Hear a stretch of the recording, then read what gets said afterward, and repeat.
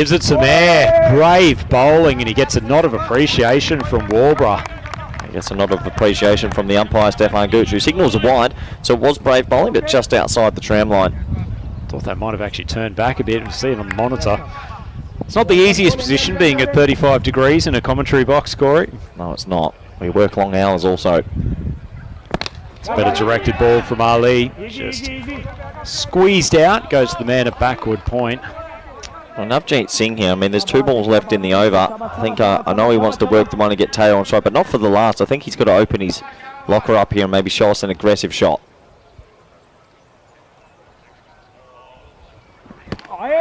Pushes that one wide of off stump. Umpire's arms stay down. Good call. Good bowling from Ali as well. Yeah, good adjustment. You're right. Good adjustment. That was a bit flatter, but this is basically a free hit for me here. You don't want this to be a single. You might as well go at it. Get the boundary. 4 wickets down. Only 2 overs to go after this ball. Floats it. It was one to hit. Unfortunately, he's only just managed to swing it around, and Shirazan picks it up. Deep mid-wicket boundary. Fires it in. It's just going to be a single.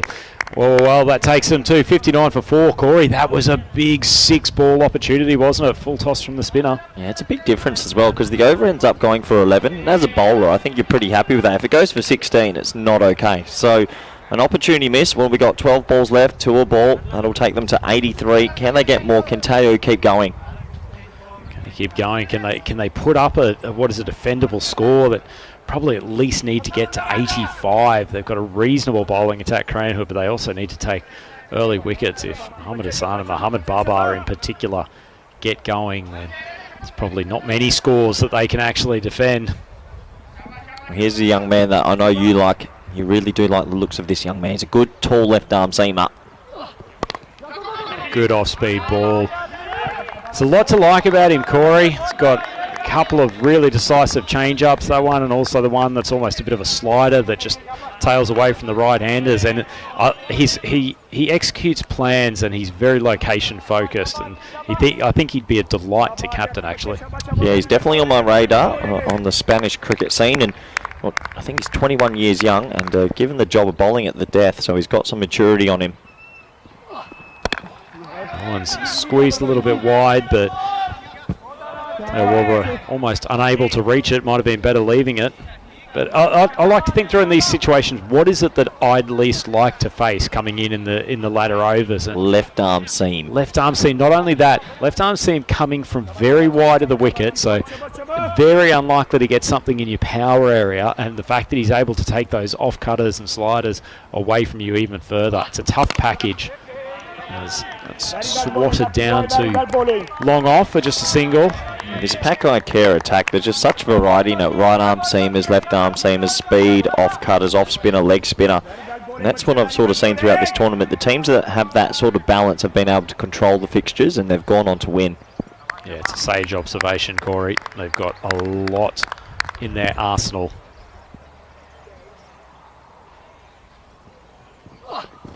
Well bowled. See, that's the speed on one. Ishan goes for a cheeky run out.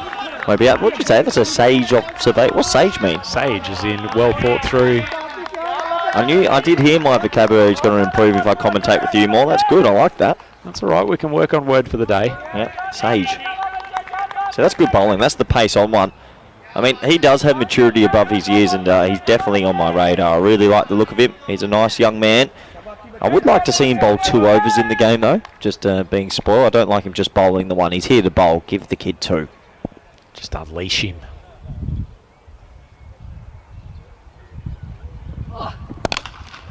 Oh, that one just held up off the pitch a little bit. Just a small change up. And notice from that previous ball, Corey, I mean, he's got the wheels to beat batsmen, and particularly at this level on a regular basis. But the fact that he's got the discipline to probably only pull out his full-speed ball once per over and just give the batsman only a single look at every variation that he's got, it's really impressive stuff. Yeah, he's above his age, that's for sure. Oh, another off-speed ball, hit very high. Fielder's running back. It's managed to beat him, and the arms go up. Not badly bowled from Muhammad, to be fair, but excellent swing of the bat from Navjeet Singh. That is a huge 6 in the context of this game for RBS. They're now up to 69 for 4. off 9 overs, 6 balls to go. That's good batting there. He made something of nothing. He shuffled across his stumps and, well, there was no deep backward square in place. So got enough bat on it to go for 6. A much needed boundary. RBS, can they get a magical over right at the end here? And 69 for 4. They've been trying to break this Pak I Care bowling attack apart. They've just been held back in. This is a huge 6 balls. I mean, a couple of boundaries here. Teo's on strike. He's set. Must be one of the better names in the group as well, Teo. Great name, great athlete, great technique. Great man. You talk about the fact that he made something out of nothing there. You could argue that actually the RBS Coronahout team have been guilty of making nothing out of something, even when they've had balls that were full tosses or wide and short of a length. They've just been unable to put it to the boundary most of the time in this innings, and it's probably their Achilles heel, that lack of power hitters throughout the lineup.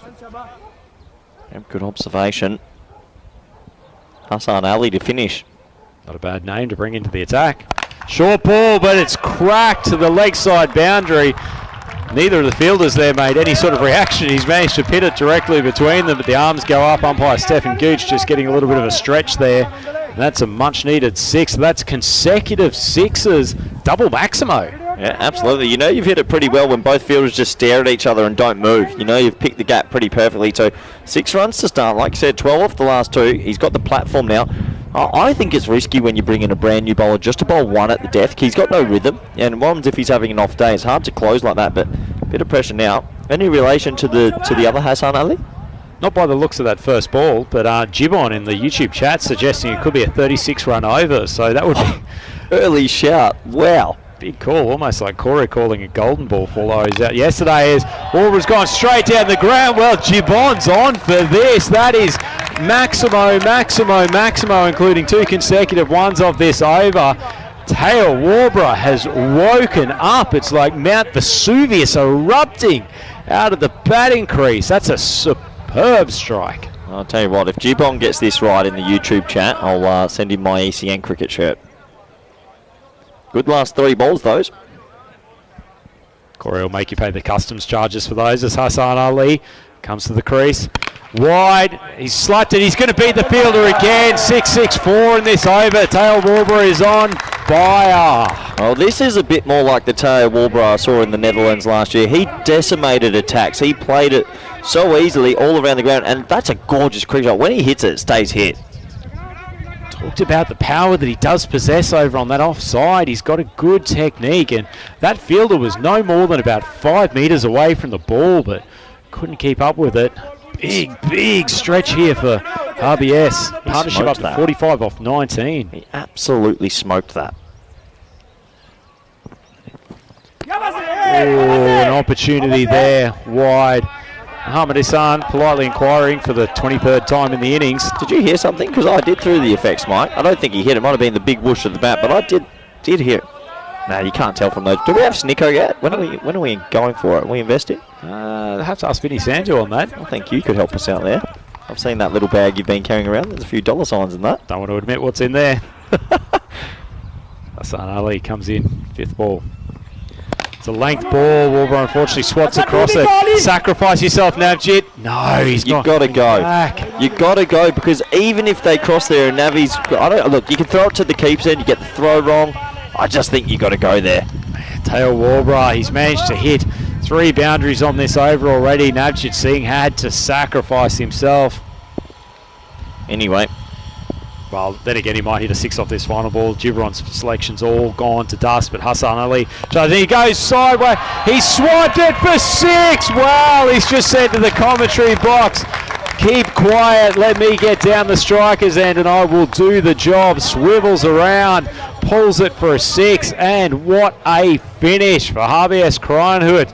Thanks to that late flourish, they end up 92 for 4 off their 10 overs. Corey, what a conclusion. Yeah, brilliant. This has made a game of it. We needed that right at the back end from RBS to make this a contest, and good batting from Navjit Singh. He set up on off stump, and he always wanted that length, and he got that length. He gets it for 6, and there's a little bit of pressure on this Pak I Care team now to chase these runs down. I still think in this T10 format, every team has a blip, and RBS, well, they might have their noses in front just. Certainly wouldn't have picked that partway through the innings. They were on a one-way walk down struggle street. This is what we're playing for, that big, beautiful trophy. Isn't it a beautiful sight over there, although it looks slightly like the leaning trophy of Cartama at the moment. I think we need to fix up the plinth, but either way, it's a magnificent specimen of a prize as we see the Pak I Care team walk off the boundary. It's just been some good chat from the group. Addy Narayan, brilliant finish. This makes the match interesting. And Andrew Batchelor, good contest. This couldn't agree. Corey takes through the highlights. Yeah, well, this was the contest we wanted to see again. It was Mohamed Cameron Hitman versus Tobias Vise, and Tobias Vise with a gorgeous short arm jab. And that was a great way to start this game. That went a good while for 6, but if Cameron can't get you, Big Bubba will, and he got him LBW the next over, and that was a huge wicket because we know how dangerous it can be. Well, I tried to pretend it hit his hand, but we know for a fact that hit him in the pad and was absolutely palm, and you can see how ecstatic the Pak I Care players were, and that brought young Reece Mason to the crease, and I don't think he was ready for this because Cameron does what Cameron does, and he gets another wicket there, and at the start, it was all Pak I Care. It was all Pak I Care. Beautiful bouncer to the chest. That was excellent bowling from Cameron. I thought bowled with good control and no lack of thought today. He wasn't as successful in terms of the wicket columns. Disappointingly stopped his run of consecutive overs with a wicket, but either way, he lost the radar a little bit at one stage, flew off to the boundary for 5 wides. It's one of the 2 major scoring shots of his bowling, but in the end, he was still successful in picking up a wicket. Teef Mohammed, boy, he's just been impressive throughout this week. Great hands in the outfield, showing a rocket arm at times. Ferdy Vink threatened on a couple of occasions, swatted one down the ground for a mighty Maximo, which brought the crowd and in particular the players' tent for RBS to their feet. But in the end, he could only pop one off Shafkat's bowling. He was pretty impressive. The leg spinner showed some really good variety and was well rewarded in the wickets column. But that was the beginning of a little bit of a revival from RBS, wasn't it? Taylor Warburton found his footing. Yeah, he did, and we've been saying all tournament, we've been waiting for him to really click with the bat, and he started to get his timing right, and he got some good he got a good partnership with Navjit Singh, who was a really good support, and some of these shots that Taylor was playing, he was just timing the ball beautifully. The fielders were left stunned, they weren't even moving, and it was good to see him have this flurry at the end because it made a contest of it. And you sort of feel RBS with these late boundaries take a bit of momentum into their bowling innings. Yeah, possibly that half cut shot that he swung away and beat the cover fieldsman, probably the shot of the day. And then finishing off, Navjit Singh, we thought he should have pushed back for the 2 to get Warber on strike, but that last ball, as you said, he set himself up slightly wide of off stump and also pushed right back into the crease swivel and put a 6 on the board to finish things up. So from a slightly overcast Malaga, we'll have a look at the RBS Groundhoot batting card. Tobias Versay, the main man at the top, he was LBW to Mohamed Babar, crucial wicket, but his opening partner, Taylor Warbright, started slowly but really accelerated towards the end of the innings, probably one of his best innings of the tournament, 46 off 27. Not too many others that are troubling the scorecard other than Navjit Singh at the end, helped by that last minute 6. He was 17 off 9. Take us through the bowlers, Corey. Well, the bowling was pretty good, and those 2 men at the top, Cameron and Bubba, they did their job, and Shafkat jumped in. What I want to point out here is they opted to go with 4 separate bowlers bowling 1, and the 2 boys at the end, Atif Mohammed and Hassan Ali, trying to close an innings and just bowling 1 without any rhythm or momentum. I'm not too sure that's the right area. I'd be going maybe 6 bowlers using 7 or 8. I'm not too sure, and you can see at the end, well, it cost them quite a bit because they did get that magical over in the 10th, and I think, I don't know, I have a feeling RBS have got themselves to a score they can defend. Yeah, I'd agree. Well, 23 came off that final over from Hassan Ali. Probably Atif Mohammed a little bit less, a little bit unlucky getting spotted for a 6 towards the end of his over. But as it is, RBS Groundhoot, well, they have fought back 33 runs off the last 2 and 45 off the last 3, getting themselves out of a real hole. They end up 92 for 4 off their 10 overs, led by Taylor Warbright. Excellent innings from him. They've at least got something to defend when we come back on the other end of this innings break. We'll see Pak I Care come out and see if they can chase this total down to end up 2-0 in pool play for the top sides here today. Super Thursday European Cricket League brought to you by Bet to Ball. Come back and join Corey and I in a matter of minutes.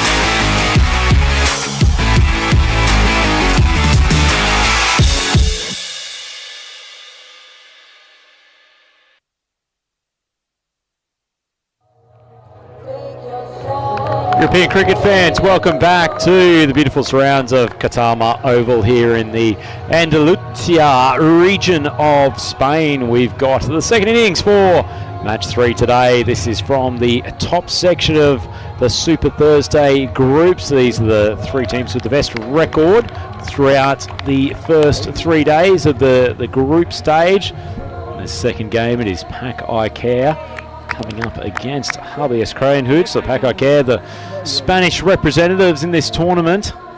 Seen them plenty on the European Cricket Series throughout the last couple of years, and HBS Crayon they are the second Dutch representative. Of course, VOC Rotterdam, the inaugural champions of the European Cricket League. They were the first Dutch representative, but they were unfortunately for the Dutch cricket fans knocked out of the competition, and therefore things are relying on HBS to have Dutch representation in the final week next week, and a man who knows Dutch cricket very well, Corey Rutgers. HBS Crayon, do you give them a chance in defending this total? Yeah, I actually do, and thank you for welcoming me back. I think they have a chance, but the key to that success is breaking this partnership early, especially the man on the screen, Bubba, and actually also Ichan, because if either of them bat 20 balls, they hit 60. You got to break this opening partnership right away, and Julian DeMay, he could be the man to do it. Well, he's really got to. He's the best bowler in this Dutch team. Nice ball. Far better than his first one yesterday, in which he managed to land one of his left-arm orthodox off the pitch to start with. So at least his radar is on today. Just tickled around for a single by Babar. He's certainly the more in form of these two batsmen. Hassan has been up and down throughout the tournament. Really struggled this morning. Didn't even get to a run of ball. Yeah, sometimes in this T10 format you can really get going. Sometimes you just feel yourself stuck out there. Can he get going in this one though? Oh, thrown up. Oh, put a dive in. You've got one of the opening batsmen. It was probably only a 10% chance, but that was the young man, Reece Mason, coming in. My word, there's times you just got to throw yourself at the ball. No words from Corey Rutgers.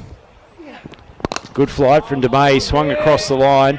It's just going to be the fielder coming around for a fairly wideish long on. They've got the 2 fielders led outside the circle, one at deep mid-wicket, the other at the wideish mid-on. Tends to be the power zone for both these players. Yeah, I was just composing my thoughts, and yeah, maybe he could have just thrown his body at that one. But good bowling from Julian DeMay, brave. A nice flight, hasn't pushed one through.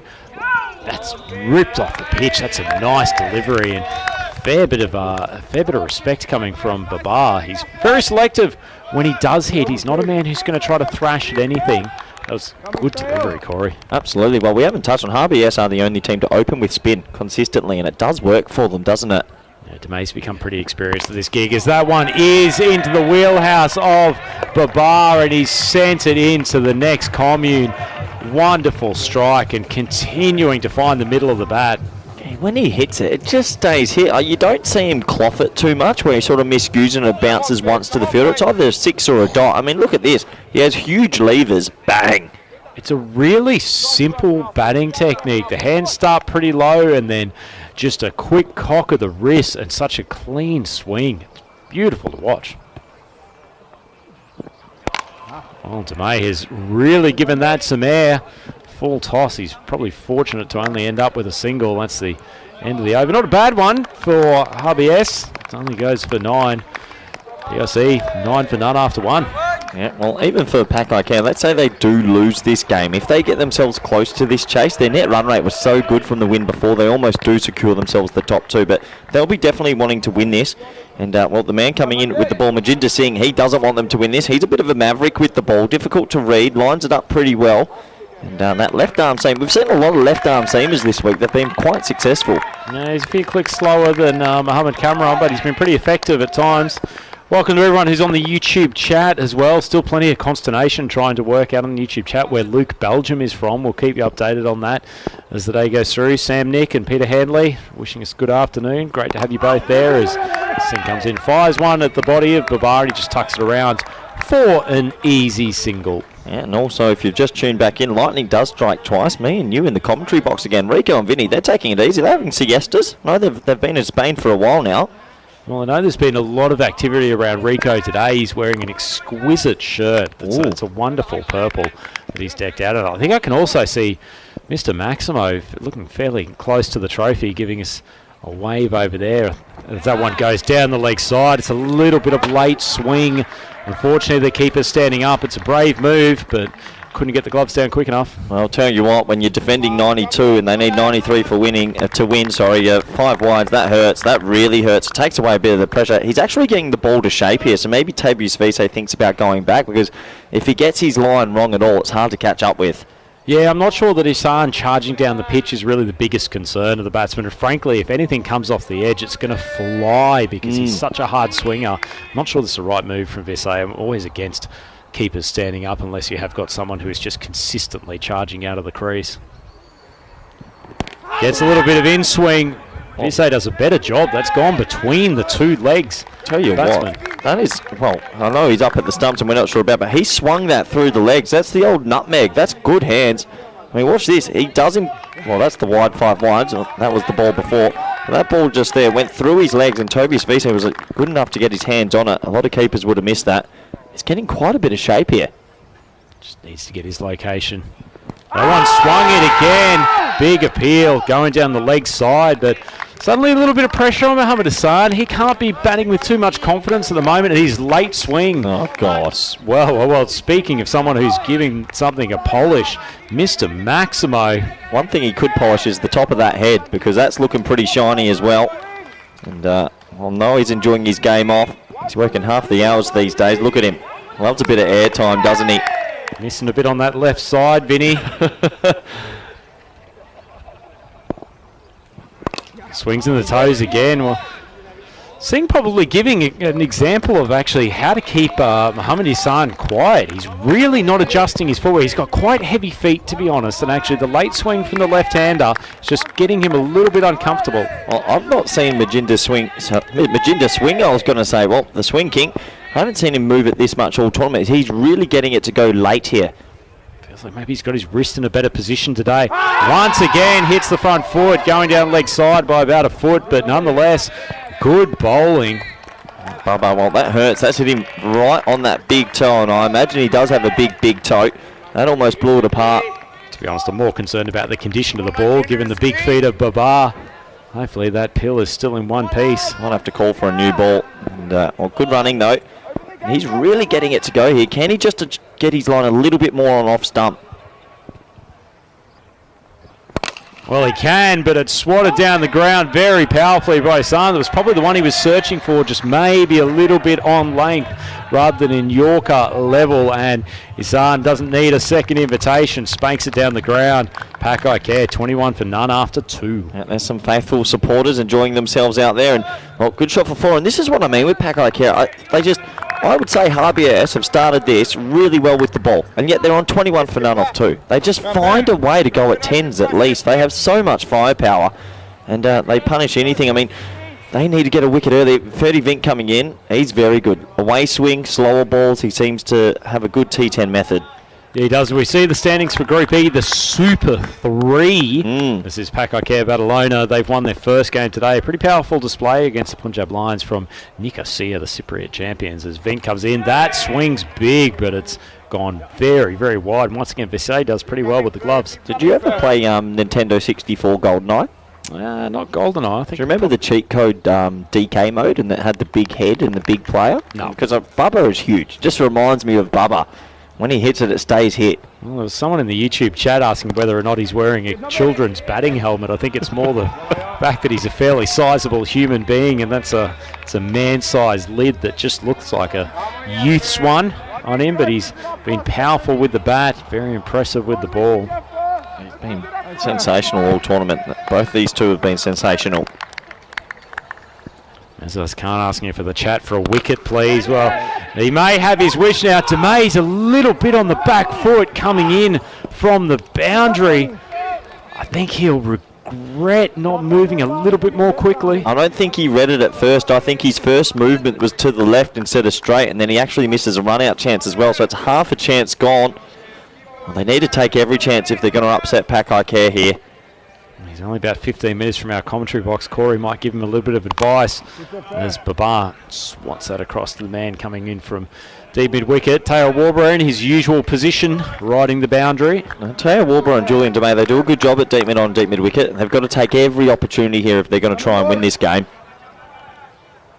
About over from Vink. He's certainly managed to get a few mishits out of the Pak I Care batsman. Final over of the power play. Good swing. Getting a bit of movement outside off stump. Nicely gloved again from Visay. Yeah, good hands from Visay. And Ian Latin in the chat enjoying the DK64 reference. Golden Knight. And there'll be plenty more of that coming.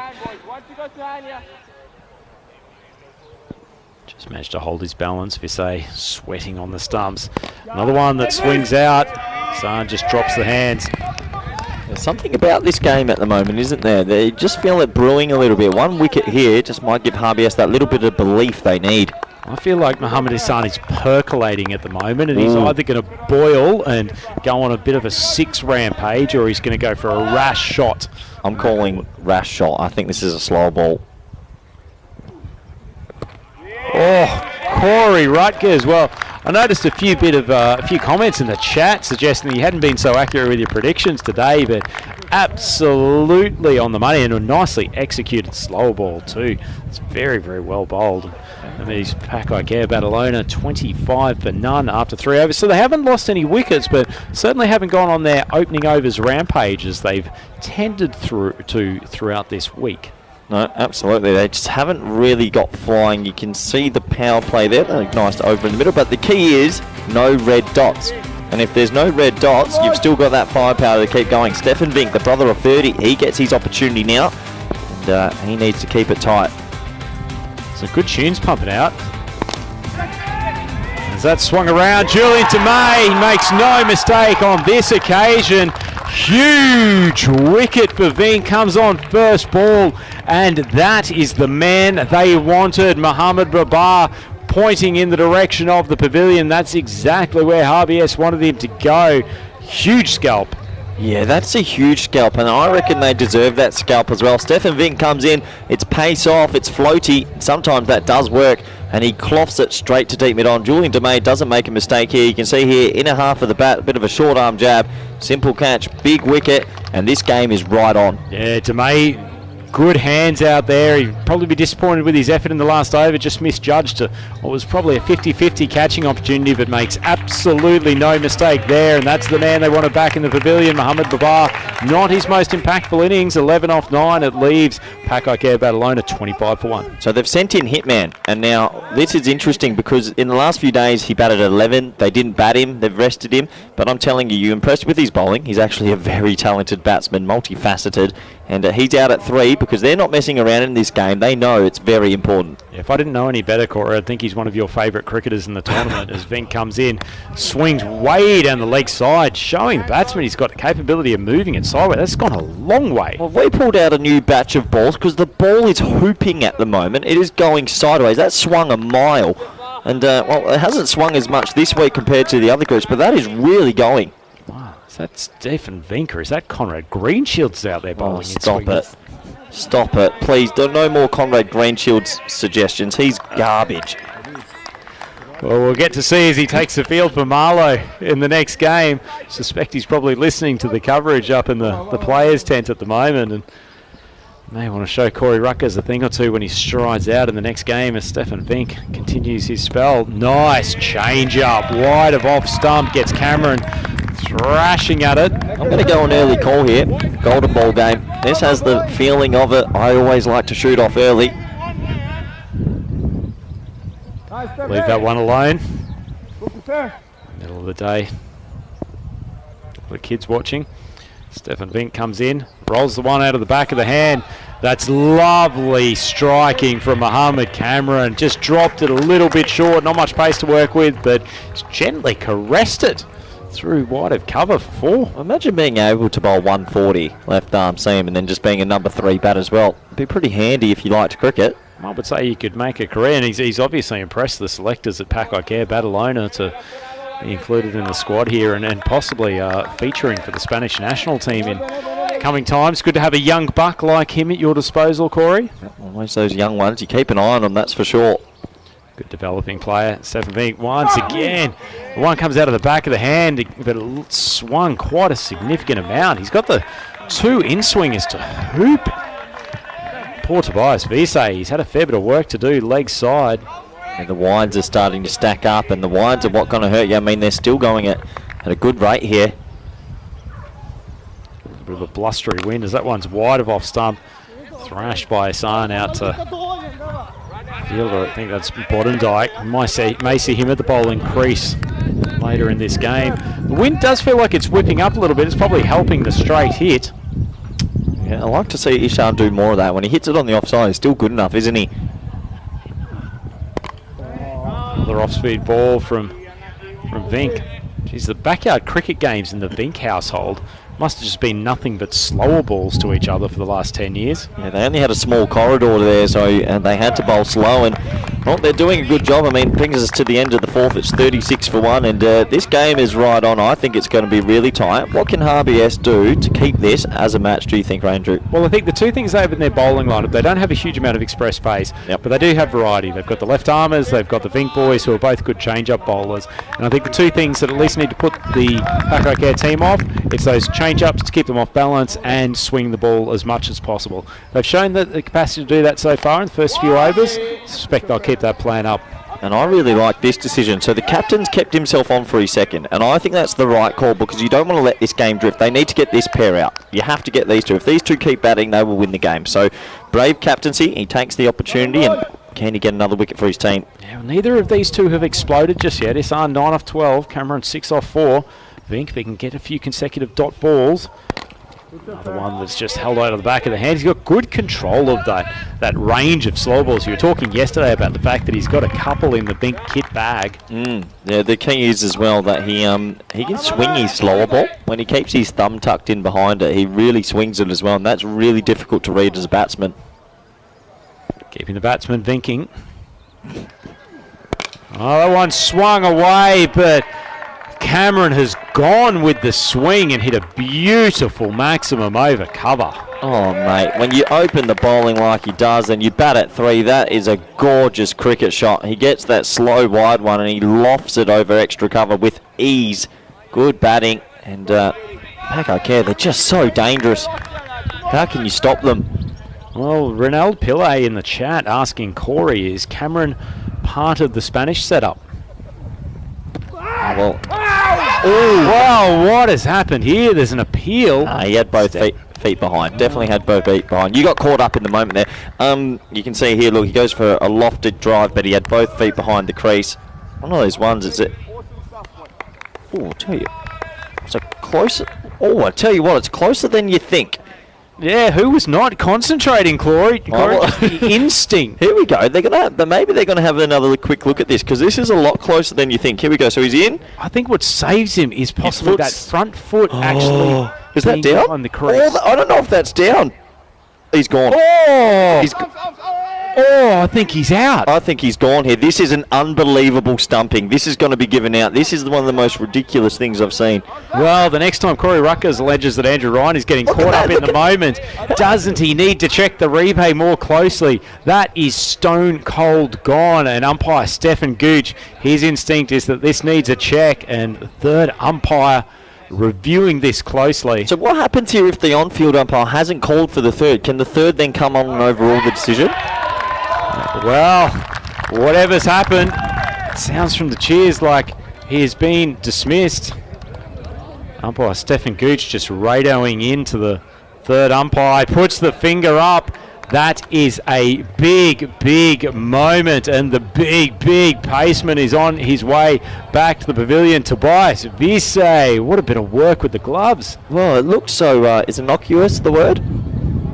Innocuous is a word. Is it the right word to use? Oh, possibly, depending on what context you want to use it. Well, I can't believe that. It was one of those funny things. The keeper's taking him just in a moment. I reckon they've heard us from the commentary box because his back foot lifted, his front foot I thought was in, but that was also slightly arced up. And he goes, and well, we might look back at that. That's a huge moment in the game, and Toby Savisa, he gets a cheeky stumping.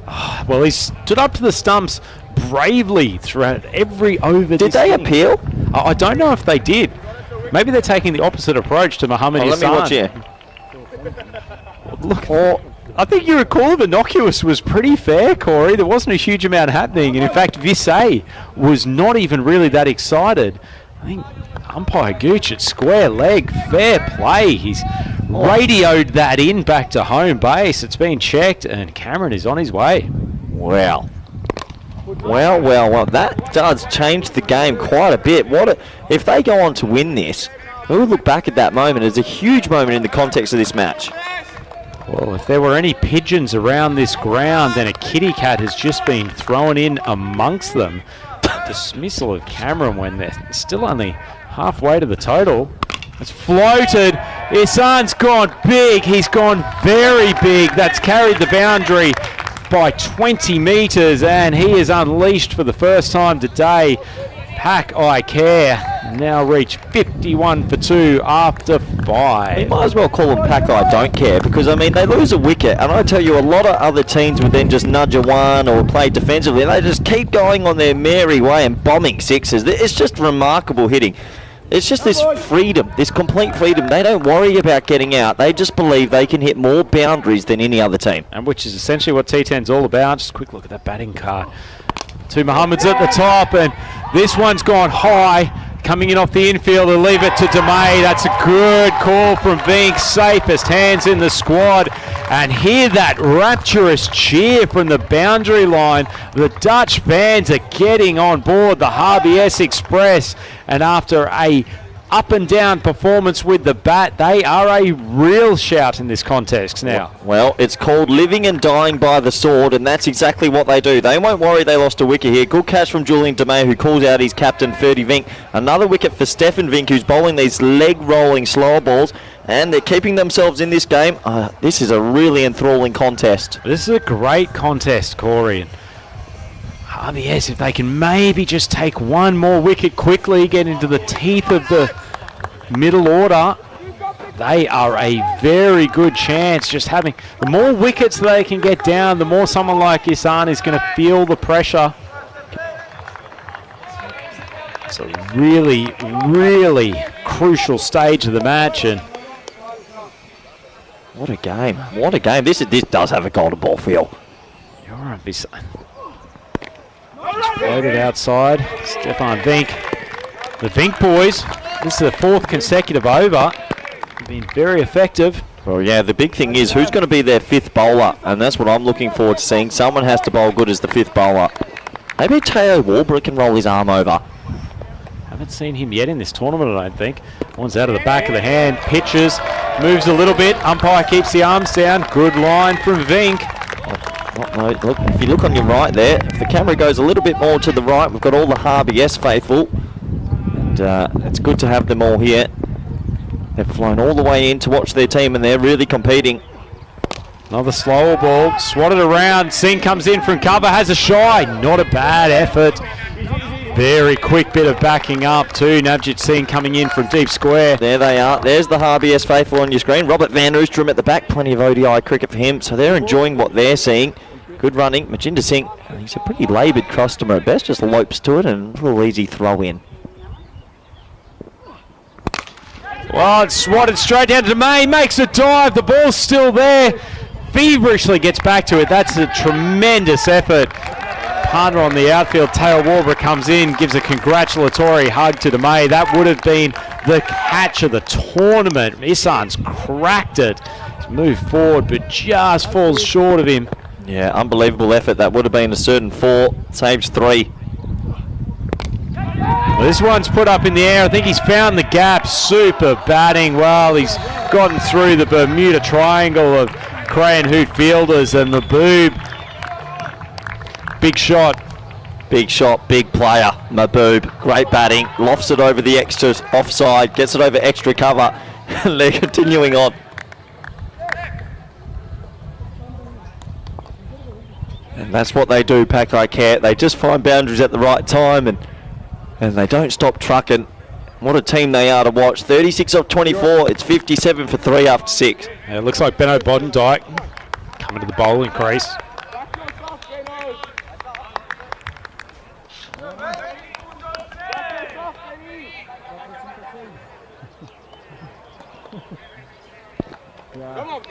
He's got a big job to do.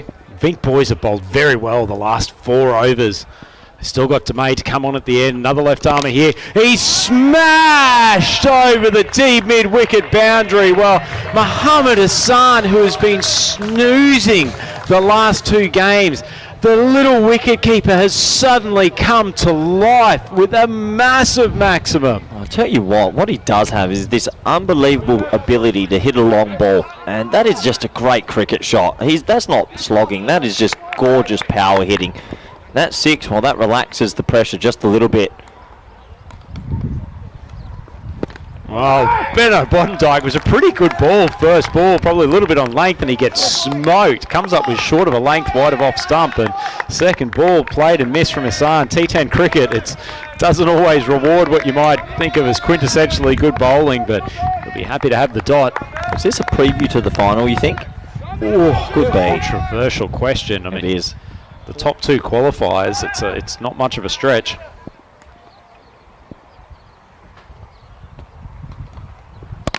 Bodendijk, he gets hammered again over the offside. 2 Maximos in the space of 3 balls. Pak I Care, the team up in the dugout, really, really pumped now that Hassan is getting them back on top. They're 69 for 3, and this target is getting closer and closer with every maximum. What a ridiculous shot that is. I mean, that is glorious. You're telling Benno to bowl wide of off stump, take it across him, and he goes, okay, I'm just going to hit you over extra cover for 6. Stayed with it. Brilliant batting. Benno drops short. This is mistimed. It's head straight down the throat. Navjit Singh on the boundary, safe as houses. And after poor Benno Bodendijk's been pumped twice in his first 3 balls, he gets revenge. And the man they most needed to see the back of, Mohammad Hassan, he is on his way back to the pavilion. 24 still needed off 21 balls. Corey, this game continues to fluctuate. Yeah, it does fluctuate a lot. They needed that wicket. That ball could have gone. He gets it a bit flatter this time. He doesn't get the elevation. It's a nice safe catch by Navjit Singh out there. RBS, they won't go die wondering. And, well, for Ishan, he'll be disappointed not to see his team through. But I think his little cameo there has put Pak I Care well in control. Yeah, he ended up 29 off 19 after being a long way behind a 100 strike rate for the better part of his innings. Some powerful blows towards the end there. And I'm not sure the captain would have gone up to Benno Bodendijk and suggested that he bowls a half tracker on leg stump at relatively moderate pace, but it's gotten the wicket. Oh, it's funny, the ones that do get the wickets, and Ishan not getting enough elevation, and it looks like it's Ahmed now's walked out to the crease as well. So can these two get them across the line? I still think RBS need a couple more wickets here. Bodendijk swiped across. I love it. I have to admit, I love just the thought process or lack thereof of just it's T10. We're going. If you miss your margins, we're trying to hit a 6 from the first ball. It's unselfish cricket. Very unselfish cricket. Great to watch too. They're a team of entertainers. 23 still required.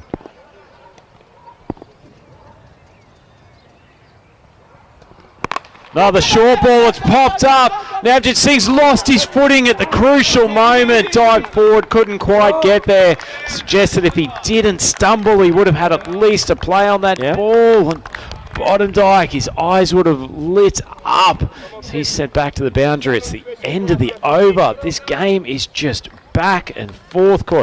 As you see, Singh just coming in. Second last step, just lost his balance a touch. Pak I Care 71 for 4 after 7. Yep, 71 for 4. It is still tight. I mean, it only says 7.33, but it feels a lot closer than that. Julian DeMate, they've gone to their spearhead now. They need him to bowl an over that goes for not many, and they need a wicket or 2 still. Look at the fixture coming up. Well, that's a do-or-die clash, the second eliminator. Bit of flight from DeMay, left wide of off stump. Who are you calling in this one? Marlow Farmers go. Oh, Marlow's got the momentum, but Farmers have already played. I think Farmers will be benefiting from having played one game today, actually.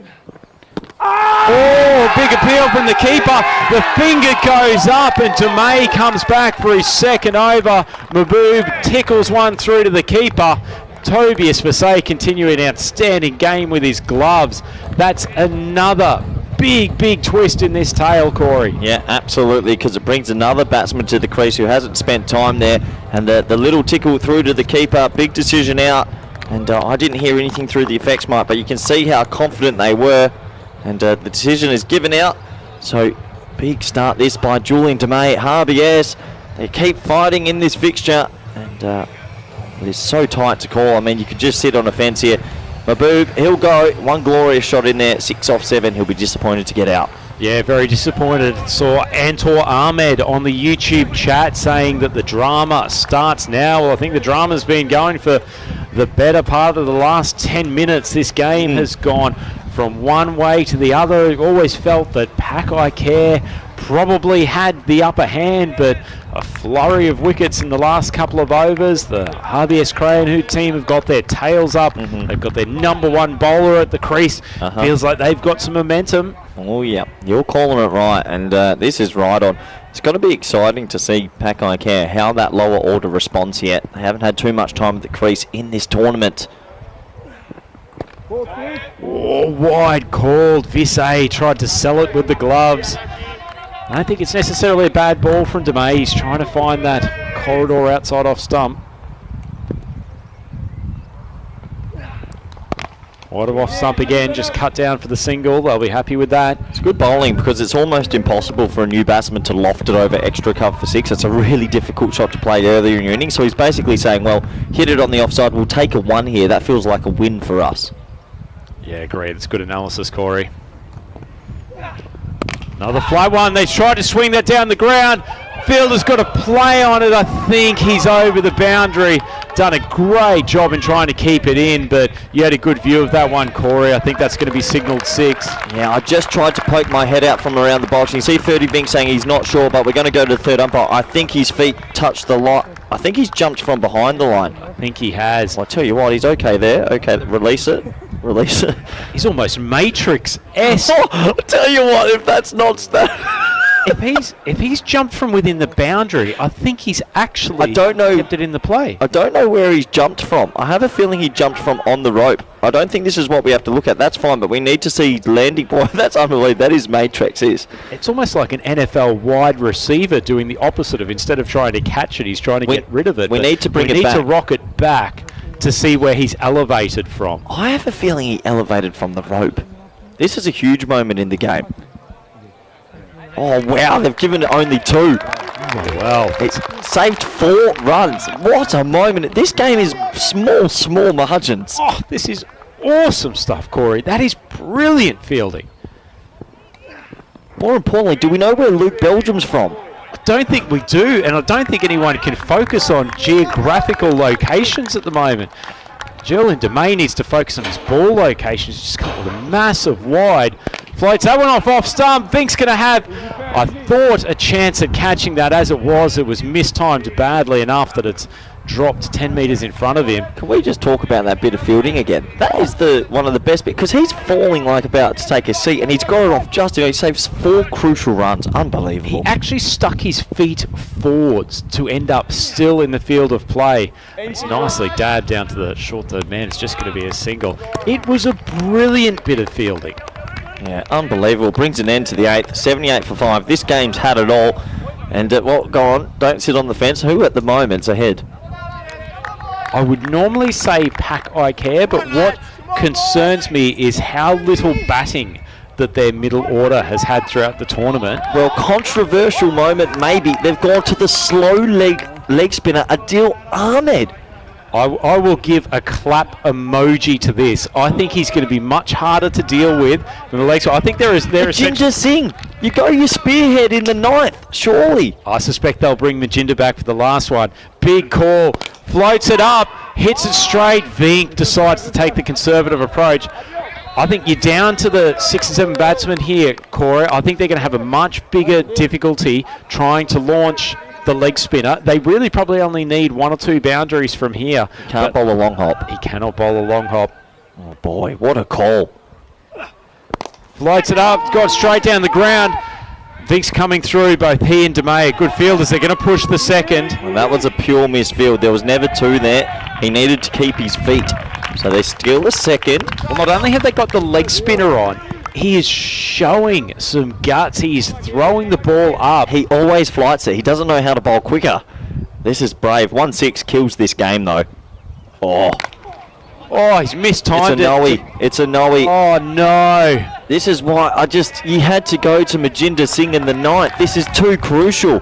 Surely, it's a huge no-ey. It's over waist high. It's the right call. It's a massive no-ey. And it's a free hit now. Yeah, well, I'm going to do a Corey Rutgers. I reckon he's going to throw this one up and the batsman's going to charge and miss it. I don't like that you can get stumped off a free hit and it's not out. It just always looks a bit weird. Oh, man, big pressure on him. Well, he's certainly thrown it up. Batsman's come down the track, hit it straight down the throat of DeMay. He flies in, there's going to be a chance. Takes the stumps off. I think he's home, but he dropped the bat over the crease. It's terrible running from a technical perspective. What are they doing? He hit it to deep long on and they forgot to run. Oh, what a huge error. Here we go. He runs on a bit of an angle. Pop. Oh, I reckon this is going to be more tight than you think. Gone. I reckon he's going to be gone. His bat plugs. This is really close. Let's have a look. Slowing it down. Oh, this is crazy cricket if this is out. Oh, this game's had it all, Andrew. I can't handle this. He gets it. Watch his bat plug. Plug. Gets... It's plugged. Oh, the line. Oh, that might be in by a Skerrick. Oh, well, the scratchy Cardamom Oval turf has probably helped him. He's just managed to slide it about 3 centimetres. The desperate dive of Emil Ahmed taking the stumps off. He's safe.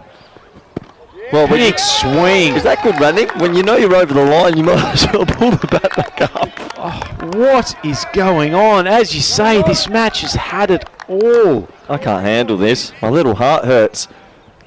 Gets the dot. Throws it up again. It's a big swing. That's gone high. That's gone very long. And unfortunately, Julian DeMay has to watch it carry over his head. That might be the decisive shot in this game. A huge Maximo from Ahmed. What a shot for 6. And look, they shouldn't have bowled the spinner in the 9th. It was too risky. You go to your spearhead in the 9th to take it to the 10th. Come on. It's a gutsy decision. I liked it. But he said goodbye again to that ball which has been deposited for consecutive 6s. It was a gutsy call with Adil Ahmed, but a wonderful response from Ahmed. He's gone for 18 off his first over. Corey Rutgers is shaking his head. They can't take it through for the 10th.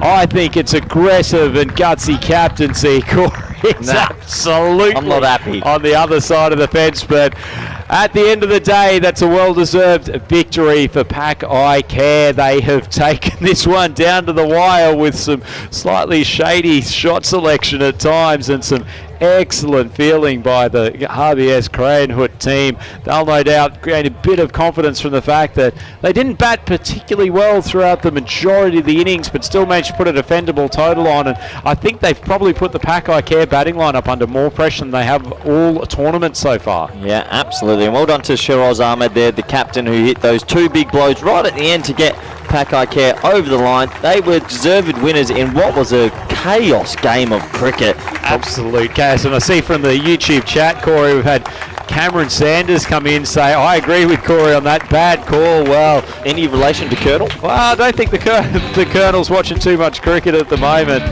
But speaking of great nuggets, look at that golden trophy being tended to by Mr. Maximo, showing that he does just about every job within the European Cricket Network. And speaking of doing a job, Mohammad Babar kept on his immense batting form in this tournament, but actually it was his opening partner today, Mohammad Hassan, who was probably the more important contributor. Babar holed out to Julian DeMay. He was excellent in the outfield, and his catching combined with the off-speed bowling of the Vink brothers really brought RBS Cranehood back to the game. The hitman, what a dismissal that was, lifting his back foot, admonishing himself for missing a cut shot, Corey. Yeah, I've never seen a dismissal like that. That was quite amazing, but The small wicketkeeper Ishan, the opening batsman, he got a couple of lofty blows away until he was dismissed, and you sort of felt like, can RBS crawl their way back into this contest? It was to and fro, and then it led us to these last few overs, which can only be described as chaos. Ishan continued his merry way. He hits a long ball. When he does hit it, it stays hit. And this was not my favourite shot of the innings, the shot over extra cover to go all the way for 6. But this one, caught by Navjeet Singh, this was the moment when the game sort of got back to 50-50. It got back to 50-50, and I'm not sure whether we'll see it on the highlights, but there was a moment not long after when Navjeet Singh actually stumbled going for an outfield catch. They had to have had one of the 2 final batsmen back in the pavilion. That could have made a difference, but there was the stop from Vink, which was one of the best pieces of fielding we've seen all tournament. Another moment where Deal almost managed to run out the Pak I Care batsman, who only just got his bat over the line, but it was ended with a pair of mighty blows. Ahmed continuing to throw it up, but he gets smoked straight back down the ground for a pair of 6s, and ultimately that was enough to take Pak I Care to the victory, and they end up 2-0 out of the Super 3 here on Super Thursday. Corey takes through Marlow versus Farmers coming up in Game 4. Yeah, it's the second eliminator, and this is going to be a close one. Farmers, are they timing their run correctly? You got the Tribe brothers obviously doing a good job, but obviously for Marlow, Conrad Greenshield's been a breath of fresh air. He's doing a really good job, as well as Adnan Gondal right there with the left arm off spin. Can they get up over the front? I'm not too sure. That's a tough one to call. I mean, Mallow beat them yesterday. I think Farmers might get the chocolates today. Do you think Farmers have a little bit of an advantage having played a game already today, just having their eye in, or do you think they'll actually have a little bit less energy than Marlow, who are coming in fresh? A little bit less energy, because Marlow, this happened last week where the 2 teams finishing 4th kicked on. We take a look at the batting scorecard, and well, Mohammad Ishan at the top, that 29 off 19, those big 6s at the back end of his innings really were coming. I mean, Shiraz Ahmed coming out at number 6, just those big 6s, they just have too much firepower. We'll give credit to this bowling attack though. The top 4 did really well, and I spoke about it, that 5th bowler is a bit of a hoodoo for RBS. If they don't figure out who's going to bowl that extra 2 overs, they're in trouble. Yeah, Bodendijk and Ahmed going for 32 between them. Probably not any other options that they've got at the moment, but looking at the Manhattan, well, that last over, Deal Ahmed, he'd done a good job until those final 2 balls. Fortunately, they went for 12, and that was enough to take Pak I Care Barcelona, the Spanish representatives, to a second victory today here on Super Thursday. They ended up 96 for 5, chasing 92 for 4. In the end, you could say a comfortable victory. They still had an over to go, but 5 wickets down. They were into the teeth of the middle order, and the skipper Shiraz Ahmed coming up with a couple of big bombs when they needed it most, and that leaves them out and out front runners, and they will qualify as the number 1 team through to the Friday finals of Group E. RBS Crane, who they have a matchup coming up with Punjab Lions, Nick Sear, the Cypriot superstars and the Cypriot champions.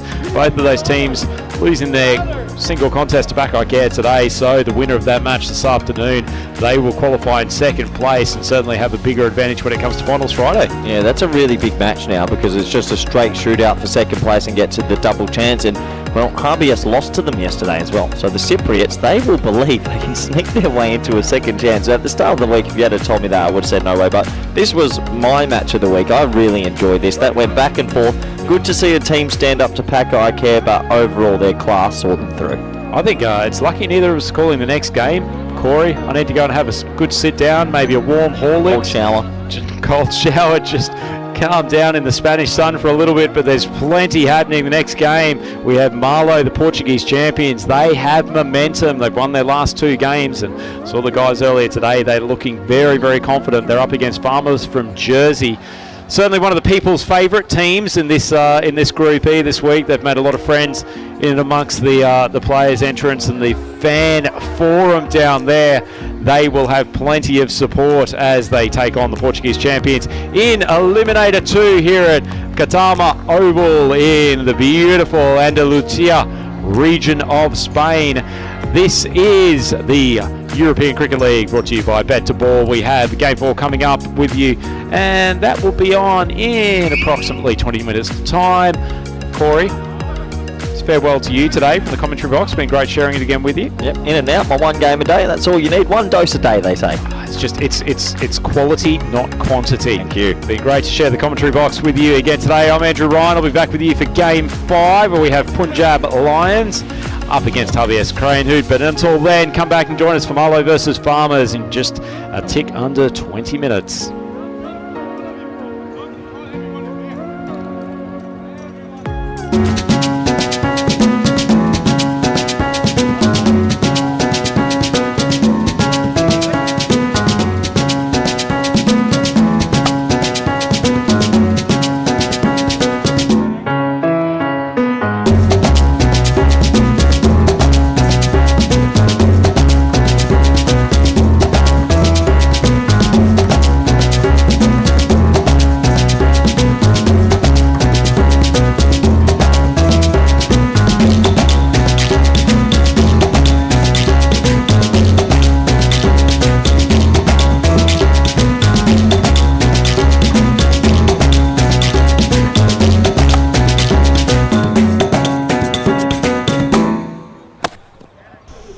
This is how we play cricket. On the Crossfit song.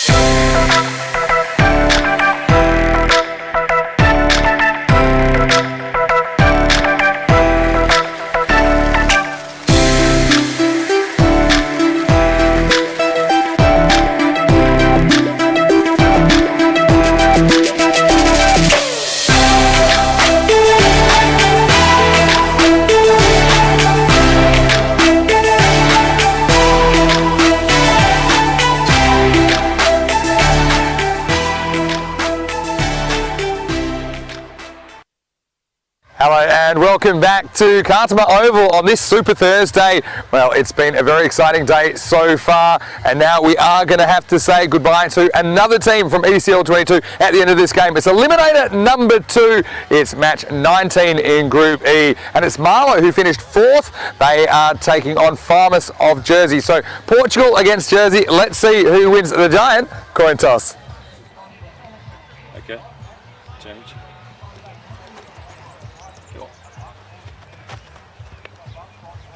You're cool. Back to ball. Back to ball. Another ball. Another ball. So it is bet to ball, and that means that James Pershad, the Jersey captain, the Farmers have decided they're going to field. Well, Farmers field, it makes sense to me, and it certainly worked for them this morning as they were able to account for Yet Corfu in their first eliminator. But that is just the first of 5 consecutive games that Farmers would have to win if they're going to be the qualifiers out of this Group E. But they're playing some good cricket, and it's just clicking at the right time, it would seem, for them. Marlow, slightly easier for them. They just have to win 4 straight, but still, it will be a tough game, I think. Conrad Greenshields has been a bit of a revelation as he has been swinging the ball around corners. Good conditions for him today. I think we're probably likely to see him get the new ball. Najam Shazad for Marlow, the Portuguese champions. Always very, very exciting to watch, and he's able to pull off that screaming catch as well in the field, as well as being important with the bat and the ball. But for the Jersey champions, I think that we're likely to see Reece Palmer coming back into the side, and so he adds that spin dimension that they were missing this morning. So once again, we'll see 2 teams show. One will stay, one will go, as we look forward to eliminator number 2. It is Farmers fielding first, and Rico Full, he is in his natural habitat. He's in the commentary box as we get ready for the first ball. Let's get ready for some cricket. Thank you very much, Mr. Maximo, and also thank you to Ryan and also to Corey Ruckers for bringing us that last match. What a classic that was. Pak I Care battle on, just holding out by 5 wickets against RBS crying out. And this one also promises to be a classic. It's another rematch. Yesterday, Marlow were victorious in emphatic style over the Farmers, posting 110 on the board. Thanks to Zulfikar Shah, he'll be key in this match, and also Conrad Greenshields. Farmers were disappointing with the bat. They were skittled out for 67, so they'll be wanting to prove a point here. This, of course, is eliminator number 2. One of these teams will come back tomorrow. The other will be booking their flights home, so everything to play for. A very warm welcome to everyone, our global cricket family around the world, cricket lovers, wherever you're watching from, and also to everybody in the fan zone. The fan zone is looking pretty full at the moment. People enjoying the refreshments as well as the quality cricket that is going to be on show here. And welcome to everybody that's on the YouTube chat as well. Now Maya's on there now. Egan, hello Egan. The ground looks so good, you're absolutely right. It looks absolutely fantastic. And Diesel, Bruno is there as well. Good afternoon to you. And of course he'll be supporting the champions of Portugal, Marlow, in this contest as we get ready to start. It is going to be Mien on strike, so a slight change. Captain, and Zulfikar, the man who was in good form in this contest yesterday, is at the non-strike as the left-hander, and it will be Charles Pershad to start. Here we go. Straps the captain in Shahid of Marlow on the pads. No runs there. Juggy doing the fielding himself.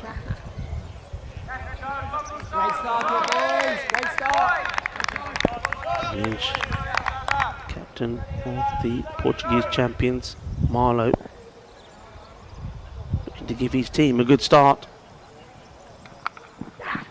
Oh, well, this is a spicy delivery. Bit of extra pace generated here from Charles Pershad, and doesn't miss by too much from his reaction. Oh, look at the movement on that. Really comes in a long way. You'll appreciate it more this angle. Look at that come in. Oh, that's only just missed. What a delivery that would have been. But that's a good sign, an encouraging sign for him. The swing is back. Oh, And this one takes a little bit of the inside edge. It goes down, makes the stop. Joel Richardson. Staying in the side, but how can you get rid of him the way he's bowling at the moment? The oldest member of the squad, 45 years old. And, he mixes it up well with the youth in the side. The two Tri brothers, Zach and Asa. And also you've got George there as well, really. And William Pershard. Good mixture of young and old. First up to the left-hander, will take the single. And as always, the Farmers are one team. It's lovely actually to watch them in the field, because I do like watching the teams that every time the ball comes out to them, I always shine at the stumps as we see a nice shot off a quite a busy and energetic fan zone. There are a lot of supporters for Farmers there giving us a wave. Hello, gentlemen. With those smiles still be on those faces after this match. We shall wait and see. They've been absolutely terrific. They've been here all week cheering on their boys and supporting the other teams as well. So well done to the supporters and the travellers from Farmers that have travelled here from Jersey.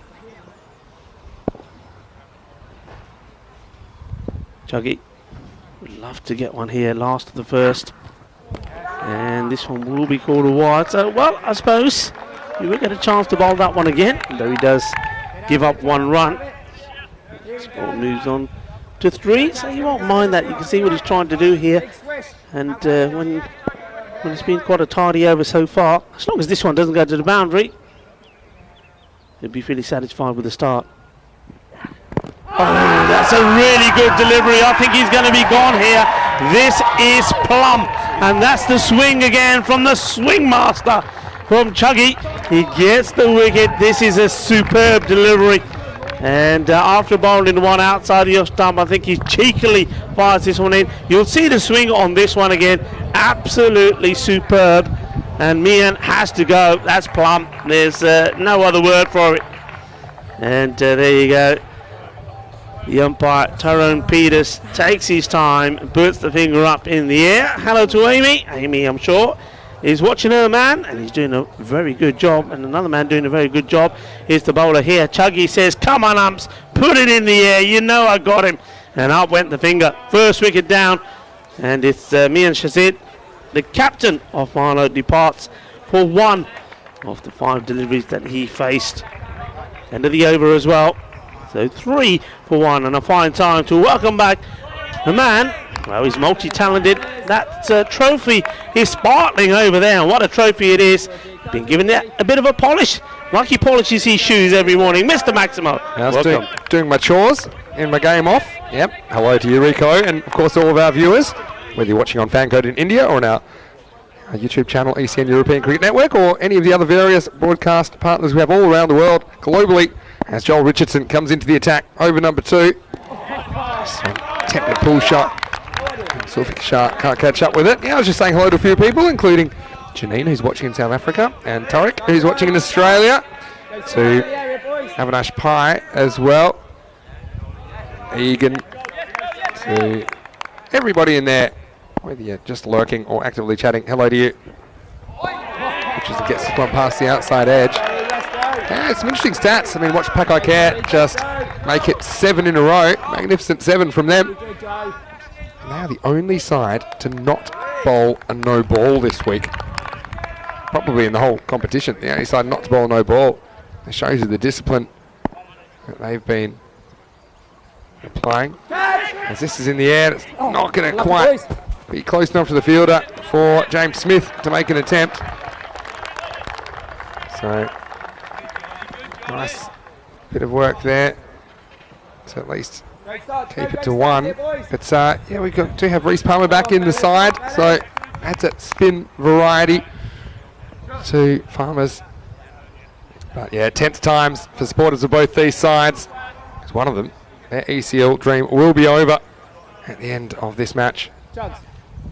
Yeah, it's a pressure situation, isn't it? And it's where you got to, especially as far as farmers are concerned, you got to focus on their last game and not what happened last time.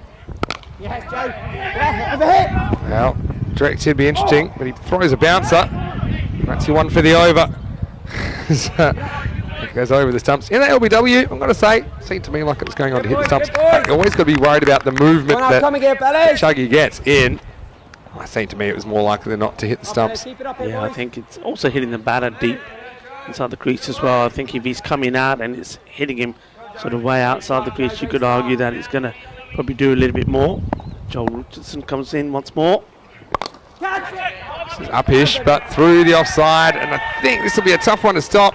Well, he escorts it across the line. It was 10 points for effort, 0 points for result. Kinman, he finds himself with some improvised shorts instead of trousers halfway up the jungle. The result is 4 runs for Marlow. Yeah, be careful out there, Kinman. Or Binman. Because, well, you know, when you get into rough, funny things happen. Like maybe getting your foot stuck in a rabbit hole. He actually gets there. But, yeah, actually, that does remind me of something that I heard about the Kinman family. It is absolutely true on Tour de Turville. He jumps over the fence to retrieve a ball and goes straight into a rabbit hole and breaks his ankle. But there you go. So be careful out there. Happened to the best of us. Joel Richardson. Oh, pretty close and gone. So Zulfiqar Shah just gets caught on the crease here. I think he is trying to make a case that he might have got a little inside edge, but if not, I tell you what, this was very adjacent, and that's going to be a second wicket. Joel Richardson does the trick, 9 for 2 after 2. Yeah, I mean he's playing right across, and if this doesn't make any contact with the bat, I think you've got to go with the decision. You can see their height is not a problem, so I think that is going to go on to hit. I think the height is the only issue if he hasn't hit it. Yeah. But, I mean, again, more likely than not, that's hitting the stumps, I think. And so, well, you miss a straight one, you do it at your own peril. Because it's one thing I've liked about the umpiring. They're not afraid to give these marginal LBWs. I think in this form of the game, it's the right thing to do. Tell that to Zulfiqar Shah, though. He has to walk off for just 6. And Joel Richardson, once again, strikes in his first over. 9 for 2 after 2 overs. Yeah, I mean, look, the only thing I think that can save him here is if it does hit the bat. I mean, it's one of those, you can't, a lot of batters will say, well, I hit it, didn't you hear the noise? You can't go by the noise. The same way you can't go by the noise if a bowler's going for a caught behind. You've got to go with what you see. Yeah. And I certainly didn't, I don't know about yourself, I certainly didn't see anything there to indicate there was bat on Yeah, that. and the thing is, if you got a little sliver on it, I mean, you should have got more on it. It's a straight delivery. Yeah, giving the umpire a chance to send you packing. 9 for 2. Yeah, Chuggy comes back. His second over. See some respect there from Conrad Greenshields, who comes to the crease with Amir Zaib, who has had some injury concerns. There's Amir right there. He can really go like the clappers with the bat, but we just haven't seen the best of him. Like I say, hasn't been 100% fit. So let's see if these two can put together a partnership. Yeah, it's a big player. I mean, Zaib, I mean, you're talking about his batting, but don't forget he's also a man that's got a hat-trick in this Bet-to-Ball European Cricket League, so he's a terrific all-rounder.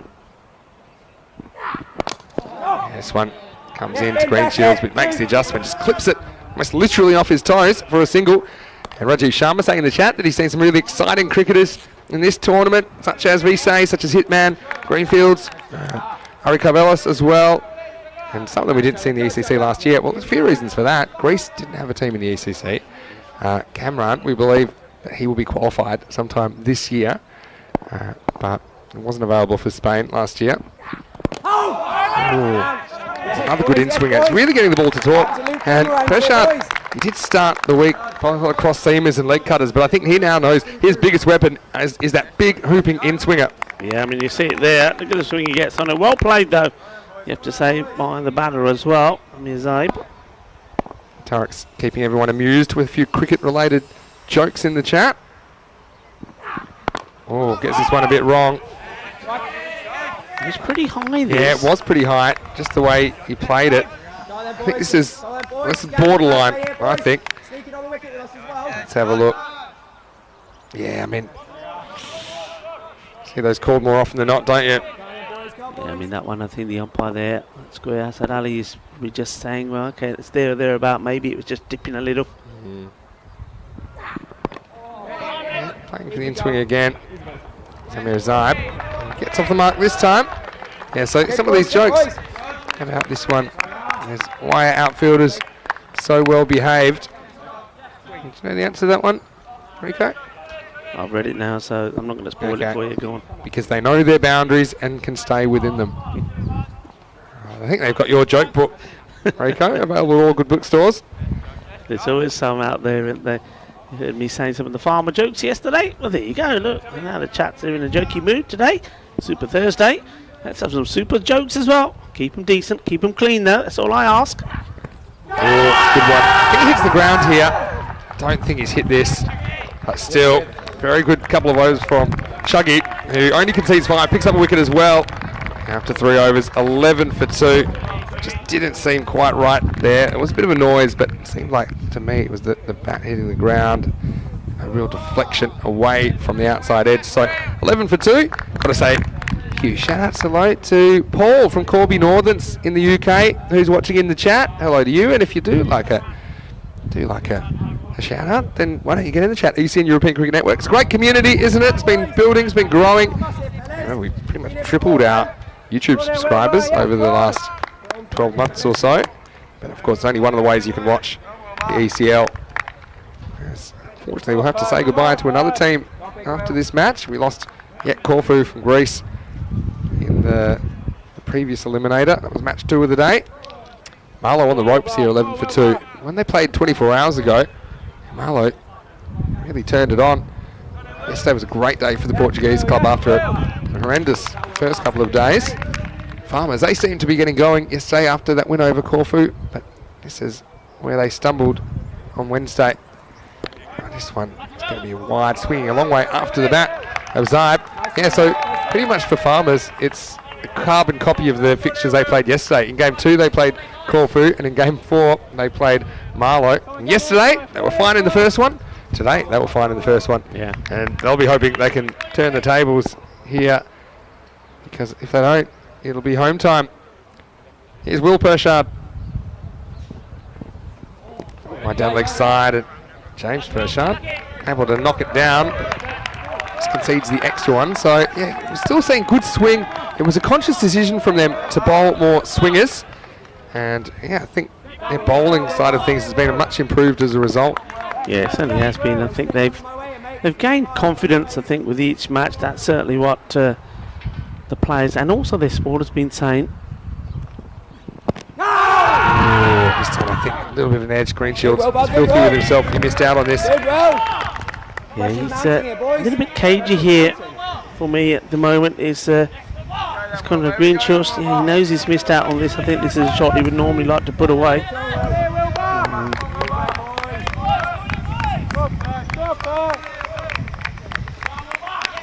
Right, bit of tension, as you'd imagine, at this stage. This partnership not quite getting going yet. And he chops on, and the in-swinger does it again. Greenshields has got to go, and Will Pershard gets the key wicket. The ball has been hooping around. Greenshields, that movement just taken to the inside edge of the bat, down onto the stumps. Marlow in wicket trouble now. 4th over, it is 14 for 3. That is a huge wicket. That's one that they wanted. You can hear the roar when this one is played onto the stumps. I don't think it does too much. I think it's the wrong shot. I think he's probably looking just to get into a position to guide this to third man. I think that's what he's trying to do there, but he doesn't get himself into position. It's not as wide as he thought it was. It probably comes onto him a little bit quicker, and all he does is place it back onto his stump. I still think it's a little bit of the shape that does him there. I mean, we saw one that swung down the leg side, and then the previous one kind of slid into the pads but was heading down the leg side. Probably more. I think the shape comes into it, but it could be the fact that he more played. He was expecting it maybe to do more because he was looking to play it down to third, and in the end, just played it on stump. Either way, he's going to be disappointed. Yeah. That's a big wicket to get. Well, he's playing away from his body because it was wider, so it gets the batter reaching.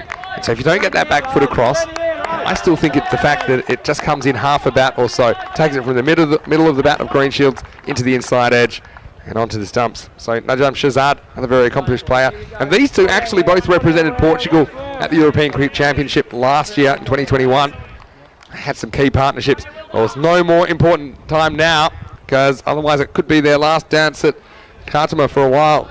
Yeah, 14, 3 wickets down and 3 big wickets, and Mizufika, who scored runs for them. Conrad Greenchis has gone as well. These two have to perform. Excellent delivery. Shazad knocks it down. They need to attack though, that's the thing.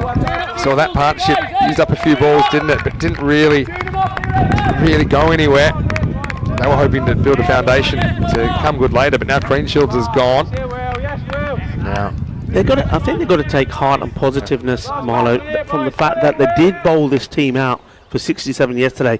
So even though they're not looking to get perhaps a big score, as we see this one thumped away, well, maybe the man who's got different ideas about that is Nadam Shazad.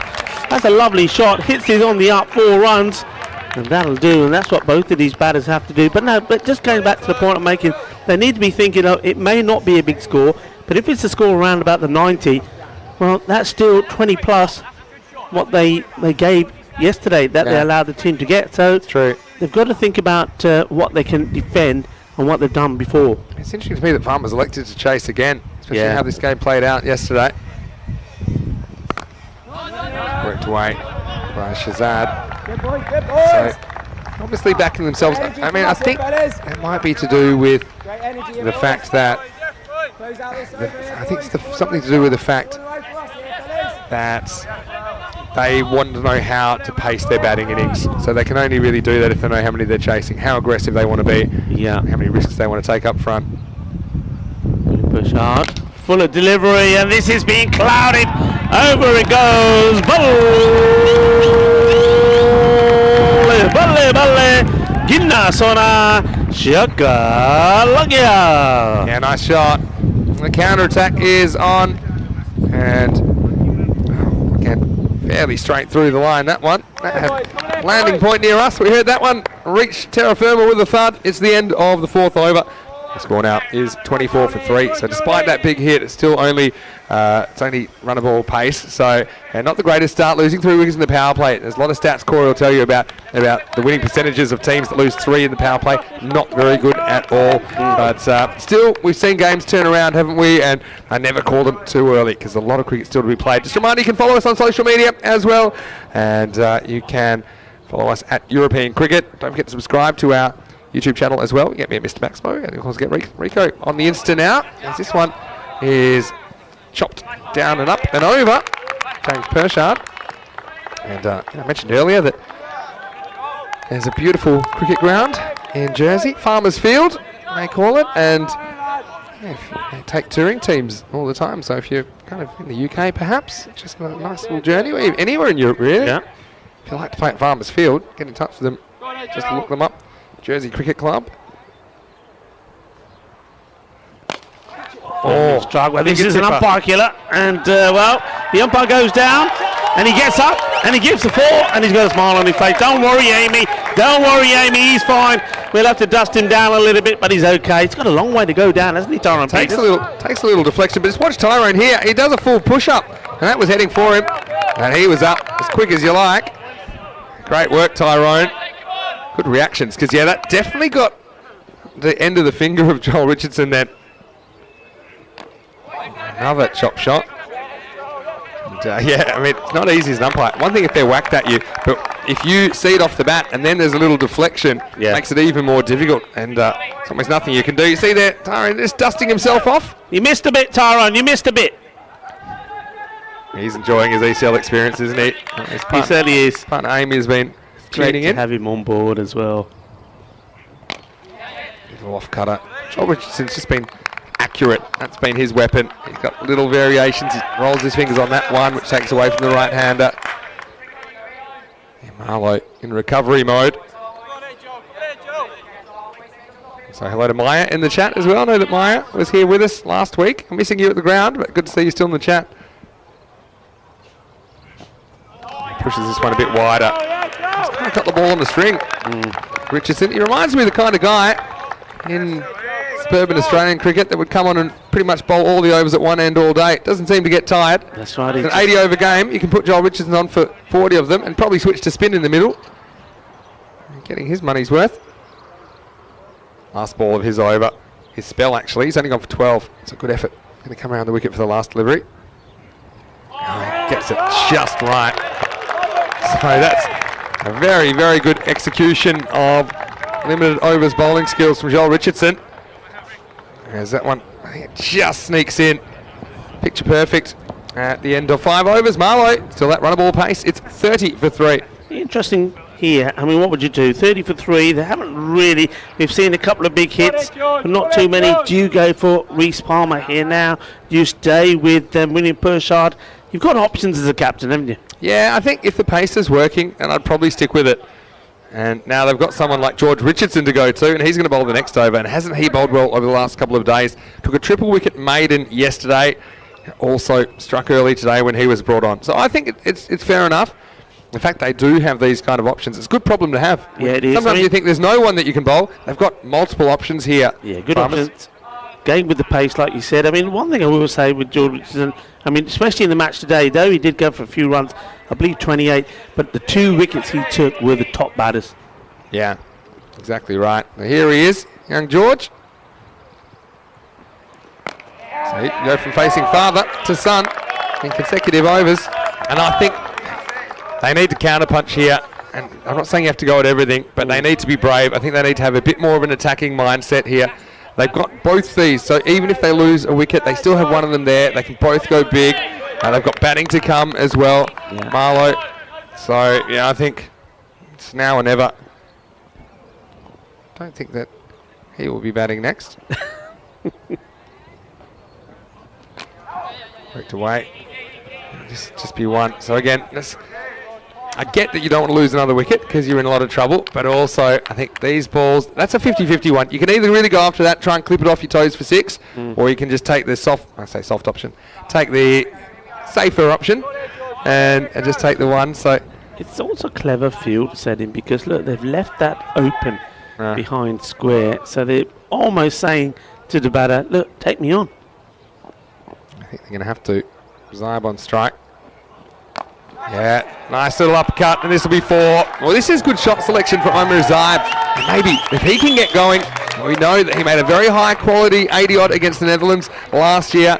He's a good player of pace and spin. He's just had some injury concerns, but that'll be a confidence booster for him. Yeah, this is a lovely shot. I mean, it wasn't that wide either, was it? I mean, it it was short, but he had a lot to do to manoeuvre this into the shot that he did, and that's just a shot of a classy player. Yeah, just a bit too short and wide from Richardson, allowed that. It's a fairly safe shot as well once he got it past the infielder. Richardson, halfway through his first over. Yeah, this is struck nicely as well. Good work from the sweeper out there. Here's James Smith, does a good job out there to keep it to 1. Yeah, well picked up and cleanly done. And if you were thinking maybe of trying to take 2-2, well, once you've seen that arm, you're probably thinking, nah, don't think so. That score, I remember Zaid making was actually 72 against Romania, in fact, but he struck the ball very crisply on that occasion. Shazad gets something to hook, and he does, and that one's going to hang out in the giant ice cube. Maximo, half a dozen to Marlow. Yeah, this is a great shot, and I think this is the one that they were looking for. They wanted to take on one of these batters with the short delivery, and it's Richardson that goes for it. They left that area open to tempt them to go for it. They do go for it, but Shazad, he nails it. One hand coming off the bat, but in it goes. And well, there should be extra points for the giant ice cube. I reckon when it goes in there, it should all light up and all sorts of things should happen, yeah. There should be a refrigerated ball that comes back that you have to play with. Well, goes again. Oh, is this the second for the over? Yeah, it's no ball. No ball. Yeah, so I think the first one was above. This one was even higher. So things just swinging the way of the Portuguese now. And you talked about continuing with pace. I mean, it seemed a good option to me to bowl Richardson here, but now he's got a free hit to deal with. Yeah, see, I mean, he's a young man and he will learn. I don't see the point of that because you've just basically given another run away. Now this is a free hit, so you could bowl a really good delivery here now. It won't count. I wonder how intentional it was or otherwise. So, well, gets away with it. It's not quite a wide. Well, Shazad swings himself off his feet and he can take a seat because that's the end of the over. Marlowe are 43 for 3. कहता मैं miss कर गया लेकिन थोड़ी देर में लम्मा पै जामा थोड़ा रेस्ट कर लम्मा फिर मैं उठ के फिर मारूंगा. Well, okay, good luck with that. He's saying I just have a little lie down here, get a bit of rest, get a breather, but I'll come back and start hitting again in a minute. Well, he's got a few seconds to compose himself as that over comes to an end. Just having a look at those bowling figures. Joe Richardson, I think he bowled superbly, 1 for 12. And Charles Pershard, Chuggy, well, just 5 runs conceded, 1 wicket that he picked up. Really got that ball to seam around. And George Richardson, yeah, he will go for a few because he tries a lot of different things, but he will get you wickets as well. He's a proven wicket taker. Here's a man who's back, Reece Palmer. Now it's time for him to come into the attack with his off spin. So again, gives them that variety. 4 overs to go. Okay, 6 over check-in. If they get 2 a ball from here, they get 91. They'll probably take that at this stage. Nice little cut, finds the fielder. Good backing up and running from Shazad, who gets through for the single. Yeah, you just get the feeling here that one of these 2 batters do need to go after the spin now, and Shazad, 22 of 12. I think he's the one. He's just having a look around. Once again, bravely moving that man, keeping him inside the square leg. Goes for it. Yeah, this is going to be 4. Nice shot down the ground. Fairly safe shot. Long on and off. Not particularly wide, but they certainly did have that gap down the ground. This one bounces off the side screen. 4 more. Yeah, I think this is a big over for the champions of Portugal, Marlowe. They need things to happen, and I think Shazad, when he's standing tall and hitting like that, is probably thinking this is the one. I'd like to see Palmer just slow this down a little. He's darting him in. I'd go for a bit of flight, take the chance. Shazad is up and going now, 26 at 2 a ball pace. Once more, finds the bowler. Good fielding by Palmer. Start bringing out the fingers, making sure they're all there, but they all count, especially at this stage where you're trying to counter this insurgency from Marlowe, the Portuguese champions. It goes this time, and this is a supersonic blast. That one has landed in the future. Big hit, Maximo. Shazad swings his way into the 30s. Que grande. Well, they're doing a little bit of Bhangra dancing there in the dugout. Manos arriba and chuck the fatte style. Well, this one has gone a long way. Que guay, que grande. Esto pelota no volver. Esto pelota va para playa. Yeah, maybe it has gone all the way to the beach, Rico, because he got the length he wanted there. Shazad drove through it. I talked about it earlier, I thought maybe he was a little bit conservative, but I think now you can see that he's dialing it up. And that was a ball. If you want, you can just wait, you can punch that down the ground for 1. But I think they know it's time to go. Yeah. And look, they've got this field, sometimes we call it the baseball field, but it's basically all of the outfielders are in front of the batter. So you've got, yeah, a bit unusual. You've got deep cover, deep extra cover, long off, really straight, long on, really straight, and deep mid wicket. Doesn't care, goes anyway. This time a bit square, it's a long chase, and because that man is so straight, he won't catch it. Ben Kinman was the man patrolling the jungle, but that one is into the snakes. 4 more to Shazad. Yeah, this is good hitting from Shazad. But what are your thoughts on the? I mean, different people have different views about spin bowlers. Whether you dart them in at this pace or whether you slow it down. You got to mix it up. Yeah, that's what I think. You can't be too one-paced. It's all about upsetting batters' rhythm. This is the innings they needed to crawl out of this hole. Lots more, and he's going to get more. He's going to get 6 more. Maximo Shazad turning it on. He's 42 off 17, and Marlowe, they pass 60 at the end of 7 overs. They are 64 for 3. Yeah, superb over if you're a Marlowe supporter. And Shazad, I just had the feeling that they were going to go for the spin here. And when that single was taken on the first delivery by Amir Zahaib, I thought, well, this is it. This is the signal. He's basically saying, look, the spin's coming on. I know you like it. Show the world what you can do. Yeah, 21. A magical 7th over for Marlowe. And this is where we are. Eliminator number 2, which is match 19. The winner of this match will go through with the other 3 teams that we know are going to take part in finals Friday. And so a lot on this match. Now that last match today, match 20, playoff 3, that's crucial as well, because that essentially is a shootout for the double chance. Yeah. We know Pak I Care, they will finish as the top seed, but whoever wins that match tonight, well, that gives you a bit of insurance tomorrow, and especially in such a competitive group, that double chance could be crucial. Yeah, that's a massive game. And this is a massive over after a magical one. Will Pershard back into the attack. And Wide, full delivery, driven nicely. I think that one's good here. I think that Shazad, the way he's going, you want him facing. Yeah, I mean, the only difference is back to pace on now, and if Pershard, William Pershard, that is, can just get this to do a little. He's got to bowl intelligently now here, the youngster. A lot of pressure on him. He's not expressed though, is he? Pershard. William Pershard, that is. Yeah, gets something length, and he summarily dispatches this one out of the ground. Maximo! Shazad eyeing off a half century. He moves to 48, and Marlow, they needed something. And the jump Shazad, who captained Portugal last year in the ECC, well, he is really delivering. Oh, what a shot this is. Here we go. Boom! Shaka! He absolutely belts this out of the ground, and they're loving it. All of a sudden, there's something to be up about. There's something to be dancing for joy about. Here's a comeback from Will Pershard. Goes that wide, full delivery again. Couldn't get across in time. Shazad. Yeah, I told you. That's why we don't really call games too early, do we, Rico? Because you know that a lot can turn around. I mean, it took them 5 overs to reach 30, but it took them just 3 more overs, or 2 more overs, I should say. 2, yeah. 2 more overs to double it. So, yeah, the acceleration is coming. It's mostly off the bat of Shazad. Full toss. Not a good delivery, but doesn't quite get it out of the middle. So this will just be one. It's a bit of a let off. Shazad moves to 49. Yeah, it's I think that's if you can keep it down, that's not a bad delivery to someone like Shazad, who likes to get right under the ball. So he saw Shazad coming at him, and he thought, well, okay, I'll give you this one. You're not going to get under this. And it obviously, when you're coming towards the bowler, it's going to make the ball that much quicker as well. What's Saib's approach here? He might as well go too. He does. Hits this pretty well down the ground into the gap. 4 runs. Well, this is dangerous. If there's a dual attack as Zaib, he's been a little bit circumspect so far. This is a sign of what he can do. He moves into double figures with that straight 4. Yeah, nice shot. Both batters there. Good shot of them having a little chat and just saying, okay, what do we do here now?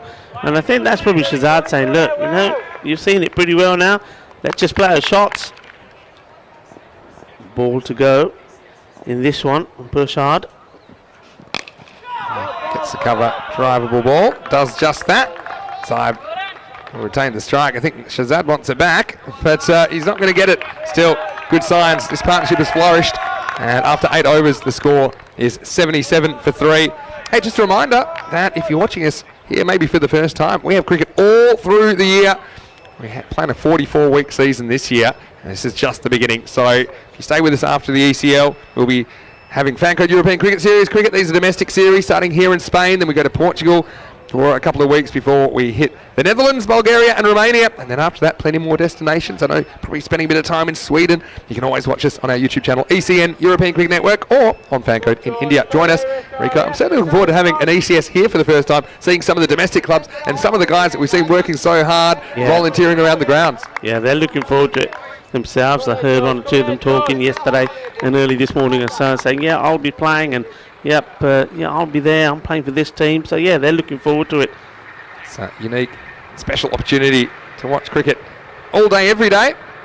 Mondays to Saturdays anyway. As we see, here's George, 9th over. Wide full toss. Probably just get 1 here. This is why I don't want to get into rule chat, because we always leave it really late in the innings. I think in our cricket, I like the line being the line. We're seeing a lot of wide Yorkers, okay, and as a batter, I think the batter should be able to stand over and then go, okay, I'm taking that away from you. So now bowl at the stumps rather than just keep bowling wider Yorkers. I think in our cricket it works. The rule change they brought in a couple of days ago is kind of the opposite of that. Yeah, the batter can still do it. Yeah, but my point is, if the batter sneaks across, the bowler can then bowl it wider again. He's bowling around him. I want to see challenges. I want to see the batter being able to say, all right, you're nailing that wide Yorker. I'm going to go sneak outside the off stump a bit, and come on, bowl at the stumps then. But at the moment, what the bowler can do, and look, I can understand on every form of cricket this would probably work, but at the moment the bowler can go, okay, you're going to stand there, fine, I'm going to bowl an even wider Yorker. Yeah, but within reason, can't bowl it off the pitch. So a batter can go all the way to the end of the pitch. Bowl at the stumps. I want to see a contest. George. Here we go. Shazad on 49. And he won't go any further. This one just sneaks in off the pitch, and George does it again. So he gets the big wicket of Shazad, who won't reach his half century, but still he has set Marlow up for a total that will put them in this contest. It's 78 for 4. Yeah, I mean, George Richardson, I think there was a little bit of a gamble, but a good call, a good shout out from James Perchard, the captain.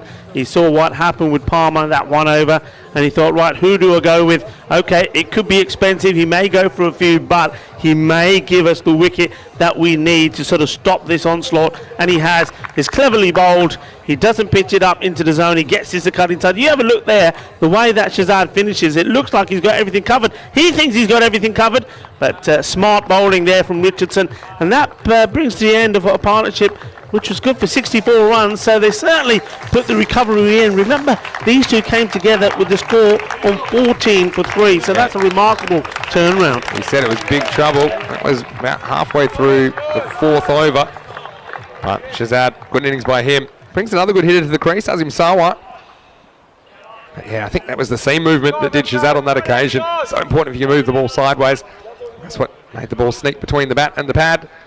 No, don't forget Sawa. This man can hit the ball big. Azim Sawa, tall left-hander. Here's Richardson. This will be a wide. So left-hander can just throw the bowler off a little bit as well.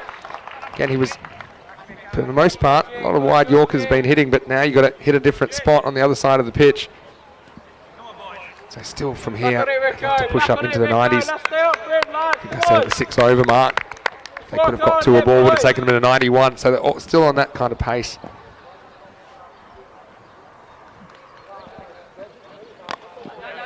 Angled in at the body.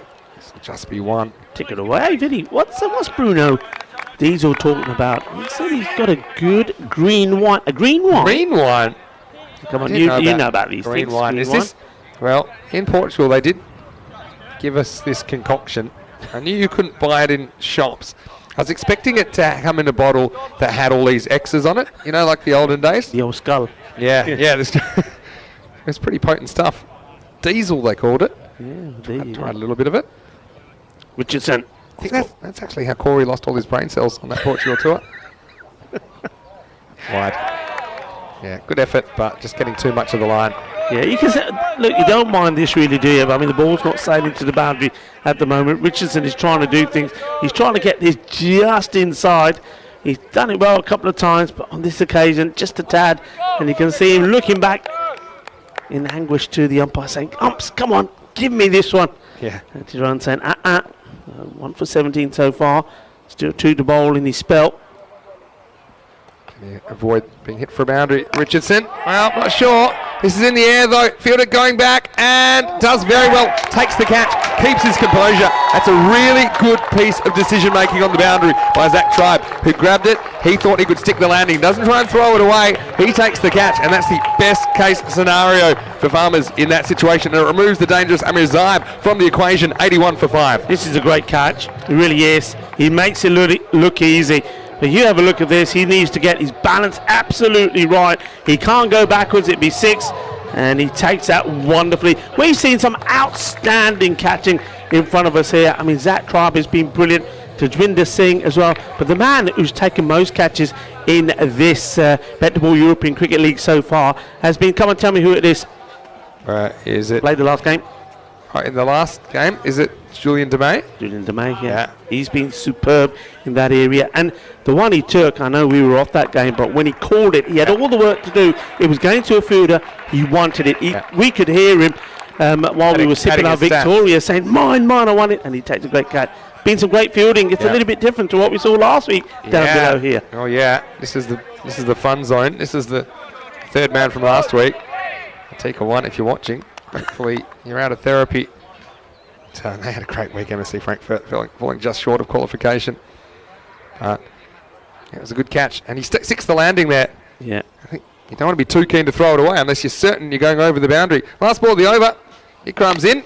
And he swings away to the leg side. Might try and get 2 here, but I don't think it's on. So just a single to finish the over. Pretty good one from Richardson. Good effort from him. 2 for 18 off his allotted 2 overs. 9 overs down. It's 82 for 5. Yeah, and look, I like that. He gets not just a good round of applause from his teammates. but also from the spectators. They knew this was going to be an important over, and the captain, well, James Pritchard, says, yeah, I'm going to go with you, George. Come on, I trust in you, and he delivered. And after seeing a couple of expensive overs, we saw the last 3 overs before that one went for 13, 21 and 13. Yeah. And that one only goes for 5. Yeah, so now, despite Palmer being available and back in the lineup, they're not going to use him for a second over. Probably not surprising, seeing the spin go for 21. But I guess different batters, so maybe you could make the argument that you could bring him back, but I suppose it's more for choice. And they have used Ben Kinman in this role, haven't they? As a bit of a closer. 82 on the board. Strap yourselves in, it's last overtime. Goes for this, but doesn't get it. And 4 fielders converge. Kinman takes the catch. What an amazing catch that is. Well, he had plenty of traffic coming the wrong way. He was the wrong way down a one-way street. Matt the binman. Now, he holds on. Nothing was escaping him. And he does the work of his own bowling to remove Ikram. Now it's 82 for 6. What a superb catch this is. I mean, we've seen so many good catches this week that really you lose track of them. This one is sensational because he knows that the only person who's going to get anywhere near this, if possible, is him. He just turns around, look, off he goes, he's sprinting, and then to take that, well, that's the sort of thing that you practice with your coaches all the time, don't you? I wonder how many times they've done that with John T. Jenner. He hits it over them, off they go, take the catch. Well, I tell you what, even in practice, you probably get them 2 times out of 10, but to do it in the pressure situation, that is a great catch. And more importantly, look, that was all about trying to get Sawa on to strike, because Sawa is a big hitter. He can thump the ball, but get the wicket. That law we talk about, new batter has to go and strike. Exactly. Well, Kinman, better catcher than his dad. And what I will say also is he had 3 people there to help him get up, so that was pretty useful. I think he just identified really quickly there, Ben Kinman, that it wasn't going to carry to the outfielders. They'll be coming in, but it'll be just short. They came from everywhere. But, yeah, excellent catch with the fly. Quite important, you know. And yet, take your point as well, that it keeps Sawa at the other end, but not a bad batter to come out at number 8 in Umair Farouk, another left-hander. Edged and gone. So 2 and 2. Kinman on a perfect over, and there's the little celebration. It is a little shuffle, and I'm sure his mother's very proud of Ben right now as he gets 2 in 2. He's on a hat trick, and Marlowe, a bit of a mini collapse starting off this over. It's 82 for 7. All right, so Rico, are we going to do the shuffle? Let's have a look first. It was edged, it was taken, and you can see he's got the little shuffle on. And, that's all to do. A little tribute to his mum, and then he's into it. Watch this. He's got the little pot celebration. And well, wishing you all the best in your recovery as well, because we are also doing it up here. So, well, it could be a hat trick celebration. Could be, yeah, I like this. Me and you look a bit like the Teletubbies with the colours on. I just a bit of. I'm actually these colours, the Teletubbies. Actually a level 7 tap dancer, but you just can't tell from that. I'm advanced. You've done everything. Yeah. Yesterday you were a trumpet player. Yeah. And now you're. I don't know. I want to see the credentials. I want to see the certificates. Anyway, look, hat trick, right? Yeah. Well, not yet. Could be. Could be. That's because what I tell you what, you got the number 9 coming outside Mysam, who you go. It's better than your average number 9. I'm going to remind these people. Here we go, hat trick ball. Yeah, hat trick ball. And he's going to be going for it, Mysam. Here's Kinman. Well, it could be a hat trick. Well, this is miles in the air. Pershad's after it. And the best hat trick I've ever seen. What a great catch for the moment. This is an unbelievable piece of wicket keeping as he goes full stretch. A hat trick to Kinman. He's got 3 for none. He's only bowled 3 balls. But for me, how about that catch by James Pershad? Oh, this is sensational. This is showtime at the Cartermar Oval. Cartermania. Well, that one is going to take the world by storm. I'm telling you, this is outstanding. There is not even Superman would have got to this catch. Have a look at this. This is out of this world. This is a catch from another planet. He's not human. He's an alien. Unbelievable work. Unbelievable. Not often you have to go with the one glove on those high balls. The only way he was going to get there was with one. It was the emergency manual. He had to pull it out. Have a look at this, and let's slow this down right here. I mean, he grabs it, and he is thrilled. He gets himself up, almost kicks his teammate in the face. He's so excited. And the supporters, they can't believe what they see. That let's get this, bang. Oh, and well, You're right. That is the best hat trick I've ever seen. That is the only better hat trick out of that is a quick bowler ripping out the middle stump 3 times. That is superb. Well, starts with the cordon bowl. Well, he ain't finished yet. 82 for 8. We could get 4 and 4 here. No, we don't. It's, well, they're going to run anyway. Could be 4. Oh, well, he decides against it. He's still replaying the catch in his mind, I think. Sawa gets to the other ender. Yeah. That's, I was going to say the way James Pershard, the keeper, approached that high ball was a bit of what we used to call cricket zombie, because he was kind of just like, his arms were just kind of floating in front of him, like in the zombie. I keep saying, movies. just the catching we've seen, there's so many, they keep getting better and better. I hope there's somebody that's put it, look, get them all together. I want to see all these catches at some point. All right, it'll be done. All right, Sarwat back on strike. He gets a big wide. I believe it's Superman on Super Thursday isn't getting this. So for all his good work, Kinman finally concedes some runs. And this is Cinco Carreras, and it's 5 for 3 really. Okay, look, I'll give him this one for one reason. He is now bowling to the left-hander, who's they did switch. Maybe he didn't realise that. Because he's on cloud 9, isn't he? He's all over the place. He can't believe the amazing thing he's just done. Okay, get focused again. I did remember I was saying at one point when we were 14 for 3, if they can get to 90. It slices this up. This could be a 4th wicket, and it should be. And it's taken. So he's got 4 in 5 legal deliveries now, and he's got 4-4-5. And Marlowe on their last legs, they're 88 for 9. Oh, this is great. Well, he's got 4 for 5. Where did those 5 runs come from? Yeah, they're all self-inflicted. In fact, we had 6 in this over because we had the bye as well. But now he removes Sawa. I mean, what a last over this is. Wow. And do you want to talk about big collapses? I know they got the 5 there, but at one point they were just kind of cruising. They were 78 for 3. So now they've lost 9 wickets for 10 runs. I can be more specific. They've lost, so they've actually lost 5 wickets for 7 runs. Of those, 6 were extras in this over. Well, would you believe it? Sawai did get to the other end, and he wanted to be there because he wanted to strike. Hits it pretty well, but well, no surprises. The catch is taken. Zach Tribe takes the catch, trying to get into the 90s.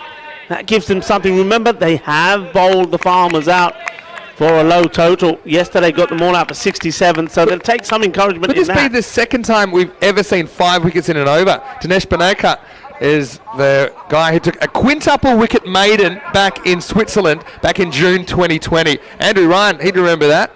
But Kinman, he's on a 5 for here in his first over. Last ball. Oh no! No! Not that kind of 5 for. Oh, you know what? In the end, you'd probably take an 11-run over, even though you lost like a million wickets, because it doesn't matter anymore. Oh, would you believe that? If I'm batting to Ben Kinman, I'm not left-handed, but I'm batting left-handed. I think just hoping for the best. He's on fire at the moment. Would you believe? You know what? It's a weird over. All of the runs, we've had 10 from wides and a leg bite. There's been no runs off the bat in this one over, and there's also been 4 wickets. Have you ever seen an over like this? No, I don't think so. Not a single run off the bat, but 11 scored in the 10th. And Marlowe, they do get up in the 90s. I mean, it's been a weird way to get there. I still think you could take 5 for 10 off this over because it's the last ball. No, it's not. It's going to be another white, and you can't run now because they're 9 out. This is weird. So we had 12 off the last over. The sort of over this has been, it will be a wicket. Yeah. It just will. This will never be seen again. You could just have a look, and someone would say, how is it possible to take 5 for 11 off one over? If you just look at the figures, I really want a wicket here. Sorry, Naveed. Last ball. Well, probably will be, or will it? No, it's not going to carry. They might as well run. So they're probably going to get bowled out here. Has a lot of work to do, the keeper, but he does get past. And bit of argy-bargy. Accidental collision. They've gone upstairs here. I think he was out by some distance. Yeah. But according to me, I think that'll be all out 95. So 5 wickets do fall in the last over. They're bowled out off the last ball, but still, I think that's probably the best over for a batting team where they've ever lost 5 wickets in it, because they do get, how many is that? Like 13 runs, I think. I think I'm just checking, maybe he had the ball there. accidentally came 12, together. right? 12 off the over? Oh, well, they get 13 because they'll also get that one off the last ball, right? So we had Dubai as well. Dubai, yeah. Got to count Dubai. So, well, count them up. We'll have to get the accountants in. You see, the decision will be given. It will be out. And so it'll be all out 95. And all things considered, considering their start, where they were 11 for 2 off the power play, the fact that they were able to get 84 off the last 7, well, that is, what's that? That's 12 and over pace. So they got to a ball 30 at the halfway point, yeah, right? 30 for 3? 30 for 3 at the halfway point, and they got 65 off the last half. So at least they're in the game, and Farmers, they're in the game as well. All of their supporters. I don't know who's looking after the fields at home, but doesn't matter because the sun's out here in Spain. Early LBW, Mian Shahid, it was an important game. The captain put himself back at the top of the order. Didn't really work out, and it was a good start for Farmers in the power play. They were up and away. Yeah, and Chuggy getting the ball to move all over the place. Well, we know that man, Conrad Greenshields, he was going to be key if they were going to score good big runs early on. And so was this man. Well, first who had to go, it was Zulfikar. He thought maybe Zulfikar that he got a bit of something on this. The umpire decided no, you had to go, and Zulfikar did have to go. And Joel just sort of said, "You're out, buddy. You got to go." So he listened. He went. Greenshields, he didn't look the part today. He just couldn't get going. And this one, he chopped onto his stumps. He had to depart. At that point, they were in all sorts of trouble. 14 for 3. But then two men we know very well. We've seen them represent Portugal in the national team, and that's Amir Ziab and Najm Shazad. They came together and they put a 64-run partnership together. And well, be careful because the ball was going all over the place. That was Tyrone Peters having to take evasive action. And well, there were nice shots being played. That one was put in the giant ice cube as well. Najm Shazad batted really well, and he thoroughly deserved a half century. He did everything right, but then, well, you'd have to go for the secret weapon once more because the spin of Palmer didn't work. That was the most expensive over. That one gained for 21 runs. So they did go back to George Richardson. It was always going to be a gamble. Richardson came on and he did get his wicket, even though there were a couple of big shots from it. They were all smiles at one point. This partnership kept going and going and going, and something had to eventually give. And this was the wicket, and George Richardson, no, he was pumped up for this one. And then things just started to slow down a little, didn't they? And this is what Vinny was talking about when that mega collapse came. But somehow they still managed to get themselves into the 90s. They finished on 95. That was a sensational catch. When you want to see sensational catches, well, that was good. But there was one that you saw, the hat-trick catch from James Burchard was out of this world. It was hat-trick time, but this was the first excellent individual solo effort, you'd have to say, from Kinman. Did absolutely brilliantly, Ben did there. And then, well, there was 2 catches from Burchard. This one was pretty straightforward. Just thought, yeah, I'll gobble those up every day of the week. And there was the celebration, and I think me and Vinny had a little go at it as well. But what we did do, we inspired him to get a hat-trick. How about that? That was sensational. Well, there was almost a karate kick to the fielder as he went up, but he couldn't believe it himself. I think he just stood there. That was, I'm telling you this now, that was Ben Kinman watching to see if this is going to go to the boundary. But it was taken brilliantly, and there was more to come as well because he then took a 4th. The only thing was, he was also bowling wides in that over. He bowled 2 that went down the leg side to the left-hander for 5 wides, and this was one of them. And then he got a wide out on the offside as well. But to finish off things, it ended up with a run out. So there were 5 wickets in the over. And you're going to see the most strangest Manhattan, I think, if we get to see it, because that last over does contain 5 wickets. One of them a run out, 4 of them going down to Kinman. It's an unbelievable innings, really is. I don't think I've seen anything like that as we have a look at that scorecard. I'm just going to take a breath. Whew, that was something special. Najm Shazad, his innings was special as well. He certainly did rescue his team. 49 of 22 deliveries, helping his side get to 95. And the bowling figures, well, there was some expensive ones. William Burchard, he does pick a wicket up, he goes for 26. But there were some good ones as well. Charles Burchard was brilliant. Joel was good as well. And then his son George Richardson picks up 2 wickets for 18. He does pick up important wickets, but right there at the end, well, Ben, they call him Binman. We'll take him out of the bin because we'll have some more of that. 4 wickets he picked up, and the amazing thing is all of those runs that came off him were wise. And have a look at that. I said it's going to be a strange Manhattan. Count them up: 1, 2, 3, 4, 5. Well, 7 wickets fell in the last 2 overs. 5 of them in the last. Absolutely sensational. Well, those sort of things you don't see too often. But what that does mean is that leaves this match, this eliminator. Remember, one of these 2 teams, either will it be the champions of Portugal, Marlow, or will it be the champions of Jersey? One of them will be eliminated, will play no more part in this Bet to Ball European Cricket League. The other one will come back to fight again tomorrow. It's not going to be easy for any one of these 2 teams to make it through and come back again in finals week next week. They've got to win every single match that they're playing, including this one. They're going to have to do it the hard way. Well, Marlow, they have got the runs on the board, and they also probably have the mental victory as well, knowing that they restricted Farmers to a low score yesterday of 67. But the Farmers, they'll be wanting to come back with a bang. Will they open up with the 2 Tribe brothers again? Well, you'll have to wait and see. You'll have to join me, Rico Full, and Mr. Maximo as we come back to resume the second innings of this match. Volvemos en 10 minutos.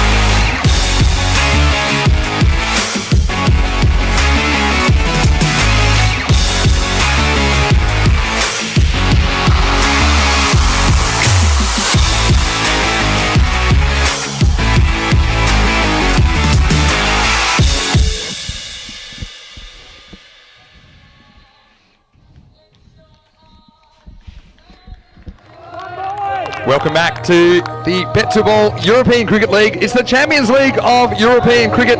Only one team will get to lift that trophy. First held aloft by VOC Rotterdam from the Netherlands in 2019. This is the second edition of the tournament.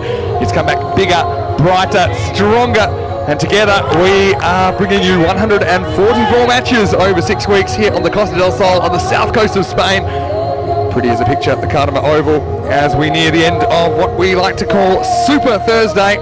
It's the top 3 teams battling for position and the bottom 3 playing for their ECL lives. And this is an eliminator. It's the 2 teams that finished 4th and 5th respectively after the round robin stage. And right now, Farmers of Jersey, they are going out there to stay in the competition. To do so, they'll need 96 runs off their innings. Certainly the sort of score that will test their batting. They've had some chases go well, they've had some that have gone awry. Which jersey will we see? The corresponding fixture yesterday, just 24 hours ago, they were chasing 111 against Marlow. On that occasion they were bowled out for 67. Marlow, the Portuguese champions, they'll be hoping that they can reproduce that kind of form with the ball and in the field. And here's your experienced cricketer to start things off, Najam Shazad, captain Portugal in last year's ECC. He's in to bowl the first ball. 96 to win for Jersey. Starts with a wide. We've had a few of those, haven't we? Going back to the last over of the last innings. But I think we're seeing more bowlers prepared to give the ball a chance to swing. See, that one just goes out and just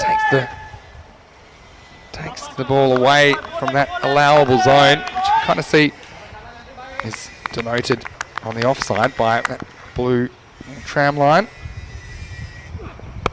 This one's short, it's wide. It might have been a wide in fact. Zach Tribe punches this out on the bounce to deep point. It is down to here, Mr. Maximo for the European Cricket Network. Always my pleasure to spend some time with this man. Spanish cricket aficionado, 22 years in this country. Before that, an accomplished career in England. And now an accomplished career behind the mic. Rico Full, welcome back, Rico. Thank you very much, Vinny Sandu, and welcome back to everybody as well. What an exciting conclusion this is going to be to this Eliminator. Ace the tribe on strike now. Who punches.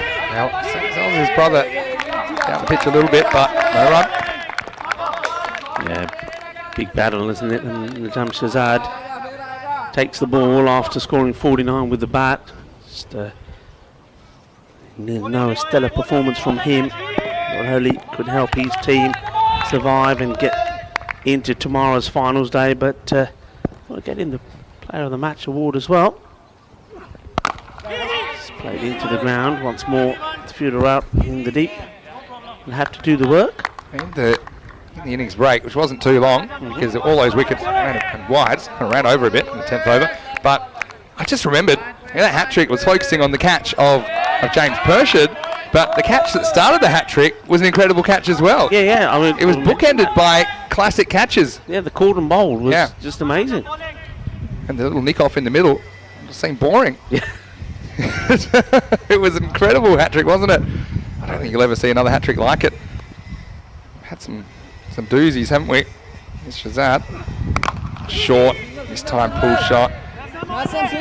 Just be one. It's a good bit of fielding by Said Meissen coming around to his right. Yeah, I mean, we've seen some strange hat tricks. We saw one last week where it included a hit wicket in the middle. I'd never seen that before. Yeah, that's the. I mean, we could talk about it now with a smile on our face. At the time, it was a bit, bit horrific. Maybe is that the right word? But it was the longest. I think it's the longest. That's got to go down as the longest hat trick ever in history in that one over. Exactly.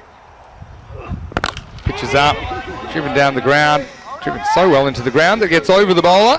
Najam Shazad. So important, I think, for Marlow that they don't let Farmers get away in the power play. And they themselves had a pretty bad power play. 11 for 2 they were after 3 overs. But I think it's just important you try and keep in the game, pick up a wicket or two, and that rate required 9.5 an over or so at the start of this. So they'd want to have them kind of mid-20s or less, I think, from the bowling side's point of view.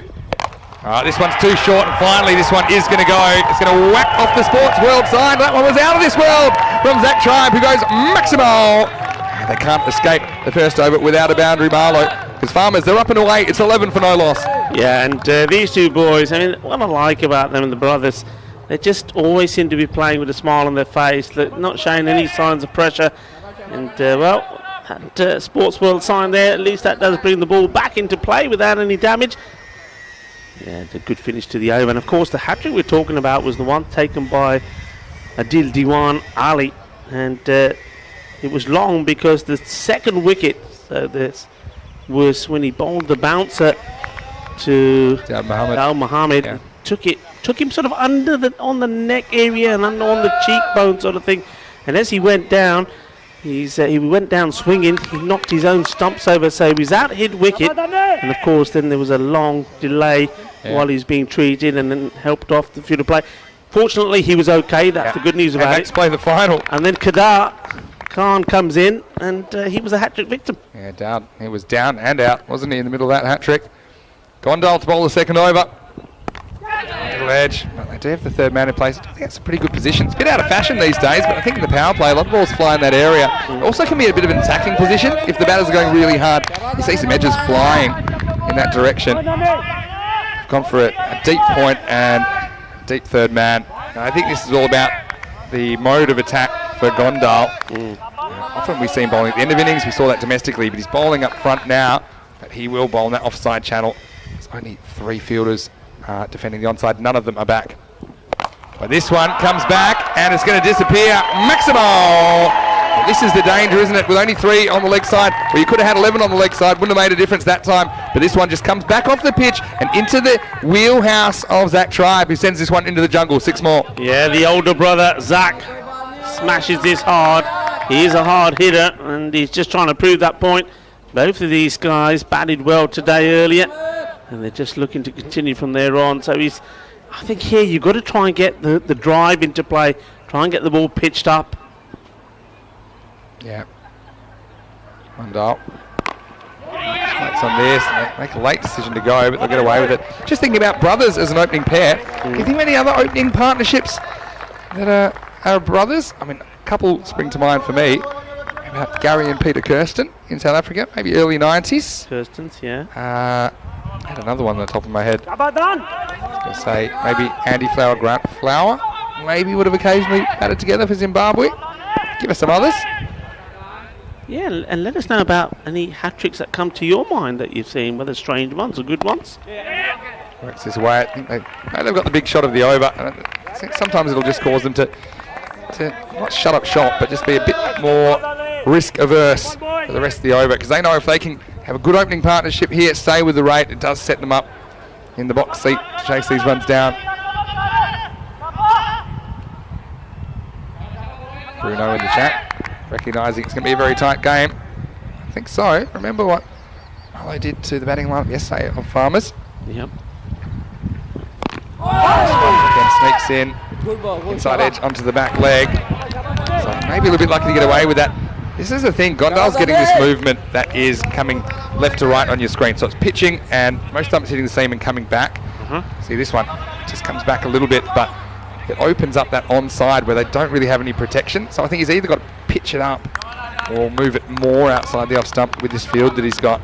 Are you surprised that Greenshields didn't bowl this second over? Yeah, it's a really good point. We've seen him swinging the ball around corners. Now they do make a change. They bring deep point up. They bring push back deep square, but still only 3 on the leg side.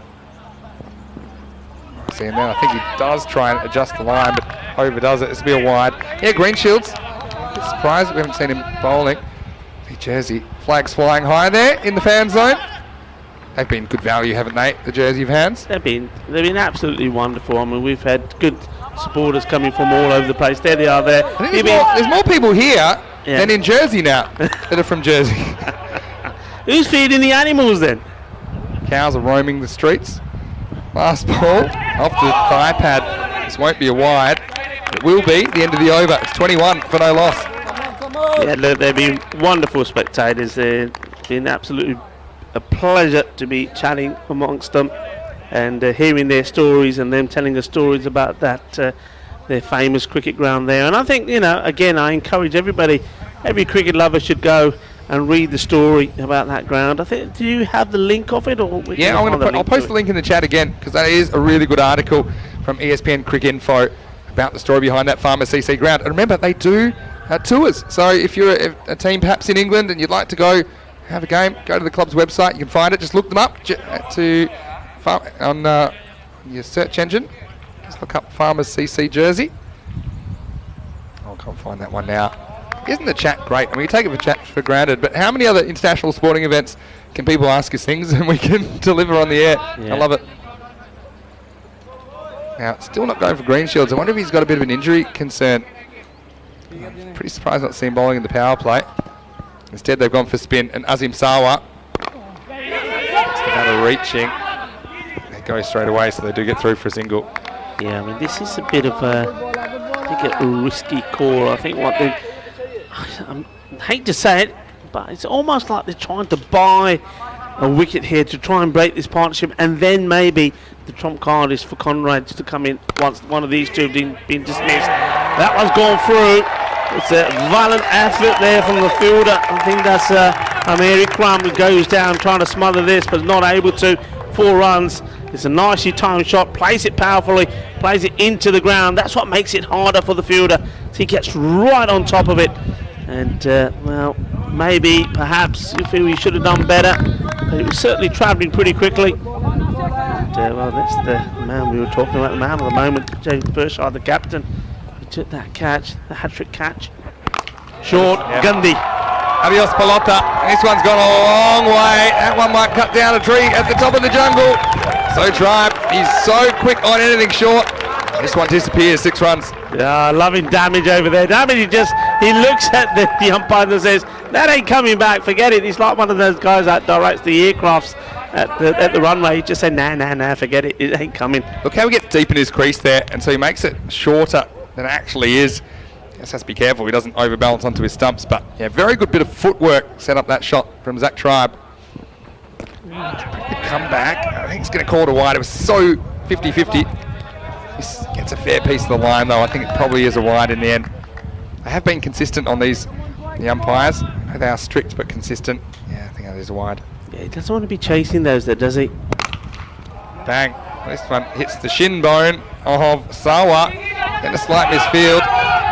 Almost coaxes him into a second run that's not there. And lucky they didn't go because the throw eventually hits the middle stump. Is that good fielding or bad fielding? That's good fielding. Okay. Good fielding. What about the fumble? It was very good from Sawa as well, because that ball, if he don't touch it, it's 4 runs. Yeah. And both the batters deciding they wouldn't take on the second run, and that's good. Yeah. They know they don't need to take the risk. They say never run on a misfield, but I don't think that's right either. But yeah, you do have to kind of think on your feet when there's a misfield, because it disrupts the speed of the ball and the position of the ball. It's pretty well bowled by Sawa.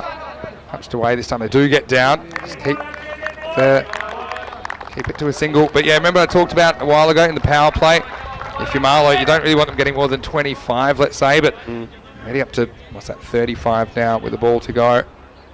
So certainly in the box seat. It's theirs to lose now, Farmers. Goes for it, but he crunches it, and it's going to be caught. Now, almost a too many cooks spoil the broth situation. Mian Shahid, now, I'm no lip reader, but I think he's saying, I had that covered. Amir Zaib, he was lurking for a rebound, but it wasn't required. And so, finally, the wicket that Marlow wanted, and they needed something to spark them. It's Drive that has to go for 26, but another bright start from him after 3 overs. It's 35 for 1. Yeah, I mean, they've got that breakthrough, and these two did what they sort of did the last time they played. That time round, it was Zach got to 28 or 14 before he went. This time it's 26 of 11. He still will be disappointed. You can understand, when you see the Tribe brothers batting, you can understand why the Farmers like the chase, because the way they go about things is they seem to time it really well. When they're in good nick, they get off to a good start. But this is now going to be the tricky part for them, because they will remember what happened against Marlow last time. So they know that they've got it. This next little partnership is key. I mean, Asa Tribe, he has to stay there and do exactly what he did against Yakul Fu, and that is to keep batting and go all the way unbeaten. And hopefully, this time round, maybe that man Julius Sumaria, who comes in, is going to be able to perform. He's due. He's had about four mishaps on the trot. Julius is due, So, I'll tell you that much. But yeah, this is kind of how it played out last time. Zach Tribe scored heavily early. Yeah. When he got out, Asa Tribe kind of took over. So showing a lot of flexibility, what I'd call gears in his batting, Asa Tribe. Sumaria is there, but he's at the non-strikers end because it's a change of over. First one down leg side will be called a wide. Side Myson into the bowling lineup. Again, he's another one alongside Gondal. Remember the ECS in Portugal, Gondal and Myson, they were pretty much untouchable bowling over 7, 8, 9 and 10. I think they know in this game, we can't leave it that late. We've got to put our gun bowlers on earlier. Yeah, but exactly. So where's Conor Greenshield? If he's not injured, he's got to be bowling here now. You've just got a wicket, so you've now got a new batter that comes in there. You also got a little bit of pressure on the young Asa Tribe. He's got to stay there. You've got to have Greenshields coming on now. Straight pull, just one here. A single. So, this is going to be important. I mean, you can probably almost sense that Sumaria is thinking, right, this one, I've got to make this one count. You did, remember, start opening the batting before they went with the two Tribe brothers. Gets a nice one to get off the mark with, just rocks back and places out to the man out, sweeping the offside boundary. So gets off the mark with a single. I think the other thing here is, and it was very similar to the last match, he doesn't have to play big shots. That rate is just under 9. So take your singles, look for the bad balls. Played nicely. This is going to be 4 runs. Plays this really well. It's all about getting the ball in the gap, in the right place. And Asa, he's feeling pretty good out there now, and now he's probably just thinking, like you said, Vinny, it's his turn to take charge and responsibility. Remember when I grew up, everything was about footwork. And look, footwork is important, but also having good hands and a good eye. especially on a surface like this. He doesn't really move his feet or move that back foot across, but what he does do is he hits the ball pretty close to the middle of the bat, and he gets 4. Nice just to sort it out. Similar sort of delivery. This time just chopped down for 1. So there's this offside attack. And we do have 4 on the leg side. So you've got 9 available fielders. When I'm talking about fields, like 5-4 fields and things like that, there's 11 people on your team. 1 is bowling, 1 is behind the stumps as the wicket keeper, and so that leaves 9 fielders. So we're talking about how many are on each side of the ground. It's a slow ball, and this one is gone into the jungle. Simirat, I said he's due, and he times this one nicely. Attempted slow ball from Isom, pays the penalty, 6 runs.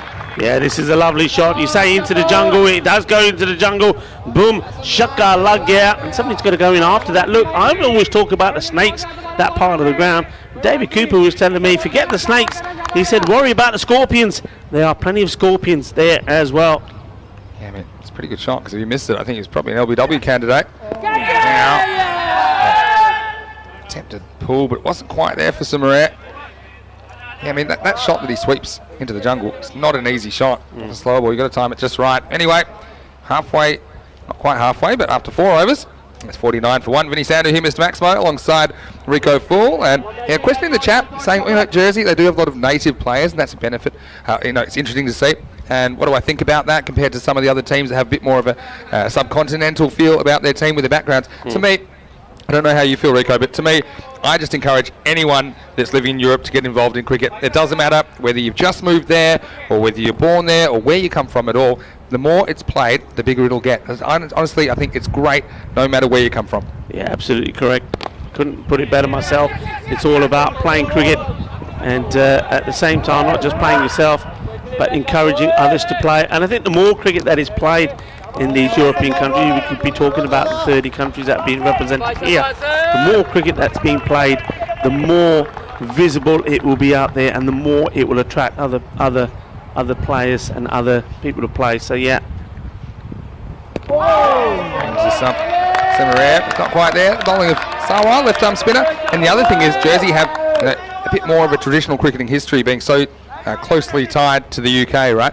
Yeah. So it's a luxury that some countries don't have. I mean, some countries don't even have nets. They don't really have cricket as known sport.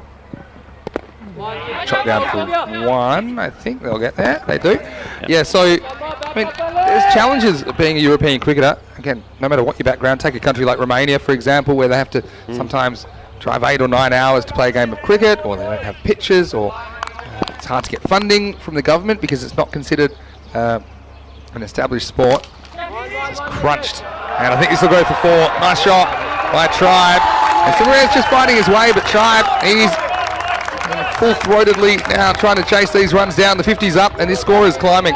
Beautiful shot. This is top draw. It really is. We've seen him play the cut shot this time. Look at that. He just waits for it, gets down on one knee, bang. Says, "Hello to the chakka. Kitcho media photo." Little careful dab. They have to try and cut off this single. They seem to be getting that one at will at the moment. Fairly safe shot. Yeah, so I mean, I just like to take a moment to thank all the European cricketers for the sacrifices that they make in what is an amateur pursuit, in time, in money, in family time as well. Reverse is on. I think this one will be okay. End of the over, and it's 56 for 1. So 40 required off the second half for Farmers. But I think it's something that gets overlooked sometimes when people are watching. Yeah. Because, okay, these guys aren't professional cricketers. They don't have the ability, most of them, to have the access to kind of practice facilities and even time. So I just think it's a big effort, and that's why I think it means so much to them if they do win their national championship to be able to come to the ECL. Yeah, you're absolutely right. So yeah, I mean, yeah, credit to all the cricketers and the players, but also not just the players, but the federations as well, and the volunteers. That's what we forget. Yeah. European cricket, yeah, you got the federations there that work hard, people who volunteered to do a lot of work, and outside of that, like we see around this ground, a lot of volunteers. If it weren't for the dedication and the sacrifices that those people make, European cricket would not be developing the way that it is. Yeah, I say it's a thankless task, so I'm going to say thank you. Yep. Let's move on with the second half of this innings, and Gondal has the ball in his hand. They just need to pull something from somewhere. know what I normally say though, anytime the runs required is still over the balls remaining, the fielding side does have a chance. But where's the issue here? You've got Asa Tribe who's hit the ball really well today, hasn't been dismissed yet. He scored 63 runs without being dismissed. Samaria, well, he's dangerous. He's not quite in form, you'd say, but he's certainly a very, very capable batter, better than capable.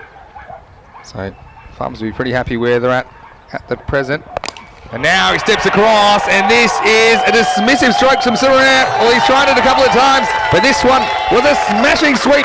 Another one into the jungle. Maximal, 6 to Farmers. Yeah, look, this is a great shot, but just have a look at his stance. Now, when you're coming into bowl with a batter that's got that stance, well, you already know where you cannot be bowling the ball to him. And he's waiting, the stance is there, and as soon as he's there, one knee goes down, bang, over it goes, big hit. You've got to try and get in to try to cut the ball. I mean, if he plays that ball, dabs it out the third man, it's only a single, that's where you've got to be. There's an element of premeditation from that stroke from Samaria, who faces up again. This time, eventually they'll decide to go. Shahid going to have a ping. Safely home for one. Yeah, so I mean, those sixes, any boundaries really at this stage, make it really tough for Marlowe to work back into the match. Still would mention, no green shields with the ball. So, still tense times. Remember, the loser of this game, ECL on the field, is over. Well, this is smashed, it's high, and it's not going to carry too far. Shazad's under the ball, and he holds onto it. Oh, he's got such a good pair of hands, doesn't he? Najam Shazad, we've seen him do the spectacular. This time, a more regulation effort. Gondal gets the wicket, and, well, can they spark something? That's an important one to get. Both tribes now back in the pavilion. The score, 64 for 2. Big wicket that. Mr. Tribe will be disappointed. He knows what his job was. Once the wicket of Zach went down, he knows he's got to stay there and see things through. He just gets that shuffle across. I think he does everything right, but he loses his shape. The head goes up in the air, and because it does, he doesn't time the ball properly. And, well, that's an easy catch for a man of the ability of Najam Shazad. Gets the wicket, that gets the breakthrough, and I wonder now if they'll start to apply the pressure. Will that be the signal? Is that what they've been waiting for? Maybe for Conrad Greenshields now to come into the attack. Yeah, well, I just think it must be some sort of injury concern with Greenshields. But, I mean, yeah, you said he did everything right. It's just the point of impact, I think, is a little bit early. And because he's a little bit early, as we see on the RBS guys, getting ready for their very important match. Huge last match of the day, because basically playing for the double chance on Super Thursday, doing a few of the, what do you call those, sumos. You do those in the warm-up. Yeah, sumos, yeah. Not too many sumos out there. But, yeah, he's a bit early, and that's why the ball goes up in the air. Didn't go that far this time. Chuggy is going to get a look at the ball, a pretty close look. Just watch this one. Gondal just had the ball slip out prior to the delivery stride. So it's nice to get your eye on as a batter, isn't it? He's shaping up to hit it. So, yeah, Chuggy, probably an ideal man to come into this situation and read the game. He's the Jersey national team captain. Edgy one first up, though. Good areas from Gondal. You know, it's funny. I was just chatting to some of the Jersey guys earlier this week, and they said, "Yeah, look, Finney, we've watched a lot of European cricket. Obviously, we've been watching it intently in the last few weeks, and what they see on social media previously, they say, oh, you know, you see all these bloopers and you see all these different things. They actually didn't realise the standard that it would be. And they said, you know, everyone that kind of has a laugh at times, get out there, get in the middle and see what it's like." This one's just one which gets Chuggy off the mark. Yeah, so it's a really interesting observation. They said, you know, these guys, some serious players out there, you see how they hit the ball and their fearless approach, I think is something that I think the Jersey team have admired. As we get to the end of the 6th over, Farmer 65 for 2. So 31 required of the last 4 overs. Yeah, you're right, and that's basically the sort of vibes that I get from a lot of these sides, is they just can't believe that some of these batters just go out there and from the very first ball start smashing huge big sixes. It's a concept they're not used to, and I can understand it, having played in the UK, having been coached out there as well. You know, batters you go in and you're encouraged to just stroke the ball around, get yourself in, get your eye in, And here, there's none of that. You're encouraged to hit the ball big for 6 straight away. So here is Mohammed Naveed, who's coming on in over number 7. Important over. Can they push that rate up? Oh, this is a bit too short, and it's going to go the journey. Maximal! 6 runs, Naveed just bangs it in. It's not a particularly good first ball, and Shuggy sends this one out of the ground. Yeah, well, there's nothing like a delivery like this. If you've just gone out there in the middle, you've got to run to your name. You're not quite fine in the middle. He gets himself into position early, smashes it away, and he's probably thinking, okay, I'm feeling good. I tell you who's not feeling good is the bowler, because all of a sudden Naveed, after bowling that one, is thinking, right, okay, I can't afford to put it there again. But he does. So same length, probably a little bit more outside off. Yeah, here's the thing, at the moment, they're going at 115 pace, Farmers, so they have to slow down significantly to mess this up. Couldn't imagine it, but of course I've seen some epic collapses. I've seen, remember the Helsinki Titans in the Eliminator 1 back in Group A. That's a hit me ball. But well, get away with it with just a single. And I've seen, back in Sweden last year, we had a team that I think they needed, it was 13 off the last 3 overs. They were 2 down, 13 off 18. They ended up losing 8 wickets for 4, and they were bowled out with the ball to spare. So I've seen a few things. A couple of wickets go. They can just get the nerves jangling. This one's a wide. Even though he comes at the ball, it is significantly wide. Well, you just have to have a look at the last over in the first innings of this match. Yeah. 5 wickets fell in it. I mean, that sums up what could happen at any point. I think it was actually still a good over for the batting team because they got 13 somehow.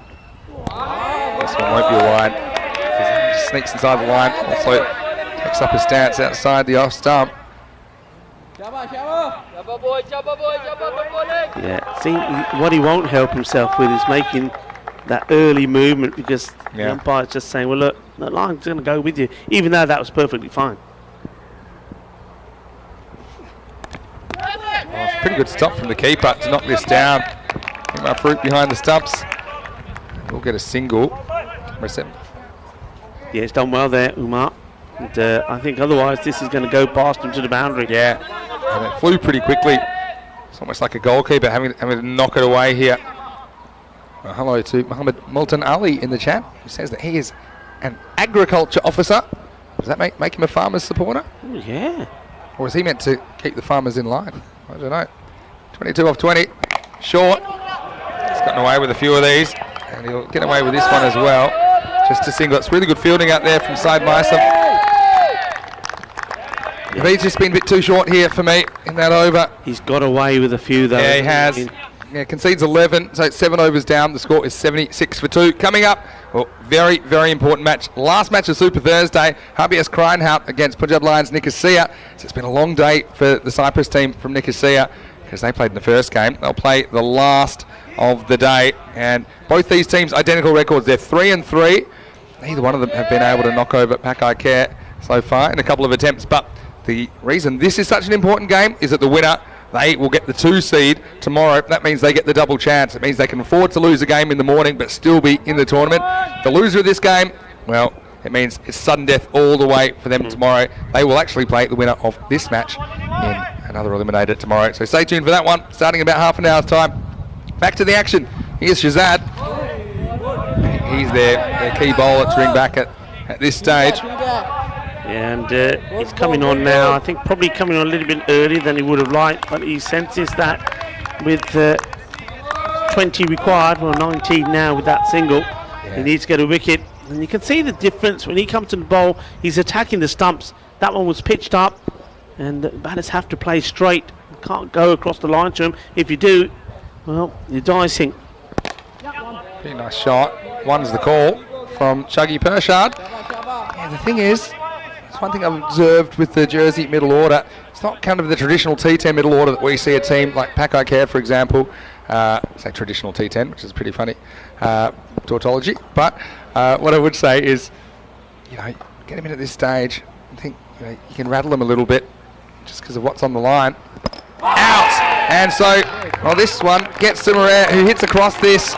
he'll be disappointed with the strike. He's pretty leg side conscious in this innings. Shazad, they bring back their kingpin to get a wicket, and he does. He gets number 3. And that's also wicket number 3, Farmers, 78 for 3. Will this be a wobble in the chase, Rico? Well, look, this is what I was talking about with Shazad. I said he attacks the stumps.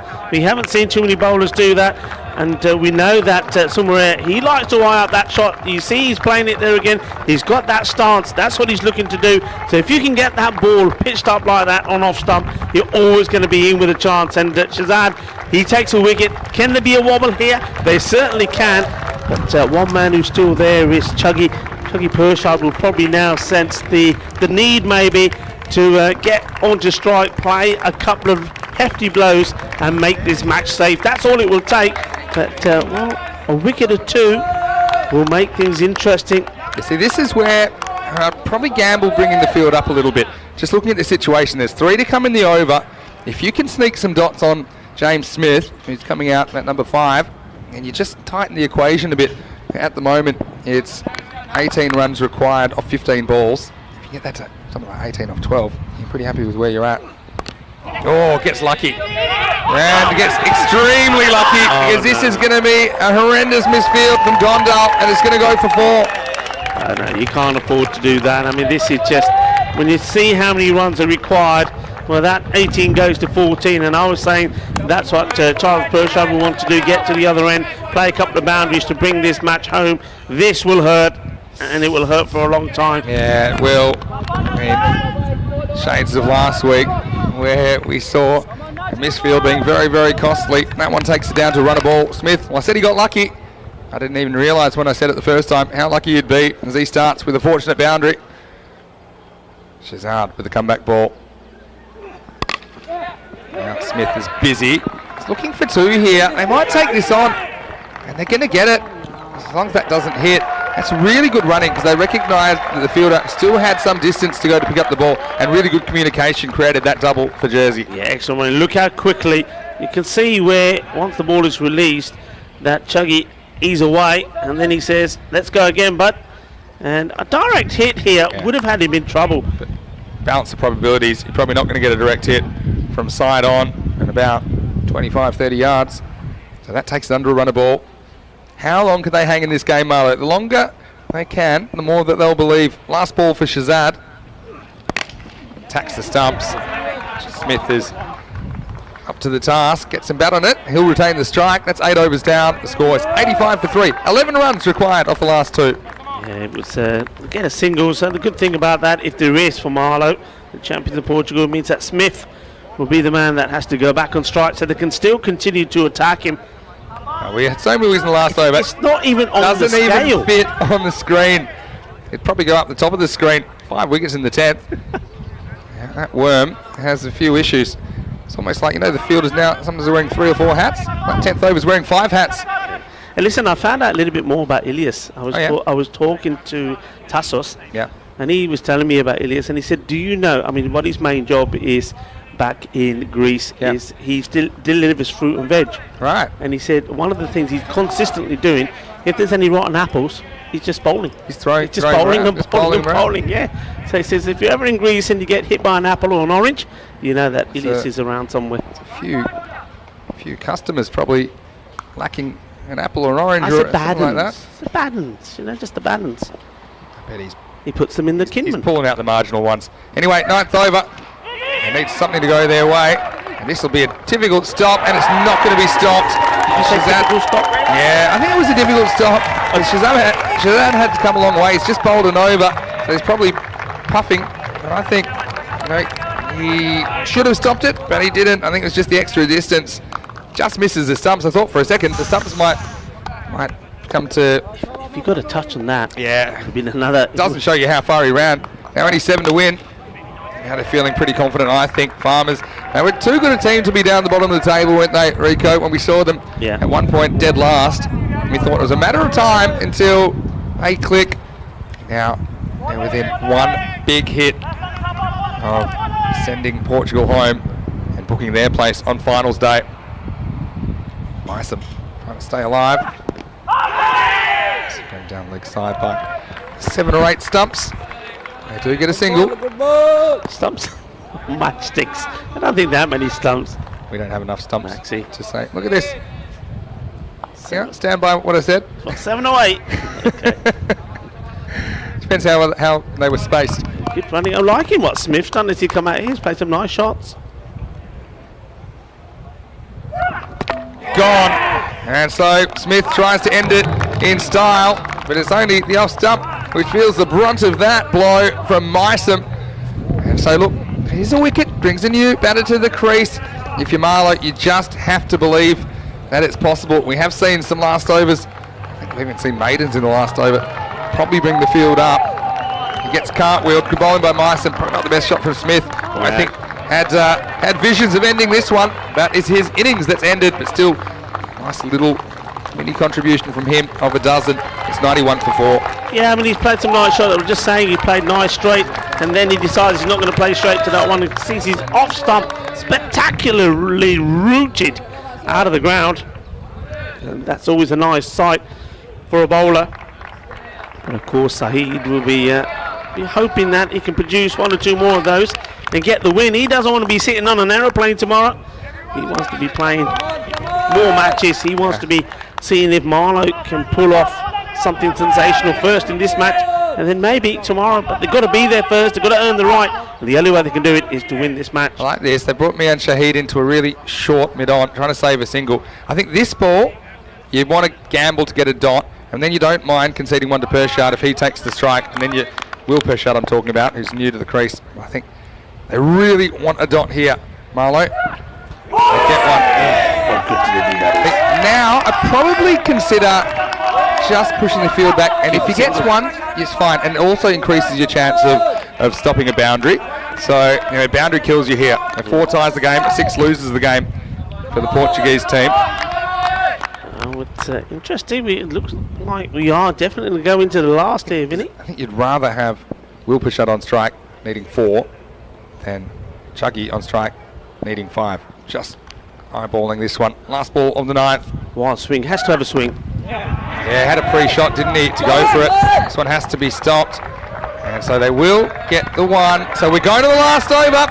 And trust me, that might look easy on the scoreboard, but things in the middle, they're tense, because one of these 2 teams, they're going home. One of them is going to finals day. 4 required for last over. It's 92 for 4. Yeah, interesting. I mean, my thoughts on that one. And then I know it's a horrible thing to say about winning Pershard, but if I was Charles there, I would have gone for the second. You're running to the safe end, you go back and strike. That's true. I think it just flew so fast that he felt, I don't know whether he felt maybe they wouldn't have crossed or something like that. But yeah, I think you're right. It's the kind of heads-up play that, I'm sure the Jersey team, they played a few T10s at home, but not too many. I think we'd probably see other teams probably taking that second, and so we have another striker. Now it looks like Mian Shahid is going to bowl the last over. We haven't seen him bowling, I think, at all. Just the 1 over in the series. Will the captain be the hero? And well, how close was this to being a dot ball? Because if that was out, that's what it would have been. Oh, this is really close, Vinny. Yeah, well, it is. And that would have been a real game breaker. More for saving the run than the wicket, right? He was gone. Yeah, he was gone. Run. So now, any boundary will do it. I think you can still be a little bit defensive, because the 1 doesn't kill you at this stage. They want to go? No, they're not. So it's a top ball. Ooh. Chuggy, he's had a couple of brain snaps in this tournament, hasn't he? So I wonder what he's thinking out there. 3 or 4, they really should get these. Mian Shahid, what a time for him to come to the bowling crease. Just keep an eye on this field. Now this one is going to be game over. It'll be 4 runs, and well, it will be the end of this, and it will be the Farmers that will be able to progress to finals day. And well, commiserations to Marlow of Portugal. They certainly were able to put up a very, very good fight. In the end, I think it was just the start of the game which crippled their ability to put that triple figure score on the board. If they had it, well, maybe the result would have been different. But in the end, it is Farmers CC of Jersey that will be on finals day with those other teams, Pak I Care, RBS, as well as Punjab Lions Nicosia. And now we know that Jersey, well, they'll be represented on finals day. Yeah, I mean, well done to the Farmers. Well done to the champions of Jersey. That was a winning shot, and goes for 4 runs. And any boundary would have done it. 4 was the one that does. So absolutely splendid for them. And they're celebrating. But look, you gotta, as you see, they're huddled together. It's the champions of Portugal, Marlow. And look, they're going to be disappointed, of course they are, but they've got to take a lot of heart of what they did. Remember, they started badly, but then yesterday they had a fantastic day, didn't they? They got 2 victories, and remember those victories. Remember the style they did it in. They thrashed the Punjabi Lions of Nicosia, bowling them all out for 45, and then in another crunch match, they beat, you could say they thrashed the Farmers as well, bowling them all out. They're the only team that I can remember that have on 2 consecutive matches have bowled out an opposition. So they really will take a lot of heart from this.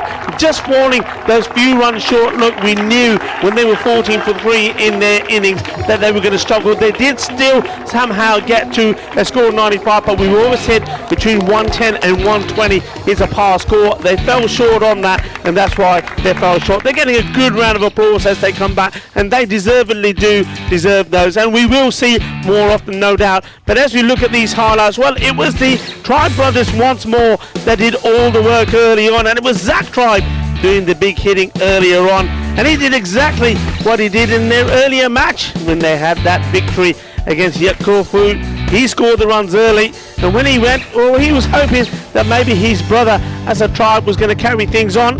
Well, there was a catch that was taken by the captain, Mian Shazad, and getting that breakthrough, you thought, well, maybe here that if we get 1 or 2 earlier one or 2 more early wickets, they're going to be back in the hunt. Well, Sumer came out, and he did play some nice shots, and we thought, well, maybe he's finally going to come good again. Made a good start to this championship, but that was his shot. That's what he liked doing, putting his foot down and playing those shots away, which is all very fine if the ball is sort of there around middle and leg, but if it's on the off stump, well, you're going to struggle. And one man that was able to expose that was that man there. Well, Najam Shazad seems to do everything. You rely on him to score the runs. He scored 49, and then you rely on him to take the catches, and then you also rely on him to take the wickets, and this was the one. Boom! Chuck them right there. Yeah, and I thought that may give them a glimmer of hope, and they were kind of holding on, but they were a nice edge, weren't they? The Portuguese team, they just knew at this run of ball pace, it was going to be difficult to defend, especially with fielding like that. Well, there's 2 that you know, there's 6 runs they would have had back when you consider how deep the game went. And then Smith, well, he was trying to finish things with a bang. The only thing getting banged was the off stump out of the screenshot. Mian Shahid, well, he took on the responsibility, the captain, probably his last series for Marlow, so maybe that'll be the last time we'll see him in a Marlow shirt. He couldn't pull off the miracle. What a story it would have been. But Farmers, well, they are up and about, and they will be joining the top 3 teams from the round robin stage by way of the Eliminators. And look, we've seen teams win from 4th last week and the week before. Well, maybe they could win from 5th. It would be incredible. Now, these are 2 teams we will see on finals day. HBS Krinehout versus Punjab Lions Nicosia. HBS, well, they've won the toss. They're going to bat first. It's a real chance for Vise to go out and make some runs, Rico. Yeah, it certainly is. And we're talking about Sumer. He's not really got going yet. We thought he's due some. He sort of got going here. Another man who's due some runs is Vise Tobias. He really does have to. I mean, he's got so much talent. I can't quite understand why he hasn't got back to his best, but he's had plenty of opportunities. Maybe, and this is a big maybe, Vinny, maybe somebody like Majinder Singh and maybe even Navjot Singh, maybe they can be elevated higher up the order to just give them some stability, get them a good start, and Vise come in to bat a little bit lower down. Maybe that could be the call they're going to make. Yeah, it could be something, but I do think he's out and out opener. He can just dominate a game from ball 1. So I think you've got to get him out there. He just has to just stick around a bit longer. Maybe he has to be a bit more conservative early on. It's not really his game. Yeah, so you do see now that we have had to say goodbye to Marlow, but certainly really enjoyed them during the week, and I think they had a horrendous start. You think about how far they came. They bowled out for 33 on the first day, and you're thinking, oh dear, what's going to happen here? But we know they're fighters. We know they've had a lot of success domestically, and certainly wishing them all the best. And particularly the captain, Mian Shahid, who he may be retiring after this game. But Mian, we really appreciate all you've done for your club and for cricket in Portugal. Absolutely. He's been a great role model, I know, for all the other players in the team. Yeah. And he may be handing the baton on. So I'm sure he was thrilled to be a part of this ECL, even if he didn't quite get the results on the field. But obviously the reason that Marlow are here has a lot to do with their captain. So wishing you all the best. So now we know on Super Thursday that we've lost 2 teams. We've lost Yet Corfu, who go out in 6th place in the group. We've lost Marlow now, who effectively will finish in 5th place in the group. And that leaves 4. And coming up that match, well, it's really crucial, isn't it, Rico? Because the double chance is on the line. And in a group that's so even where anything can happen, I think, especially with that potential meeting with Pak I Care on the cards in the morning, that double chance could be very important. Yeah, it's massive. And I think that's one of the things a lot of people that are watching, I think now, going into Group E, when they've seen the format, they're starting to understand just how important it is, where you finish in the round robin, and how important these matches that the top 3 have today. That double chance is huge. Yeah, it sure is. Thanks again to all of our viewers from all around the world, particularly those from Jersey, who I think are pretty happy about that. Well, Jersey, they needed to win 5. They need to go 1, 2, 3, 4, 5. They've done 1, 2, 2 down, 3 to go, but the 3 biggest fish still need to be caught for Jersey if they're going to progress from Group E. Well, I'm going to step out for the last game of the day. I'm going to leave you and Rhino to take you through it, but I'll be watching intently because I want to see who gets this double chance. But from me and everyone at the European Cricket Network, hopefully you can join us shortly at the top of the hour. We will be back with the last game of the day, so back in about 10 minutes. Vinny Sander here, Mr. Maximo, alongside Rico Full on behalf of Corey, and of course Rhino, who'll be back shortly. We'll see you then for more Bet to Ball European Cricket League.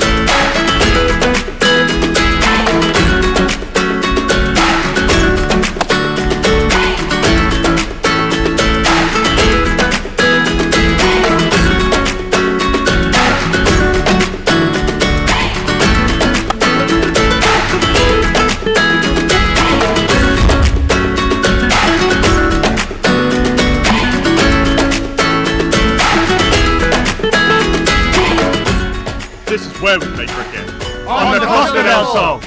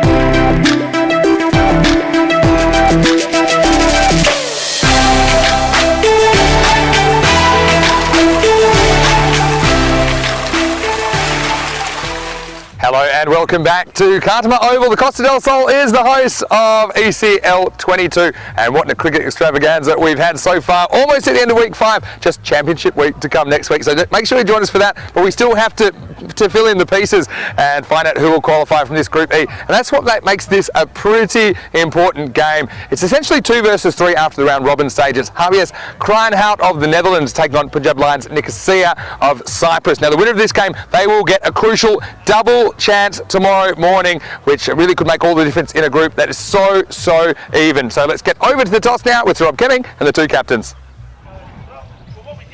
Your call. Keep us cool. We have a bet. Yeah. Keeper was the call, but it's been a good day for Bet to Ball as it falls that way, and the Dutch, they decide that they want to bat first. Well, it didn't really work out for them in the last game, but I think gives another opportunity for Tobias Wiese at the top of the order. We talked a lot about him. He just looks like he could be anything at all, but he's finding a way to get out early at this stage. This is a great opportunity for him to make some runs. Teo Walbra as well, you know, sometimes takes a little while to get going, but looks like a very powerful striker with the ball. Manjinda, I mean, they've got a good batting lineup. They just haven't really clicked so far today, so this is an opportunity for them to get the runs required to secure that double chance. But the men from Cyprus, well, they're led by their captain Gurpratap Singh, and he is a colossus. Again, he finds a way to get out early lately, but when he doesn't, he can go very large. Let's see how he handles the spin of Julian Demey first up. I think that will be a good battle, but we'll have to wait because the news from playoff 3, it is the Dutch. It's Javier Krijnhout that have won the toss and are batting first. As we go up into the commentary box, let's hand over to Rico Full to take you home today. Let's see who gets this double chance.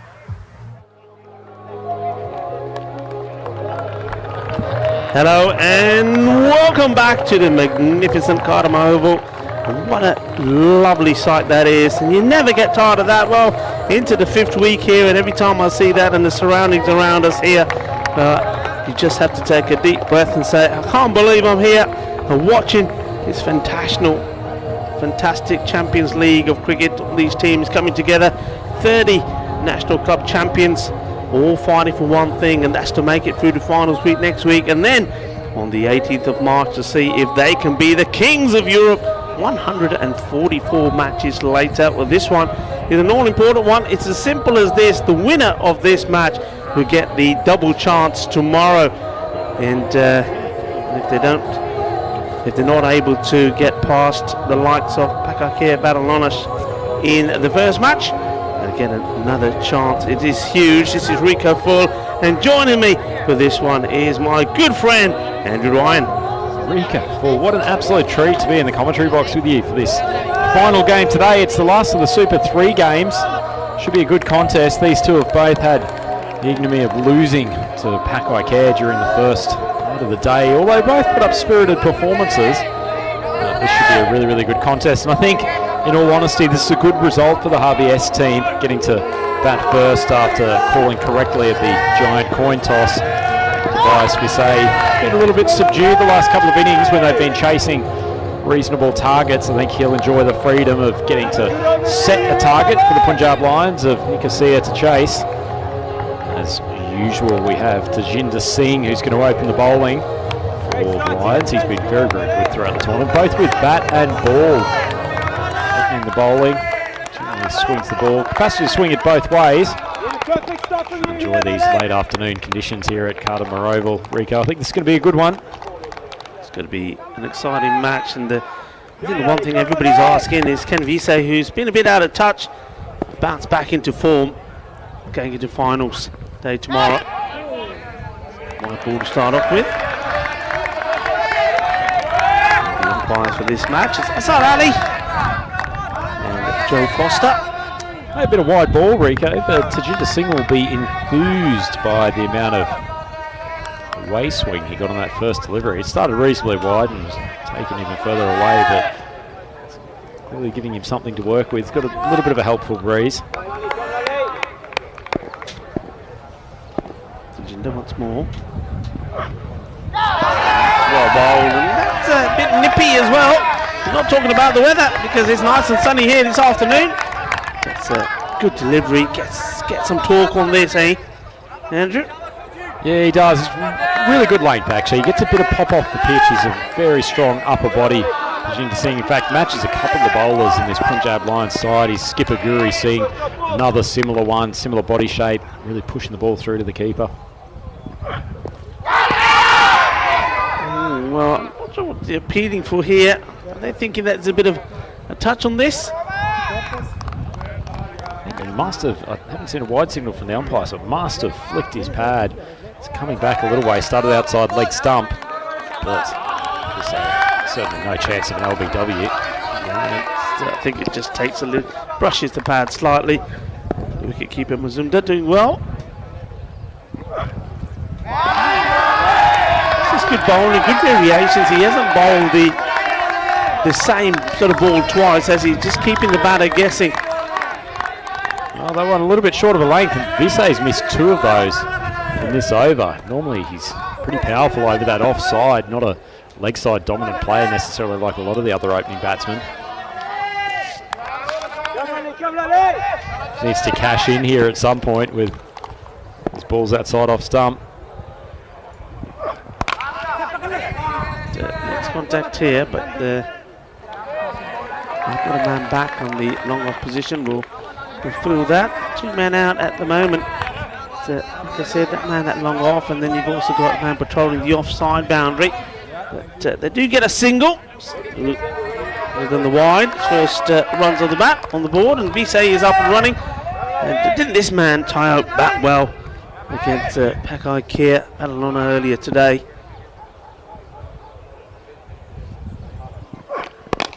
Nice looking shot, and he's looking, of course, to stay in that sort of form. He made a fantastic 46 of 27 deliveries.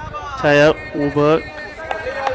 The technician Rico doesn't lose his shape too often. Takes a while to get into his innings in this T10 format, and a few games he's chewed up some balls at the top of the order, but he was really, really good. Match 3 today. This one ends up hitting the batter. I'm not sure if he's managed to play this onto himself or totally missed it. But the frustration is starting to show, I think, on Visay. I think he's probably, I think that's hurt. That's why he's going down here. He started the tournament on fire. That one's coming big inside edge to a tender area of the Visay body. Great hoot there. 3 for none after the first over. Not often you see Tobias Visay 1 off 5 after the opening exchanges. I'm sure he's got plenty of time to catch up though. Yeah, the Teo Warbrose looked composed for his 1 off 1. Guri starts with a full delivery. That's a really good shot. Stop, I should say. The shot wasn't bad either, but the stop is incredible. He's a big man, isn't he? Ravinder Singh there, the just backward of point position. It's flayed away. Nicely timed shot from Warburg, but big man got down, stopped it well. Well, he's saved runs there, saved 3. That's what you've got to do in these tough matches. You know what you're playing for. Guri, he's a top performer, and nice to see that the plenty of spectators there in the fan zone enjoying this match. That's nicely shot, but it's in the air, and he's taken. They've got a wicket, and Guri takes one. And you know who's taking the catch, don't you? Come on, it's our man. It's your man, Rico. Stone cold Scotty Austin. Great grab. He actually came sprinting off the boundary. I think that ball was a little bit flatter. As it was, it's almost gone straight into his forehead, but great catch. That was travelling at some knots. Visay smashed the cover off it, but huge wicket for the captain, Guri Singh. Yeah, I mean, this is fantastic. This is what they need to do, don't they? And the Punjabi Lions of Nicosia, the champions of Cyprus, they need to take the big guns out early, and they don't get any bigger than that. And I like it. It's from Scotty Austin. He does the chuck the foot there as well, when you can see he's spending a lot of time with these boys. He's learning all the signals and the celebrations as well. Well, probably the biggest story here, I mean, obviously the team that wins this game gets the double chance tomorrow, which is a big thing, but Tobias Visay is now in a bit of a rut with his batting. He looks like he's lost confidence, his timing's a bit out of whack, and when it comes to finals day tomorrow, that's a big problem for Javier Skryhout. Some of their second tier players have come better across the week, but they need him to fire if they're going to take down likely Pak I Care as a likely finalist tomorrow. So they need him in form. Yeah, look, you're making a very good point, because when you start to look at the teams going into finals day now, each of those teams, I would say, probably apart from RBS Granite, have got players, big players, that they will rely on who are now finding the form. You can talk about the Farmers, the Tribe brothers there getting their form back. I think Chuggy, Charles Pershard is finding his form here as well. And you can say the same maybe about the Lions. This one goes out. I mean, Yuri's being good. Tajwinder scored good runs for them. The only team that are struggling a little bit, maybe apart from the man who's still out there at the moment, Teo, there's nobody that's been outstanding with the bat. No, I agree. And actually, probably that man on screen at the moment for the Punjabi Lions, they'd love for him to get a few runs when they come out to bat this afternoon. He's had a couple of misfires in the last few games, but he's doing a good job with the ball. 1 for 1 off 3 balls so far. Jinder Singh, left-hander, comes out. I mean, he's been one bright light, hasn't he, for RBS. He's bowled very well. I think I can only think of one match where he did get taken apart, but other than that, he's been consistent. He's taken wickets, he's fielded well and taken some key catches as well, and he's made good contributions with the bat too. So these two together, a partnership, could get their team into a good position. Well played. Yeah, he does worry me a little bit as their number 3 though, Rico. Number 3 batsman in addition to the top 2 most important positions in a T10 squad. He's had a couple of really good innings. I mean, against Pak I Care a couple of days ago, came out and smacked the ball, particularly very strongly to the leg side, but hasn't done it consistently enough. And you come up against the big teams, the likelihood that your opening pair is going to be able to consistently score big runs against good bowling attacks reduces in likelihood. They need him to step up. Big swing, Guri Singh. Nice length ball, just pops over the top of off stump, but that's an excellent over from the Punjab Lions, Nicosia captain. He gets 1 wicket for 3 runs, and that's a pretty good start for the Lions. Yeah, it wasn't the best of shots, and nice little smile there from Guri. And well, the battle of the Singhs out there at the moment. Jinder Singh doing the batting, and Guri Singh getting that one to go through. But a little bit of extra zip pace means it does go over the stumps. Very good first couple of overs. You can see, look here, Pak I Care battling on it. They've won both their matches, so they are going to be playing in that first match tomorrow. But one of these two, who will be joining them? Who is going to get that double chance?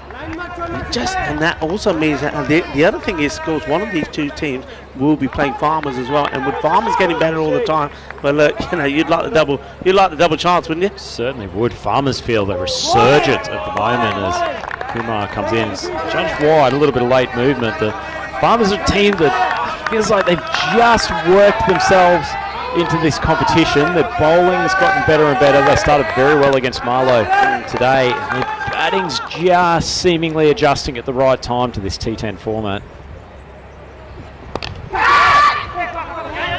Shouts a catch, and well, it was Majinder. He backs up. It's his call, really. I mean, Majinder goes. I think as the, well, you can see there, Teo saying, I didn't hear you at all. If the non-striker's coming your way and saying, yeah, let's go, you've got to go. Showing the advantage of having third man in the circle too. That wasn't far off being a catch. So far, it's being played, but I'll go to the fielders. And that's got Austin there. But a key play is going to be, I know we're jumping ahead of ourselves. I still think that I'd love to see him open the batting. I think he's got the technical skill to do it, and maybe have somebody like him with, I think Guri can only probably bat where he does open. He either goes big or he doesn't. I think it's a good little combination to start with. They certainly need to work out that top 3. Too often they've got 2 of the batsmen who are less capable of hitting as Singh swings it down to they've gotten stuck in a couple of innings over the last few days, particularly where Guri's gotten early. I agree with you, Regular. I'd probably like to see Scott actually in the floating number 3 position, but if Guri's still there, they can save him down the order. But actually, if the fellow opener who's a little bit lower strike rate goes, then they can bring him in. Yeah, good shout. I like that. I mean, not too many, I must say, not too many coaches like to do that. They like to have their their batting set and say, no matter what happens, this is the order. But yeah, I'm with that. I understand that. But certainly, I would play it pretty tactically, as you say. Certainly don't need he and Guri together necessarily, but he can provide some impetus as Warburg just drills that to the man coming in from deep cover. He can provide some impetus to the innings where... Picture of Julian May there, sending us some love. Oh, well, this is the second time that Majinder Singh has played this. He got away with it from Guri, and now he gets away with it with Kumar. And twice, he's lucky not to have his stumps shattered. It's pretty good length from Kumar, and Majinder Singh really does open up those hands when he tries to swing. It's the lovely heart from Julian. Again, great to see. Charming young man. Great to have him at the European Cricket League. And well, it's not the greatest power play start from RBS Crane, who'd only 10 runs on the board. Fortunately for them, only 1 wicket down, but after the first 3 overs, that's a really struggling start. Very struggling, and they're going to go back to Jwinder Singh. The bowlers, the 4th. Started well, just 3 off his first over, bowled over number 1. Keep in mind they've got Niro Sawari, who's been very good in the middle overs with his off-spin still to come. Take the single. Yeah, I think this year at the moment it's all about, well, look, it's worked up until now, and until it doesn't work, we'll keep it as it is. Arguably overperformed in this tournament, the Punjab Lions. We're not going to go messing with the structures too much, but I think it's actually in the end been this bowling unit that has probably helped them ride this run all the way through to Super Thursday in the top 3.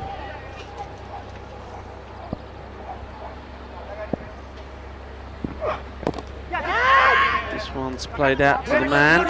Third. This time he's outside the power play, goes on the line, and he's able to stop that. Interesting though, if he was inside the line, was that a catch? Possibly. It might have been flying over his head for 4 as well, but as you well know, Rico, I'm a big proponent of keeping the third man up as much as possible and having your defensive fielders in front of the wicket. He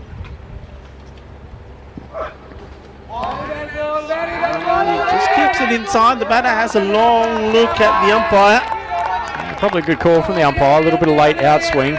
Warburg bat flashing wide of off stump. It's a pretty good piece of bowling. I think that's well bowled. I think he just managed to sneak that inside. A little bit of late movement, but not too much. Probably the perfect ball in T10 cricket. One goes the opposite way, speared in at the toes. Warburg adjusts, just flicks it around for a single.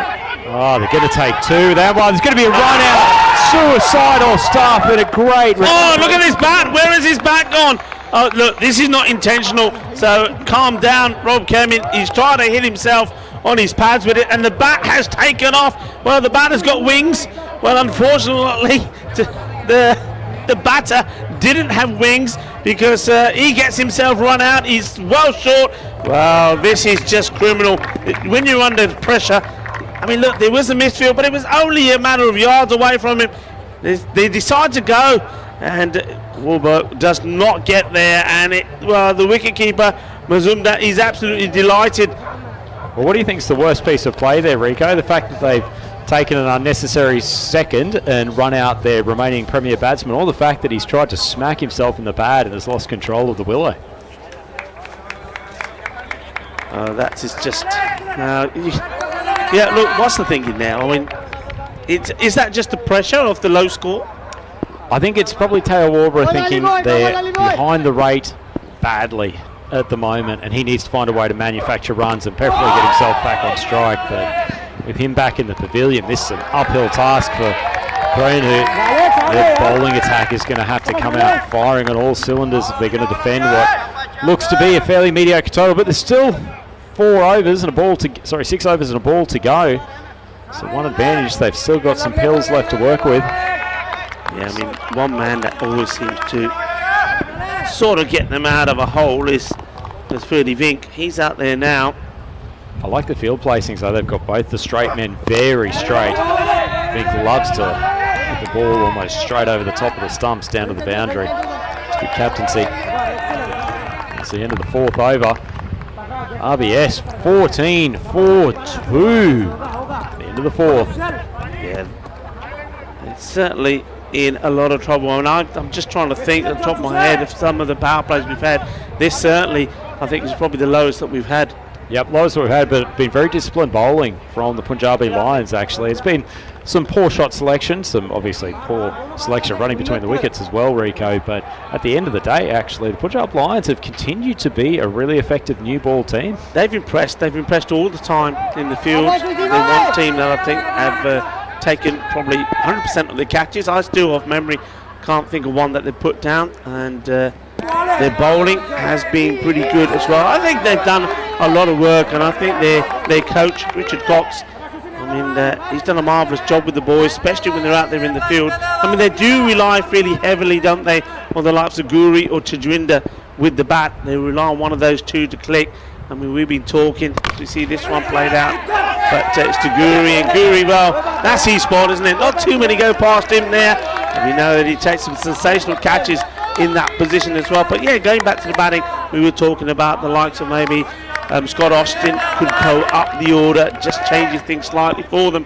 But in terms of the fielding and the bowling, they've been great.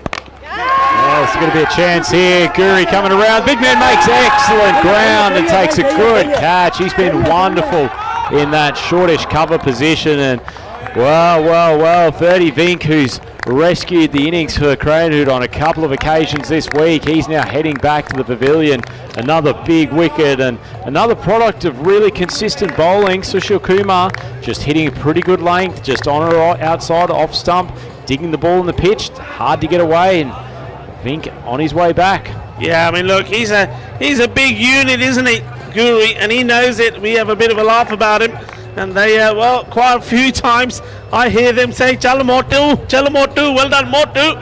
So, well, Motu got going, he fired up the motor and he got there. I said he takes some great catches, and that's another one for a big man. He's moved really quickly to get there. In fairness to Guri, he's a solid man, but he's got very light feet. We've seen some great agility from him in that short cover position where he's taken a couple of great catches, got a good set of hands. He's an inspirational leader for this Punjabi Lions team. They really have got themselves in the box seat for position number 2 from the Super 3 today. Soft hands, and well, one batter wants it. It's Navjit Singh. Well, he will get it now. That's maybe the first bit of sloppiness, really.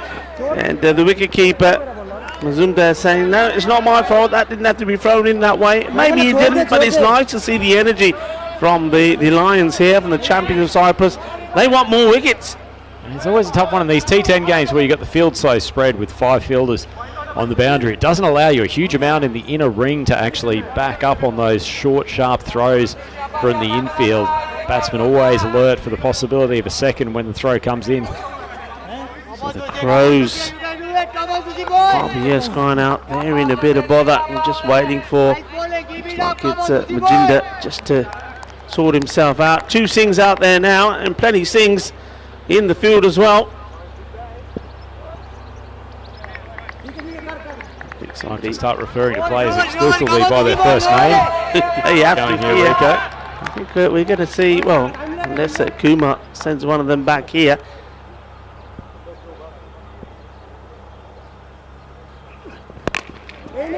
Gets a good bit of this, and it does go all the way over. So Majinda, he has tried this shot a few times, but this time he doesn't miss it, he nails it, and he finds the Smurf out there.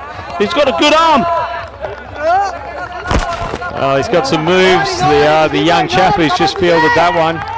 Good to see he's just taking in the waters after a hard day's work, but still work to do for RBS, Cranhood, and Jinder Singh. Well, he's helped the title along. Goes for another one, but this will be a chance, and fielder makes no mistake.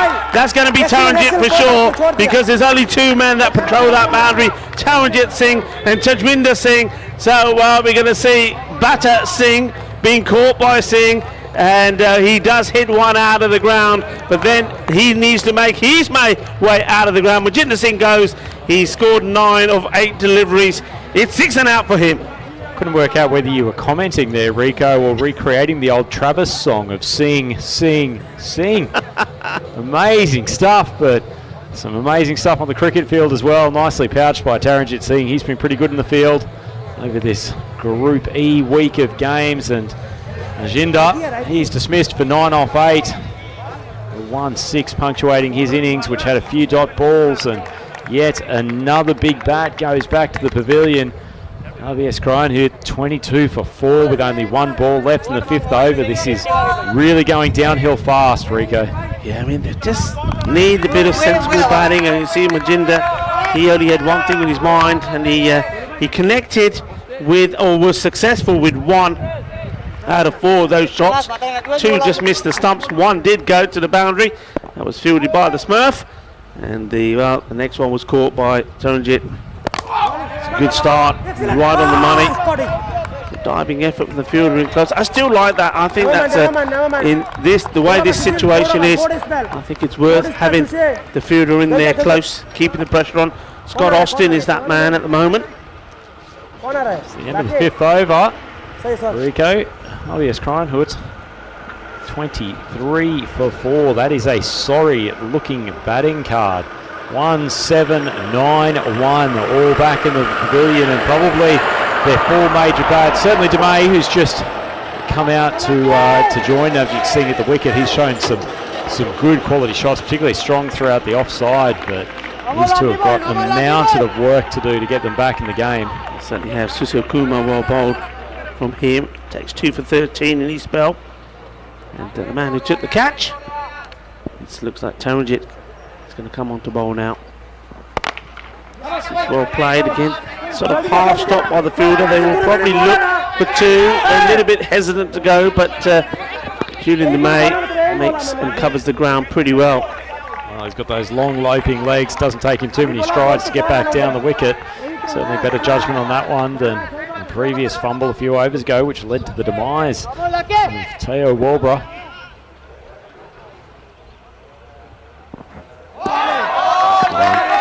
It's not a good shot, and I think DeMay knows it as well. He's got to do. He said, "Look, what a difficult situation though, because halfway through the innings, there's hardly any runs on the board. 4 wickets down. I mean, that's about an hour. You're sort of in 2 minds with every ball that comes your way. Oh, this is a good take, and he's got to go. Yeah, I mean, DeMay, he stands there. He doesn't want to go. He waits for the umpire to give the signal." And the umpire has no hesitation. Joe Foster, what a good catch this is from Raman Mazumdar. Yeah, excellent keeping. That didn't bounce too much. Taranjit Singh not getting some of the carry that his bowlers and the rest of the Punjab Lions team do. Keeper probably should be up a step or more, but in the end takes a very good grab, Mazumdar, and that is the 5th wicket down. Julian DeMay almost replicating the shot from the previous ball, but this time getting a little tickle. Outside edge, straight to the keeper. Good reward for Taranjit Singh. That is a really, really good catch. It's the way that he makes sure not only does he get the hand, he stops the ball rolling out, sort of protects it, doesn't he, with that glove. That is fantastic. So Julian DeMay, he goes. It's going to be another unhappy batter that has to depart. Is somebody going to give some fight here, or are they just all going to come and go the way we've seen at the moment? Someone needs to step up for RBS, and they need to step up very quickly. This game is quickly getting away from them. Ahmed's come out to join Navjit Singh. Navjit Singh, he's having a great time. 1 for 2 off 3 deliveries so far. Bowls pretty well, actually. Very accurate, tries to just find a length, doesn't come through at express pace. Yeah, he's one of those teasing bowlers, isn't he, Andrew? He's not got much of a run-up, so he gets back to his mark pretty quickly and comes back at you. But he's always thereabout. Doesn't bowl too many bad deliveries. And what I like about him is he makes you play at everyone. Yeah, he doesn't give the ball a massive amount of hoop, but just enough movement to catch the outside edge or to get the bat. That's got through to the keeper. This time he puts it down. Probably a much more difficult chance. That flew off the top edge, but Mazumdar probably thought he's entitled to take that. That would have had them 6 wickets down and on the road to nowhere. Well, this one, you see he's diving to his right. It's gained pretty quickly. It's at an awkward height, but I think he does the hard work. I think by getting there, he'll be disappointed. I think he would have loved that just to have stayed in the gloves. Gee, that's a really good over from Taranjit Singh. only the one wicket, but beat the bat on a number of occasions, just kept an excellent length, and showing that in this T10 game there is a lot to be said for just putting the ball just at the top of off stump with a little bit of movement.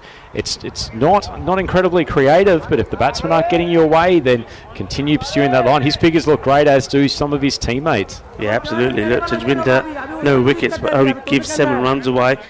But you can see those other figures, they're absolutely marvellous. I mean, a wicket, 1 wicket for 3 runs for Guri. He'll come back. And Susil Kumar, 2 for 13. And then Taranjeet only picks a wicket there and only concedes 4 runs. Absolutely brilliant. Everything going their way at the moment. Time for spin, and this will be a boundary. And the first ball maybe just a little bit short from Tiwari. And, well, maybe this is the over that things can start to happen for HBS Cranhout. It's an interesting one, Rick. I've been hugely impressed with Tiwari so far in this tournament. In fact, it's arguable that behind Tajinder Singh, he's been the best bowler for the Punjab Lions, but they've been so effective with the medium pace. I just wonder whether or not it might have been worth just sticking with that for another over or two. That's one might like the look of the spinner. This one's to the fielder. That's better line. That's when Tiwari has been most effective. Just niggling the way outside the off stump. Yeah, gives the ball a nice bit of flight. There's a few bowlers here this week who could take note of how much air he gives it. A bit of mixture of pace. And well, this one's gone up in the air as well. And well, it goes after and over the photographer for the European Cricket Network. Well, that's Diana Horace. Well, she doesn't get flustered by anything, just stands her ground and says, I'm safe. And she got a nice shot of this one. Good shot, this. It's all about taking on the bowler. And well, at the moment, it seems that they're quite liking the slow stuff. Yeah, hands on hips in the Punjab Lions. They're not used to seeing Tiwari have this sort of punishment dished out. And runs already off his first 3 balls. Umpire just signalling they've got a new pill being thrown out to him. Tiwari, can he come back with a good one? Goes for the quicker one. Takes it in the deck, and well, he's going to have to be quick here. Oh, well, it wasn't the best of throws, and it'll end up being overthrows, so it'll get 2, and the dust is still blowing around. That was going to be close. It was a better throw. Yeah, it wasn't a great throw at all, Rico. Tiwari did the right thing. He actually scooted back to the stumps pretty quickly. Man coming in for a mid-wicket. He had to press, but picked it up one-handed. All he needed was a clean throw straight to the chest of Tiwari, and that was probably a sure thing. Yeah, I mean, there you go. That's the old dry dust up in the air. It's starting to settle now. So there was that opportunity. Well, what does Tiwari do here now? I mean, he's tried the shorter one. He's got 2 deliveries to go, still in the over. The umpire's just waiting for the non-striker to be ready. Here we go. Short again, and this time it's going to be 4 more. And this over has been expensive. It's been exactly what HBS Cranhout have needed, and it's not what Tiwari, what we're used to seeing from Tiwari, to be honest. No, he's dropped short on a couple of occasions. I think probably a little bit put off by the fact that he got whipped over to the mid-wicket boundary early in the over. Just dropped a little bit short, and sensible batting though from Singh. Just stepped back in his crease, waited for the ball to sit up, put it away. And now he get himself on strike. So that's clever. So Singh's done well. Tiwari's gone for 17 off his over, and it's exactly what was required. The score moves on to 44, 5 wickets down. But that is 7 overs down. I suspect that Tiwari may not be given another straight away. They'll probably go back. It looks like that Guri, the captain, is probably thinking, I'll come back. Oh, well, this is what we're coming up tomorrow. What are your thoughts on this, Andrew? Well, that qualifier one, whichever team wins this game, they get to face Pak I Care again, who are still rampaging their way through this group. But probably the big first game is that match 22, the Eliminator 3. And whichever one of these sides manages to make it through, I think the Farmers will provide stiff resistance. They're getting some momentum over the last couple of games, feel like they're adapting to this format. Wouldn't be surprised for them to sneak through that Eliminator. It's a really nice shot, fielder coming across, and well, can't do anything about it. It's a delightful shot from Navjit Singh, and we know that he can bat. And when Navjit was there with Majinda, I did say then, well, look, both of these have batted well together before. We've seen them put a good partnership together. It was a losing battle really against Pak I Care Barcelona when they did, but they showed they can bat, and he's shown it again here now. He's played some nice shots off Tiwari, the spinner, and plays a beautiful cut shot there.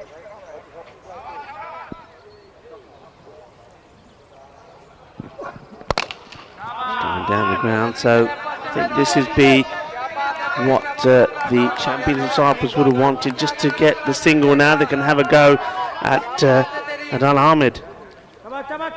Interesting to note from the earlier game, game 3, Rico, that they were probably in a slightly better position than this, but they managed to take 45 off the last 3 overs to give themselves a reasonable target to defend, and if they get anywhere close to that again, get the score up to 90, be in a much better position. Can Guri get there? Oh, he can't.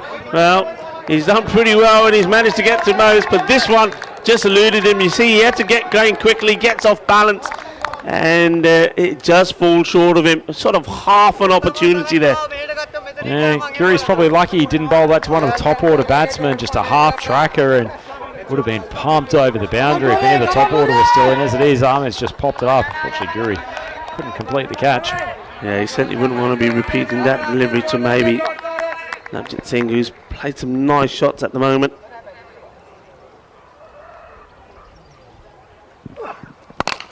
Slower delivery. Oh, well, this one was hit really hard, and well, we've seen one umpire having to take evasive action. This time is the turn of Joe Foster. He says, I'm all right. Well, he breathes a sigh of relief when he gets up. This was motoring. Showed a fair bit of athleticism to get out of the way. It's good agility. If he was at Crufts, I think he'd be leading the agility section. That was a great bit of work. Yeah, nice to see he got his best side on camera as well. Joe Foster, our men in black. You can see they put themselves in the firing line sometimes. And wicket. And Guri does get the breakthrough. And it's not the one that they want. It's Ahmed. I think that has to go here. But still, it's another wicket, and that means that it's a new batter that has to come. And they just basically break that little partnership that was being put together, though most of the runs did come off the batter, Navjit Singh, who's still there. Yeah, question whether Ahmed probably just needed to try to rotate the strike. I know they haven't got a huge amount of balls left, but Navjit Singh's been finding the boundary with ease in recent times. Maybe he just needed to turn it over, just get the one, get Navjit back on strike, but as it is, he's back in the pavilion. He's the 6th wicket down. Harbias Krine, who's 51 for 6 with a ball to go in the 8th. Yeah, Tiwari there. He makes up, sort of semi-makes up for that expensive over, taking the catch for his captain, but Ahmed goes for 2 or 4. That was that slower delivery from Guri. So Guri, well bowled from him. It's been another solid bowling performance from the Punjab Lions, and barring some late hitting, they'll have put themselves very much in the position to win this final game of the Super 3 on Super Thursday. Decent, new batter. Placed this pretty well. I think if they keep this to 1, they'll be very happy, and they do, because it means that that's the end of the over, and Mason will have to be the batter on strike. I just wonder whether the Punjabi Lions of Nicosia here, for this first ball at least, will have the field pretty tight to try and stop that single. Yeah, it's probably a good tactical move, Rico, as we see the worm. Bit of an elevation, courtesy of those couple of thrashed boundaries off the bat of Navjit Singh. That last wicket has just taken away a little bit of the impetus, but I think that's a good call, Rico, actually shifting the men in and just saying to the new batsman, Reece Mason, just have a hit over the top and see how you go, see if they can squeeze a few dots out of him. A few concerned looks there, not surprisingly. The dugout, this one's will be called a wide. It's not the best of starts.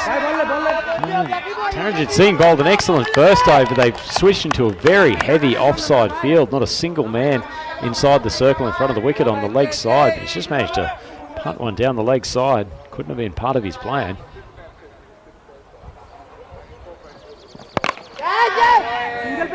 Slices it past the bowler, but we get the one, the single. And this is now where the battle resumes. And once more, it's going to be the battle of the Singhs. Navjit Singh, the batter, 25 not out. Of just 11 deliveries, and Taranjit Singh, the bowler.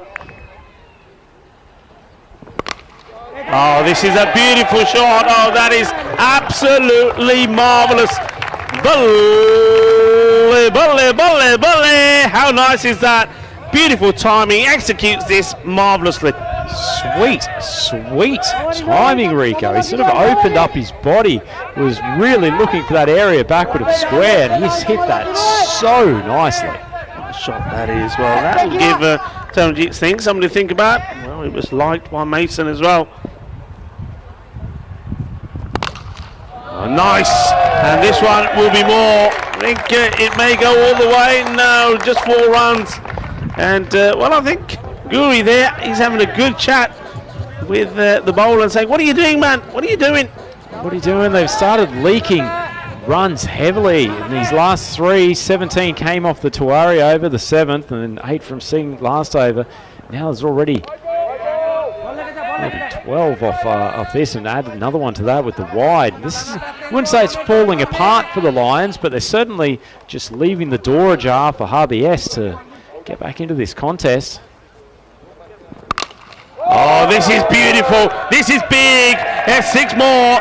Gea, Shaka, Lagya, Kinna Sona.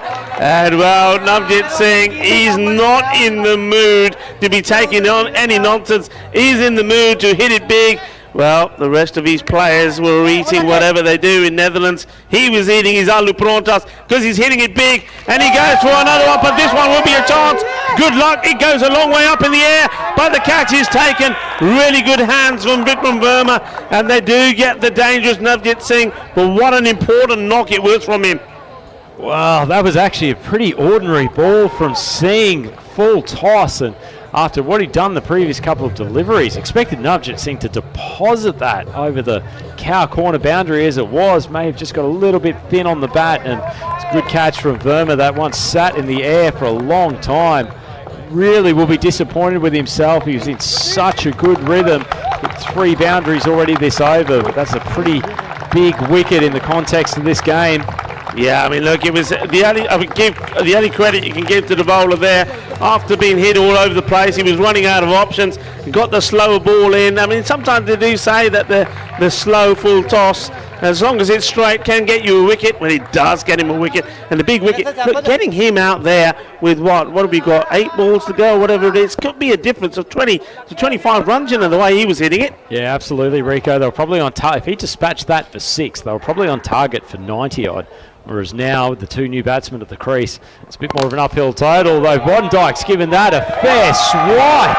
Come out at number 9 and just said to the skipper, get me up that order. That's a wonderful strike. Yeah, it's a lovely strike from Bodendijk, and what an expensive over that turns out to be. And, well, that is good, because that basically means that the score now, I mean, you mentioned it, that a few boundaries, if they could get anywhere near the 90, they've got a score on the board they can defend, and that one, well, it takes them to 75, 7 wickets down, 6 balls to come. Yeah, for a side that we've mentioned on commentary, they're probably a little bit weak in the middle order. Actually, both this game and the last game, it's been that middle order that has stepped up in a big way, and that analysis of their late order hitting last 3 overs, 17, 8 and 23. So that's 48 off the last 3 overs. Let's see what they can do off the final 6 balls. The game with spin.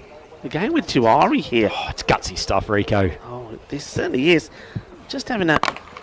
It's hit pretty well. This will go all the way, will it? Oh, he 1 bounce, 4. And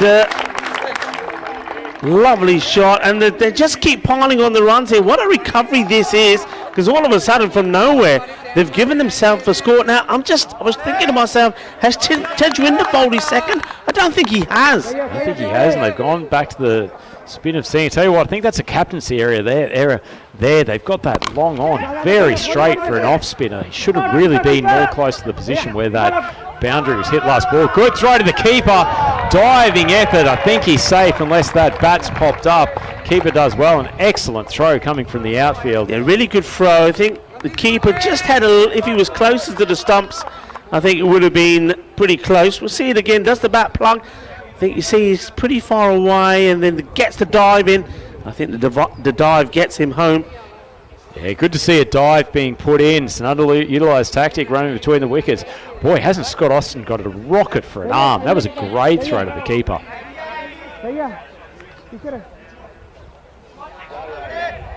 Yeah, bat cleanly on the ground, no popping up whatsoever.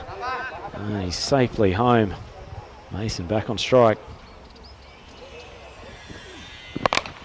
Goes for another one, slices it up, and it will fall safely. They'll go again. Direct hit, and it could be out. Well, he goes for the keeper's end. Good running here. They really... just have a look where this score was at one point. I mean, at 6 overs, the end of 6 overs, it was 27 for 5. Yeah, they've recovered brilliantly, RBS Crime. If only they could get more impetus coming from their top order, they'd be putting some pretty good scores on. As it is, they'll have something to defend here. Well, it's a no ball off the pitch. What an error. Poor Tawari. He's seen the batsman start to move over to off stump. Didn't want to get himself taken over mid-wicket and pushed it wide, but that's a cardinal sin. Final over, free hit.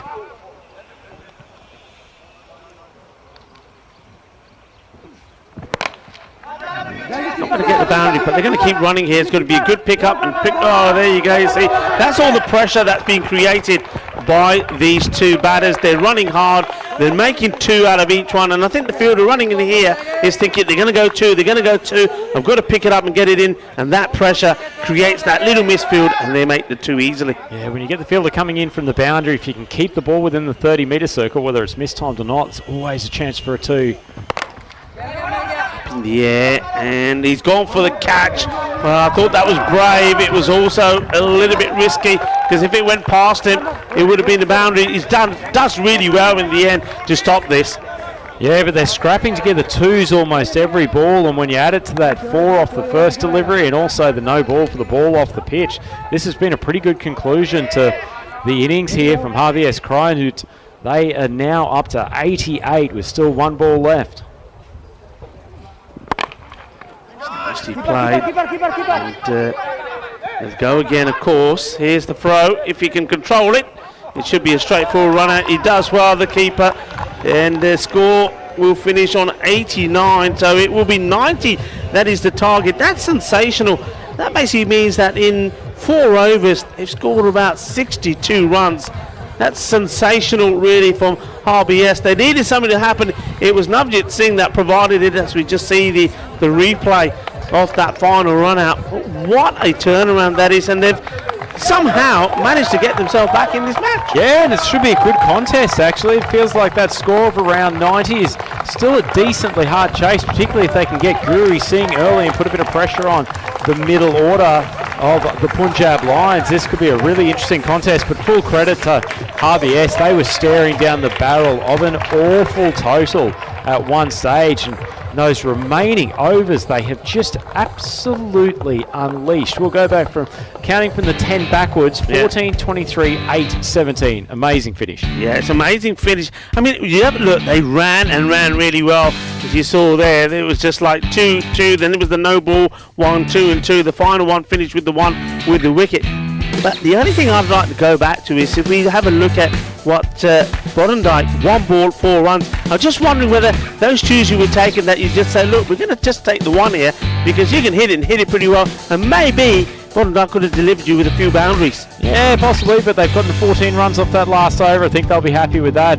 Up until that point, though, the last few overs, it was all Punjab Lions. The skipper, Guri Singh, he bowled well and also came up with yet another catch. It seems to be, as we've said before, almost a gravitational pull towards him in the field. He's had plenty of snares in that cover position, but it was really the lower order hitting of Harvey S. Kreinhut that held them to such a good score, and in particular, after DeMay went, Navjit Singh just took over. Yeah, have a look at this coming up here, though. This is a massive moment. I don't know if we've got in the highlight. I think we should have.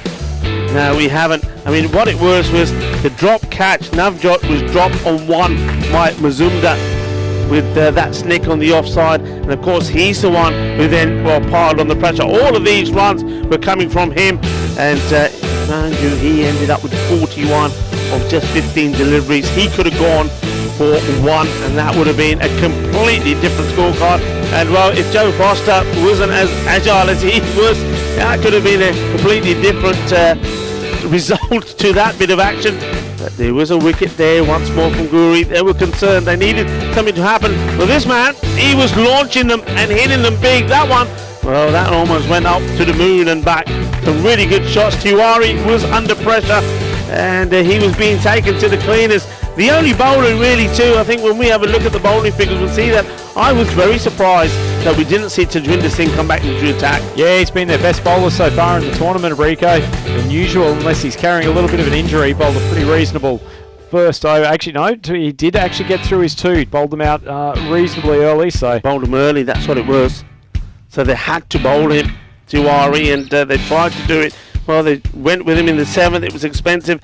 And then, well, they had no option. They had to try him in the last. And though he didn't get hit, as you said, pumped for too many boundaries, the running was good from the batters. But look, the other thing here is, look, I mean, if you were to speak to Guri before the start of this match and say, right, you're going to need 90 to win, he's going to say, yeah, let's take it. Yeah, Guri can do this in 4 overs if he gets going. He's going to say, yeah, we'll do that.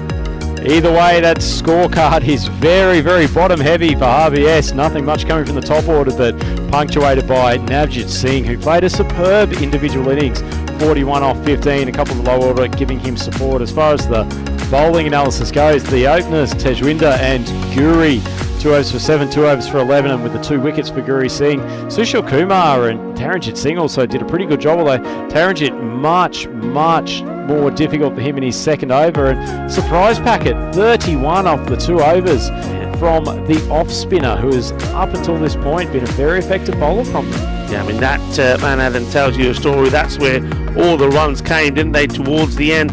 As I said, 63 coming in the last 4 overs. There were 27 for 5 after 6. And yeah, I mean, it started with Tiwari's 1 over. That was really expensive. It was 17. Then Guri came back and just quieted things up a little bit. Just going for 8 but picking up the wicket. But then Taranjit Singh, his second over went for 23.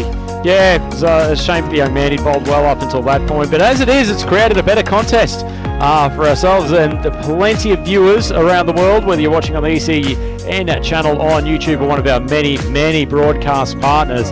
This should be a cracking chase coming up. We're at the meeting point of the Game 5 contest between RBS Cranhit and the Punjab Lions of Nicosia.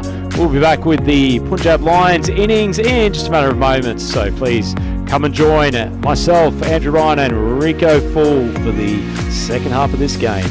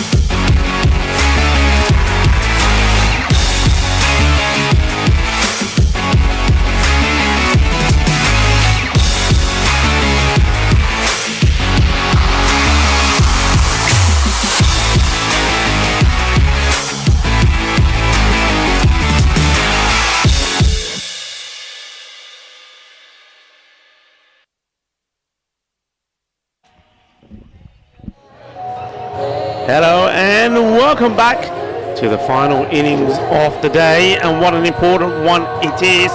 These two teams, the champions of the Netherlands, RBS, crying out, taking on the Punjabi Lions of Nicosia, the champions of Cyprus. And well, what they're playing for is to finish second in this mini table of the top three teams, and in doing so, giving themselves the double chance of making it through into the final tomorrow. But it means that the loser will have a difficult match against a team that's coming good form, the Farmers.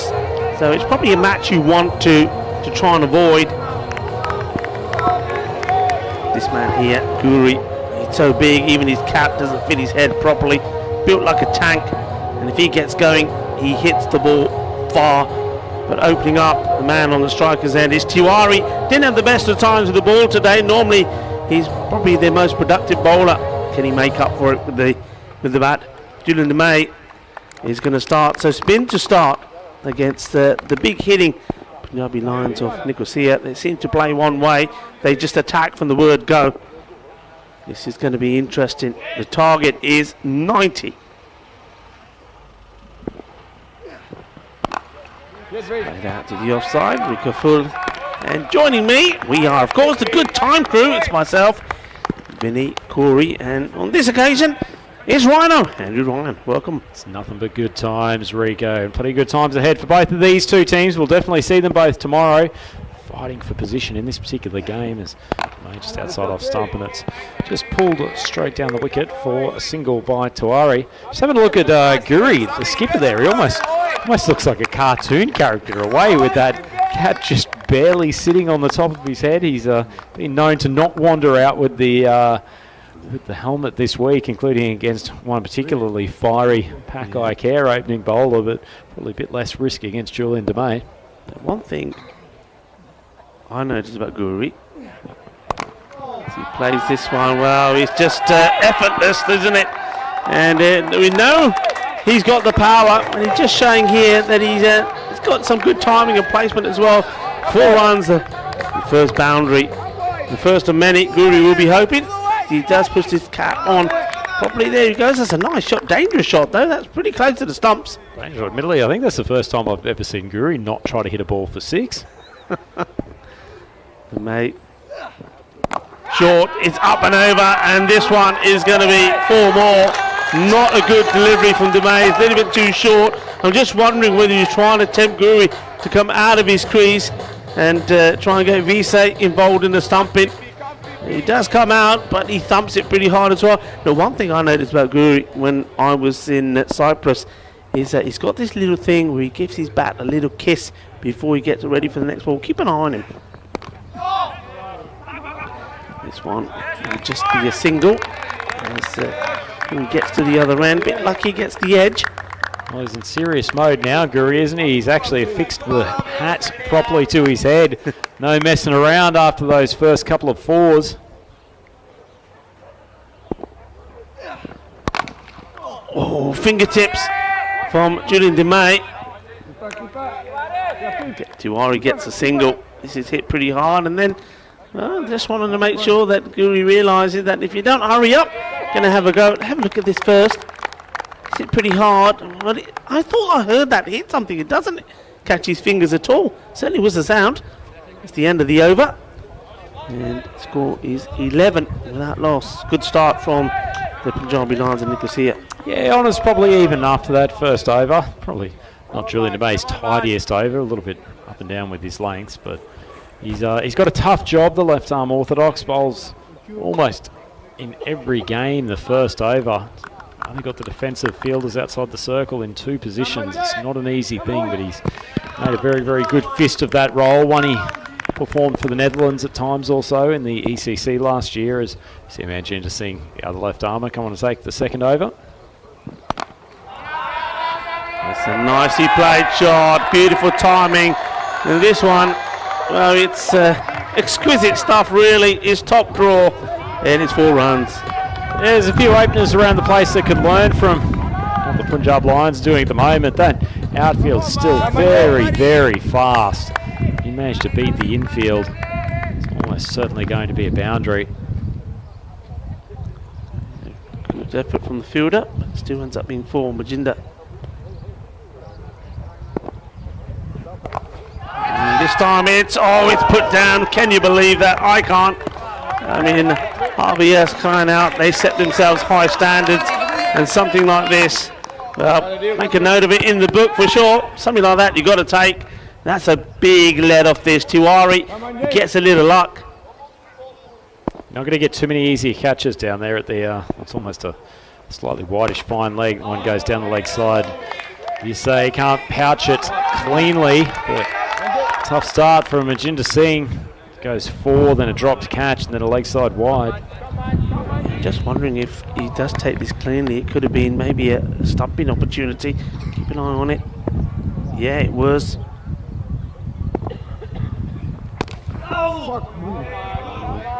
Gee, that's good hands from Visay. Not a great ball from Majinda. He's getting a fair bit of movement. The wind's helping him. It's helping his in-swinger back into the right-hander. It's a great take from Visay, but he's got to get his radar back. Yeah, good take, standing up. And you're right, at least the swing will encourage Majinda. Down the ground, and it will be Domay that does the fielding once again, attacking the end that Guru's going to. It's the second time you've seen Julian Domay saying to Guru, hurry up, because otherwise I'm darting it at you. The skipper on us. Man, he loves to have a nibble for a 2.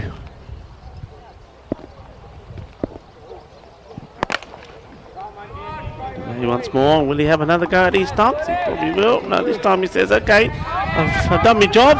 I've got you running now. I'll leave you alone for a bit. Well, aside from Domay down here at long on, who's been engaged a couple of times, we've also got Teo Warburg in his normal position out of the deep mid-wicket boundary, so leg side heavy field.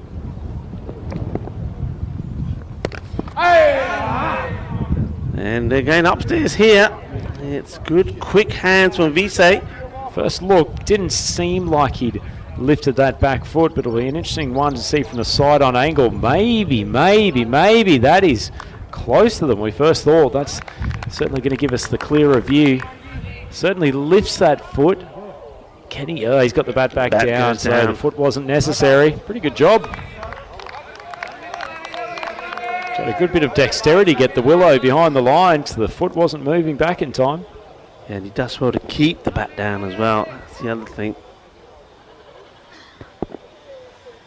Oh, well, it was a Gandhi ball, and the Gandhi ball gets put away. He goes all the way. Says Carreras. An ordinary finish to the over from Majinda Singh, and tell you what, he's probably a bit lucky that he didn't end up with a no ball for a waist-high full toss.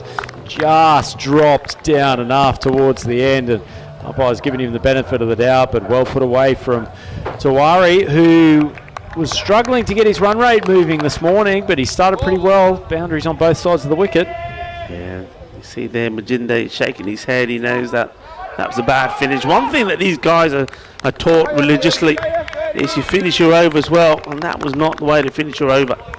Not at all, Rico. He's gone for 14, and a great start for Cranhood. 25 for none on the board. Guri's taken a big swipe. I think that back foot might have lifted up. It'll be a case of whether or not he can get it back down. This is Vink, who's come on to bowl the 3rd over. Change-ups are probably a good matchup for him against Guri. Oh, this is going to be really close. Needing a slow-motion replay here, Rico. This is really tight. It was a legal delivery aside, yeah? Thank you. That is probably just safely the big boot of Guri Singh. Fabulous camera work from the European Cricket Network crew.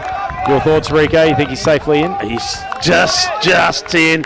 Just slides that foot back there. Just past the line he's in. That's extra work from Spring Productions as well. This time just drops the bat on it, deciding not to take the single, probably because he's sort of leaning back, isn't he? He hasn't really got any forward momentum going to take the single on. There's that little kiss on the bat again. I suspect we'll have the Vink boys for the next 3.5 overs, or these 4 consecutive overs if Guri's still in. Goes wide, but their change-ups against a guy who likes to plant his weight forward and take big swings. I think this is a really key period for RBS. Yeah, I mean, it's all a question of, isn't it? Just, I mean, he leaves that one go. That's good from Guri, but how patient will he stay? Well, not too patient. This one, it just drops, and he's unable to control it. But Guri, well, he does decide now, and good throw, and he's in trouble.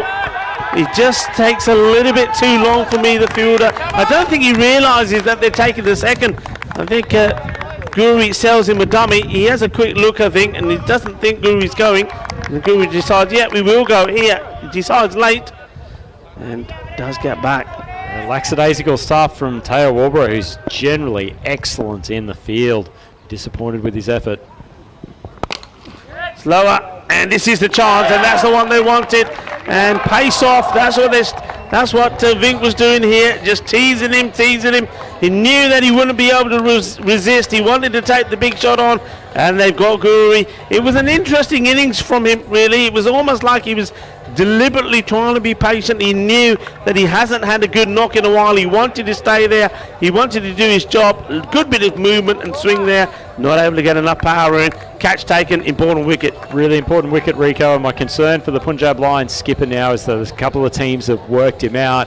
Talked early in the over that he was going to face a barrage of Vink slower balls over the ensuing overs. As it is, he's departed with just popping that one up to the man who was on the corner of the 30-metre circle. That was a good piece of bowling from Vink, and I suspect that Guri Singh's probably going to face a barrage of off-speed balls for the remainder of this tournament. It's up to him to adapt.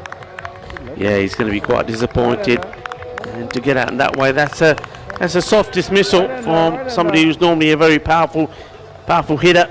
It's the wicketkeeper Mazumdar that comes out now, and you saw there on your screen Guri Singh scores 12 of just 8 deliveries. Still got them off to a reasonable start though. Punjab Lions 28 for 1, 2 balls left in the third. Plays this cautiously, and you can see here now there's a different batter. Freddie Vink goes back to the more orthodox type of bowling that he bowls, a bit more pace on the ball. I'm not sure I've seen him bowl 2 on-base balls in a row in the entire tournament, so let's see what he comes up with to finish off this third over.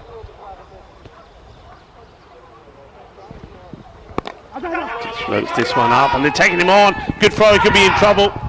And well, he goes straight away, calls it early, he gets there, gets home. Good running, good hustle. Yeah, good cricket all round. Reece Mason coming in.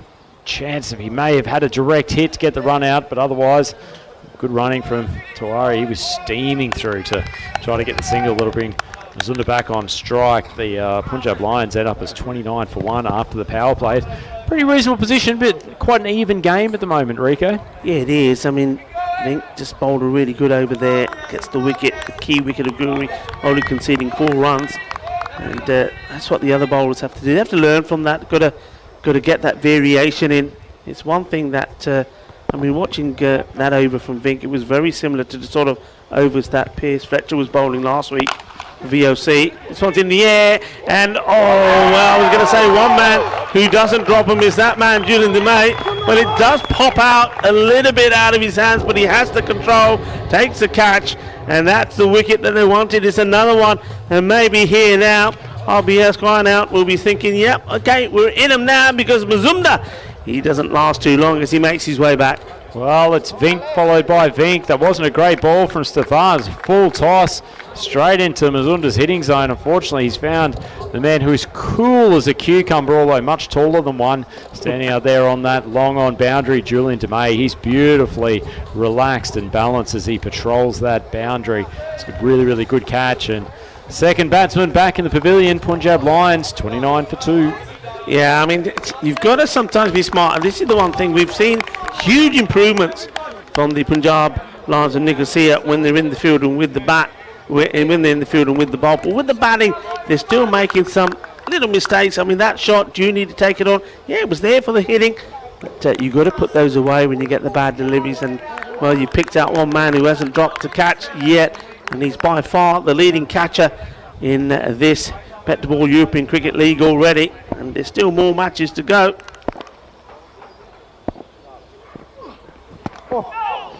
Swing and a miss. And, this is now time for another man who bats very similar to his captain guru, is Tajwinder Singh. He's been in really good form with the bat the last 2 days. Wasn't the most elegant shot he's just played. In fact, I think actually the change-ups of the Vink boys will be quite a challenge for Tajwinder. He likes the ball coming on. Hits this very hard, but very well dealt with as well from the fielder. And you can see how he gets down low, make sure, Teo, that this is not going to get past him. Yeah, excellent. It's great fielding pair they have out here at long on and mid-wicket. Rico with Demay and Walbra. In the air, soft dismissal. And well, Tiwari, he can't believe he's done that. I'm not sure really what he's looking at. He's probably just standing there thinking, have I just done this? Well, yes, you have. And well, what he's done, he's got the tails up now of the champions from the Netherlands. They'll believe in themselves now that they can go on and defend this score. Well, losing 3 wickets in pretty quick succession. Started nicely with 25 off the first 2 overs, but the Vink boys, Stefan now with 2 wickets, only 1 run to his account. That was a pretty ordinary delivery, to be honest, but yeah, just managed to get very thin bit of bat and pops it up and easily taken by Mason standing there in the backward point position. So Niraj Tiwari back on his way to the Players Pavilion. He's out for 13 off 9. Lions now 30 for 3. Yeah, and gets to that point where, I mean, this is one thing that I say a lot of times. This man, I mean, I do feel a little for Austin. Scott Austin here who comes out now, because he always tends to come out in a position when all of the big guns have gone and they're not sort of saying to him, right, go on, over to you now. And he's saying, yeah, thanks, boys. What are you giving me? I still believe he's got to be higher up in the order. Rico, I've got to stop you there. Go on. I think you've just made a major boo-boo. What have I done? He needs to be referred to as Stone Cold Scott Austin. Under ECN rules, it is now required. Is that right? Is that no? Well, get the memo. What's happened there? Well, according to Vinny, Mr. Maximo, Papa Smurf, Sandhu, I think that is one of the requirements now, and I'm happy to go along with it. As he just punches one for a single as Demay comes in from long on. Well, there'll be no punching for singles from his partner. And because that's what he likes to do, he likes to go with big balle, kinna sona, kinna badda shaka. Well, your commentary teed that up almost as much as that on-speed ball from Vink teed up a launch pad for Tajwinder Singh. That is probably one of the biggest sixes we've seen all week. The camera twisting around, hasn't even been able to keep up with it. That's a mighty blow. Thunderous blow, isn't it? And it keeps going, and it probably still is going. What a lovely shot. Well, it's going to be, this is an interesting finish. I think this partnership is going to be the key. Absolutely, and if Tajwinder Singh's out there for another 3 to 4 overs, Rico, they will go through a lot of this remaining target. He is a brutal hitter, and as we've seen with that last ball, that carried the boundary by a good 40-odd metres. Yeah, this has been called a no ball, and the bowler is asking the question. He said, what's this a no ball for? We'll wait for the replay. Poor Adil Ahmed. He's had a challenging time. Looks like it's been called as a waist high full toss. It's actually a nicely flighted leg spinner. Fortunately, doesn't turn and gets around the back of Tajwinder Singh, so it's still going to be the free hit. Yeah, it's a wide delivery, so free hit stays. Oh, this could be important here. And this will be another wide, so it's still going to be a free hit. I don't think it's got the memo here, the bowler. I mean, even if he gets him stumped, he won't be out. I don't mind that offside wide, though. I'd much rather him throw it out there rather than give him something on the stumps to smoke. And he smokes this! And that has gone a long way. Que grande, que guay. Manos arriba, árbitro. Porque eso es Seis carreras. He's absolutely annihilated that ball, Rico. We're going to have to see if it's still in one piece. It might need some remedial medical treatment.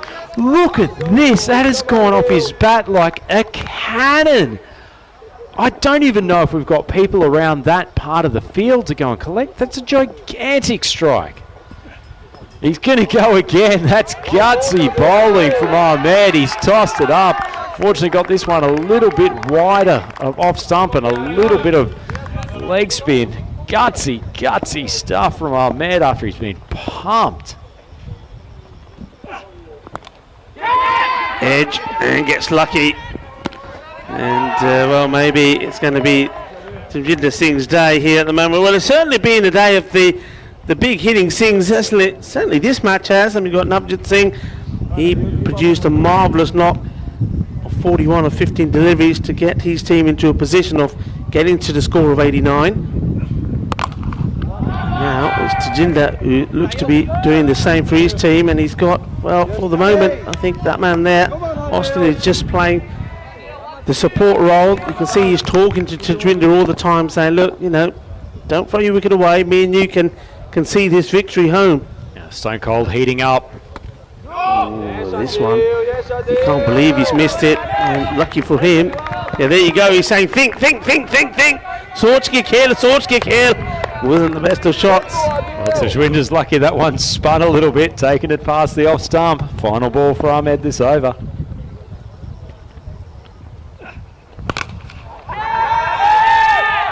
Gone big once more, and I think the little silence there is a bit of amazement from a lot of people, including us here, because when he hits it, it stays hit. That's another big one. Rico, it's the end of the over. Punjabi Lions 55 for 3 after 5. Is that a bat in his hand, or is it a Big Bertha driver? Those 3 sixes he's hit have been absolutely enormous strikes. Huge, and we said that he's very similar in his style and technique to Guri, and that's why if you get to Gurpratap Singh there, Guri as he's known, the captain, early, you've still got somebody like this man to come.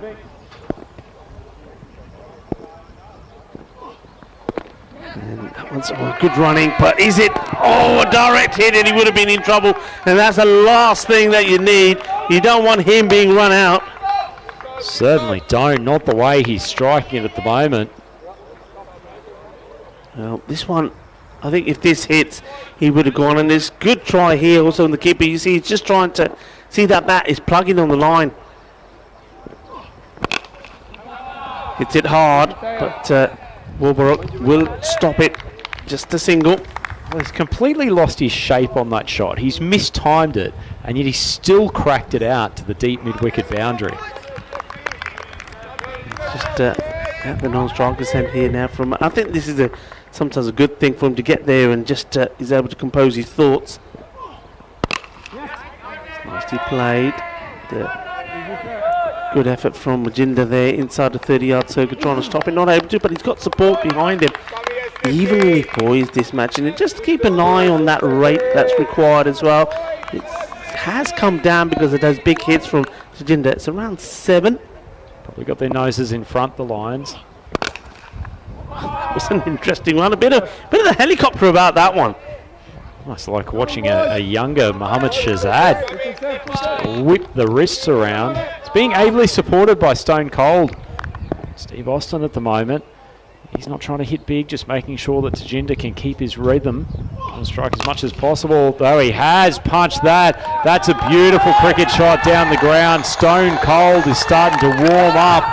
It's like someone's put him in the warming oven, just turned the temperature, and he's decided, oh, Tajinder, you're not going to have all the fun. This is a delightful shot, isn't it? It's it's what you say, a pucker shot. 4 runs. Is pucker shot the polar opposite of a Gundi ball? No. Pucker's a way of saying nice, isn't it? Pucker. Yeah, pucker is in good. As in, it's the polar opposite of a Gundi. Oh, the opposite. Yeah. Opposite ends of the spectrum. Opposite ends, you're right.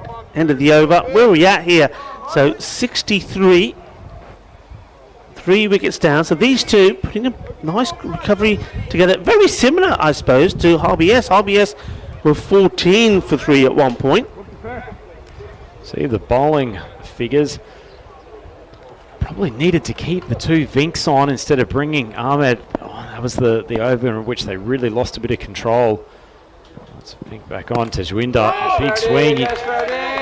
Tejwinder and Guri, probably reasonably similar batsmen. Well, Tejwinder certainly had more success in the last 2 days, but the off-speed balls from the Vink brothers are the ones that they've struggled the most with. So I wouldn't be surprised to see Julian DeMay come back into the bowling attack next over. Yeah, this is a big over from the captain, isn't it?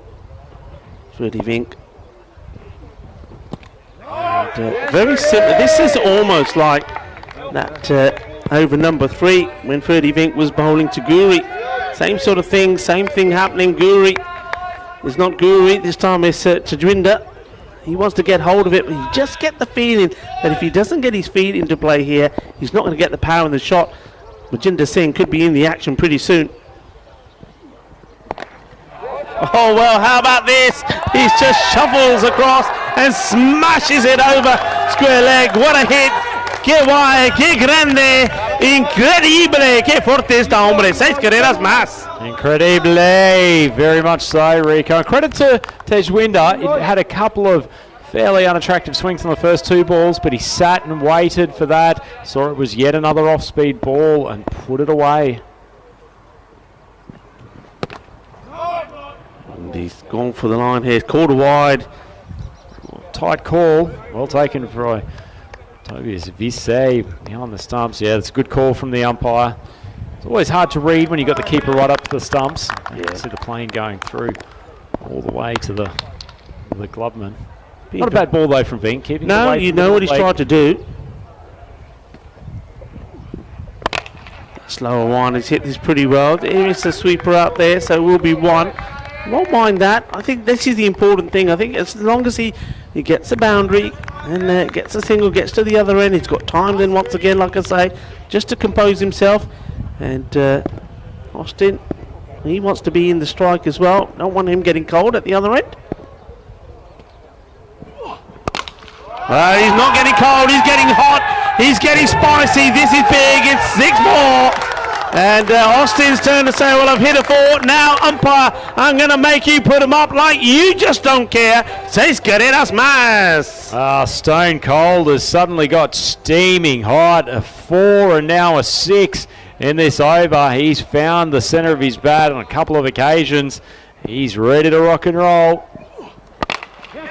Nice shot. I love the way he gets that bat to come down. He's got good shape, he's got good balance, good technique, and that's the end of another over. And well, we've said this before, it's theirs to lose now, isn't it? The way they are here, and this is what we've got coming up on finals day tomorrow. Wow, I can't believe we've come to finals day already. It's gone so quickly.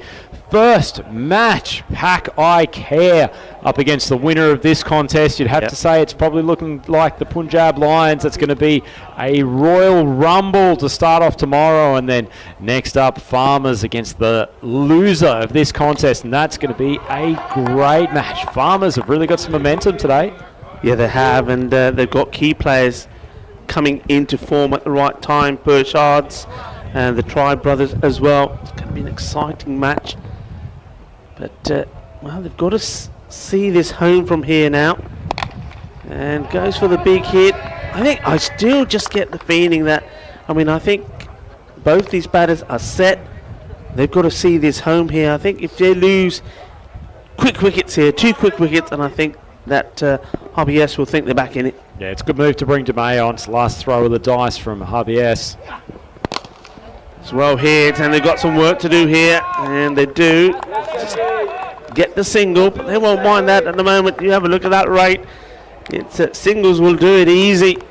I think DeMay's got to take a risk here. He's trying to hustle through Tejwinder, throw it up, see if he can get a top edge. Well, Tejwinder hits this big ball. Balle. Inna Sona Kinna Bada Shaka. Well, I've said this before and I say it again. This is all about aloo paranthas. You have to have your aloo paranthas. Forget your cereals in the morning. Have your aloo paranthas and hit it big, hit it hard, hit it strong. Well, he could have thrown it up, or he could bowl one short of a length that's flat and just get pumped 20 metres over the boundary line. Excellent batting from Tejwinder. And this time he goes to the leg side, he's trying to get, oh, that is remarkable fielding. That is absolutely brilliant. And I think that's Navjit Singh who makes a fantastic stop. Now they've got a smile on his face, and you need to smile about things like this because this is great. That is what we call sexy cricket. Well, hasn't he had a brilliant game, Navjit Singh? He'll probably be on the losing end with only requiring 2 runs from 13 balls. The run rate's not a problem at the moment, but he has been exemplary for RBS. And it'll be at least 1. And Austin is disappointed. He wanted to finish it with just that 1 shot.